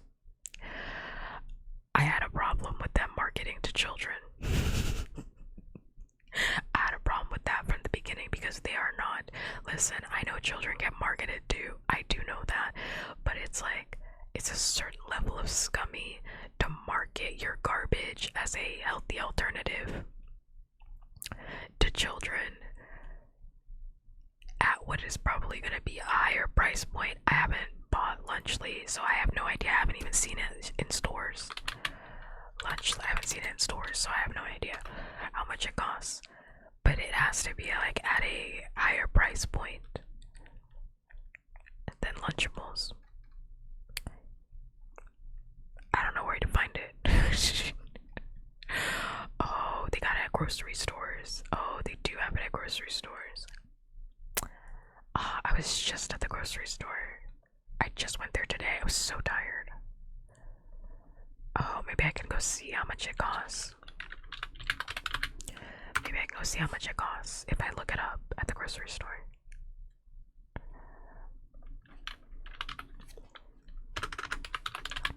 Because, the whole thing with Lunchables are that they cost like 99 cents. If you buy like the really cheap one, you can get it for like $1. You can get it for literally like $1. Yeah. And it's like, yeah, it's for low. You can even get like even cheaper ones for less. Because the ones that don't come with like drinks and cookies and stuff like that, you get even those ones for less. They're supposed to be for like, you know, working families where it's like probably both parents like work, or there's just single families where it's like they can't afford to like, you know, pack a lunch every single day. They're like cheap options. And they're good. I stand by the fact that like those cheese and crackers, that's a mini charcuterie board. I stand by that. That is a mini charcuterie board. Charcuterie board. It's so good. And I love the nacho cheese. I love that nacho cheese. Oh, I do. You can't like, that's golden right there. I cannot find, where is it? Maybe I gotta check a different store. I'm trying to find and see if I can see how much Lunchly costs. Because again, like Lunchables cost like $1. That's like super affordable. You can get like 5 of those. You have 5 meals. That's like so affordable for like a family. Wait, where's the Lunchable? Let me see. Where's the Lunchable? Where's the Lunchable one? In any case, like I hate them. In any case, I don't, even if this happened, I would still hate them with every fiber of my being. I think they're all shitty people that don't deserve a lick of anything that they have in their life. And I think the fact that they have had so much success just proves that life is not made equal. Life is not equal. Get yours in the world because it's not made equal in any way, shape, or form. Sometimes good people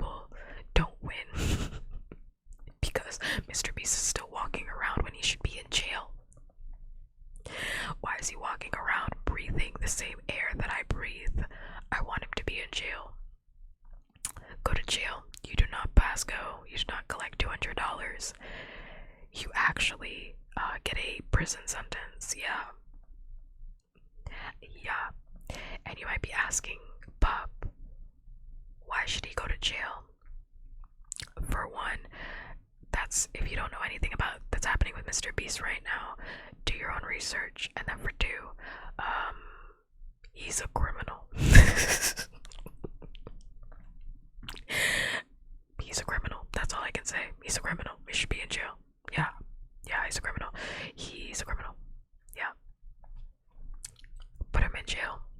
Honestly, he should have been put in jail for the fact that he was doing poverty porn, because that's a crime in the puppkats court. Poverty porn does get you sent to puppkats jail. Yeah. Yeah. Yeah, it does. It does. Yeah, I don't like to see that. But in real life, poverty porn just gets you 3 million views on YouTube and a career. So, what do I know? What do I know? Also, Logan Paul should also be in jail. Logan Paul should be in jail. Mr. Beast should be in jail. KSI should not be in jail, but I don't like him for other reasons. So, I don't like him for other reasons. So, I don't know. Baby jail. I don't know. Away from me. That's all I know.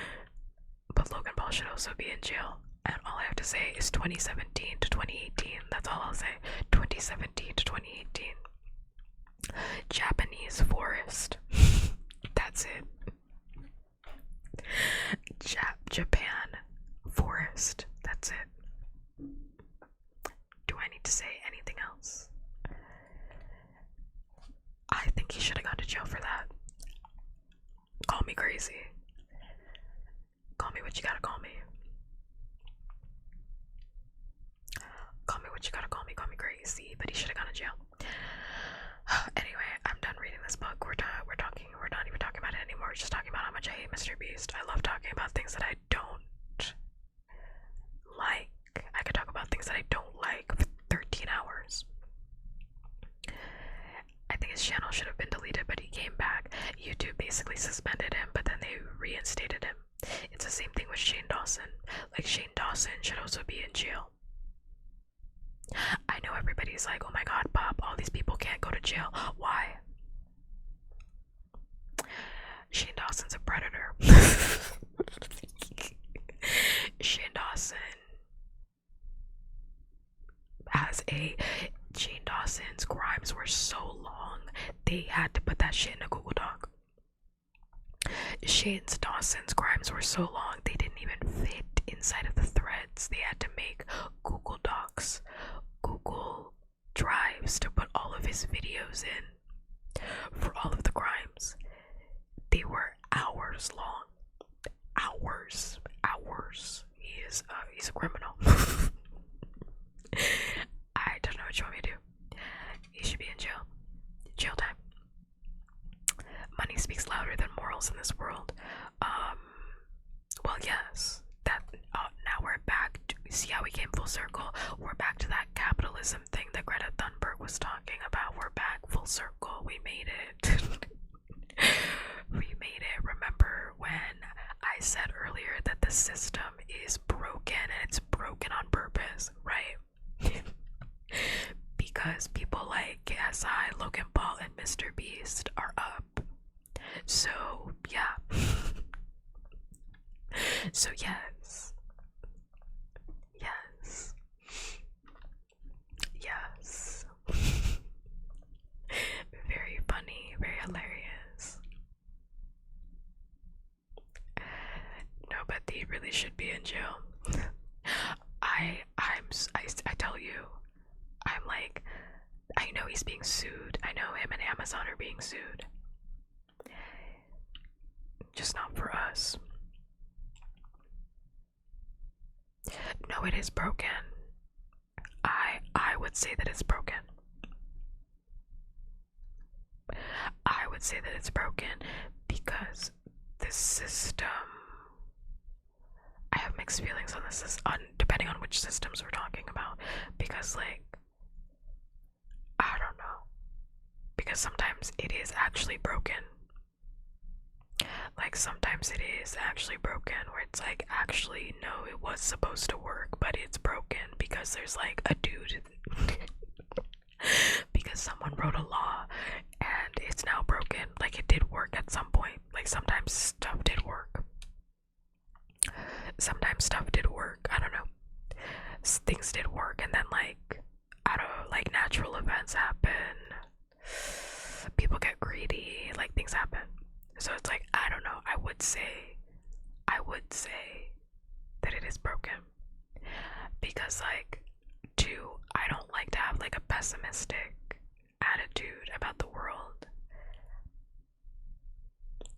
Because for me to say that the world is working exactly how it's intended, I think that that's like, it's a too pessimistic for me.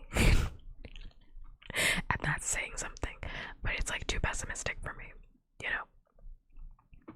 Because I do believe, or at least like I want to believe in like society. Society. I want to believe in like people. I do actually believe in like human goodness. Like, I'm not saying that everybody is good. I think some people are evil. Shout out Mr. Beast. I think some people are evil. I think some people are evil. The world is working exactly as intended. The currents are, those can be changed. Wait, what?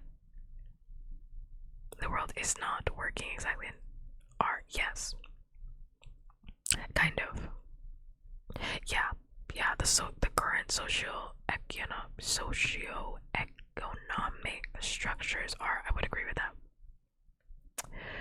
Because I feel like whenever people say like, oh, the world, because I think broken implies that it can be fixed, and I think that's like a better outlook, because it gets really easy, like whenever we see negative things happen in the world, to doom scroll, right? It gets really easy to be like, nothing can be fixed because the world is just built on lies, which it is, but which it is. The world is built on lies. Everything is built on blood, sweat, tears, and lies. However, that does not mean that you cannot make it better.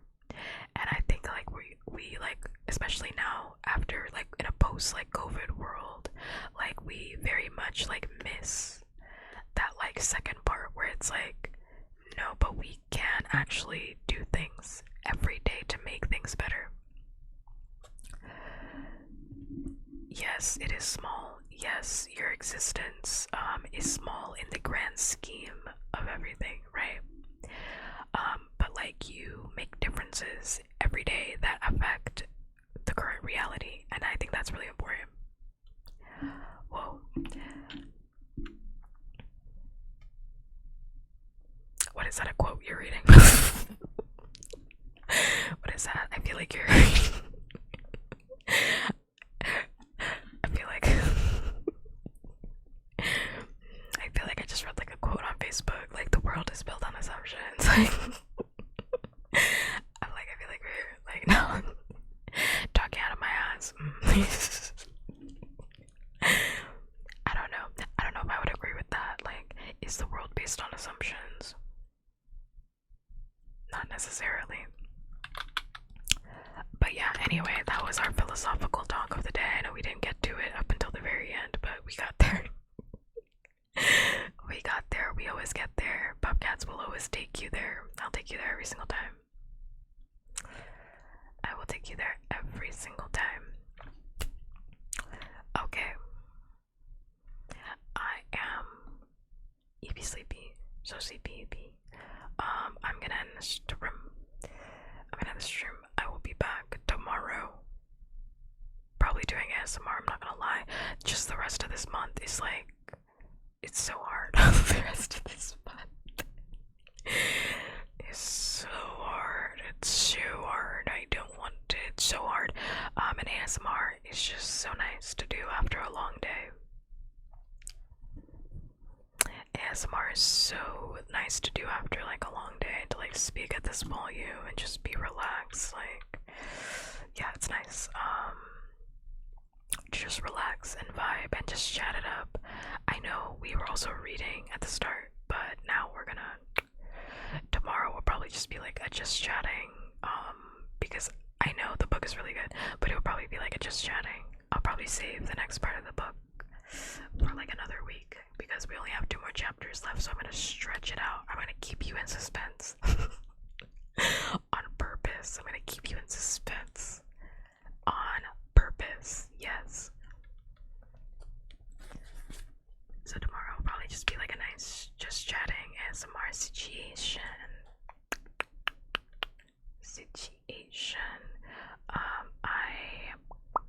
What was I gonna say? I really do appreciate everybody that hung out with me today. I do really appreciate it. Your time is super valuable, so I appreciate everybody spending time with me. You only have the one life, like I said earlier, and I do appreciate that somebody would spend any of their time hanging out with me, talking with me, shooting the shit with me. I do. Yeah, like I said, I'm gonna be back tomorrow doing stuff, hanging out. It's gonna be good. Again, more ASMR. I'm gonna be tired tomorrow too. I have a long day. I have to get up at like, I have to get up early.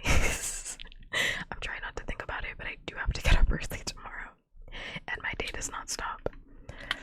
Oh, it does not stop until like 4. Ooh, it's bad. Ooh, it's bad for me. It's bad for me. So what am I gonna do? Let's see. I am going to sleep. No, I'm going to read. Whoa, relax. Thank you so much for the follow by Dewey. I will add one last heart. Just for you. I really do appreciate it. Tomorrow will be more shooting the shit, so if you want to talk about something, we can talk about it tomorrow and or Saturday, because I always do like shooting the shit streams, or just like ASMR just chatting on Saturday. What the fuck? My entire screen. I always do that type of stuff on Saturday. But for sure I might just do 2 days of it, because I'm gonna be tired. We'll see. I am going to, relax. Relax. What's up? I'm ending the stream. I'm going to raid Darling Mori, who is doing an ASMR stream, because of course I am. I don't know them, but like, you know, they are doing an ASMR stream, so I feel like it'd be safe. It'd be a safe space to put you guys. Yeah. If no one's told you today, you are in fact loved, valued, and appreciated, and you deserve to hear that every single day of your life. And if you have not heard that today, I'm so happy that I get to be one person in this lifetime that gets to tell you that you're loved, you're valued, and you're appreciated. Because again, you deserve to hear that every single day of your life. I'm gonna be back tomorrow. I don't do raid messages, just use the raid emote if that is your prerogative. If not, I will use the raid emote for the both of us, so don't worry about it. Yep. What else is there for me to say? If you want to stalk me, because of course you want to stalk me, of course you do. Socials are in the bio. Socials are linked below in my About Me, Twitter, Reddit, Discord is where I am most active, you know, so you can hit me up there. And as always, until next time, goodbye. I'm gone. Goodbye. My fucking thing. There's something in my fucking way. I can't. There's a pop-up in here. I'm just making sure I'm a part of the raid. Wow.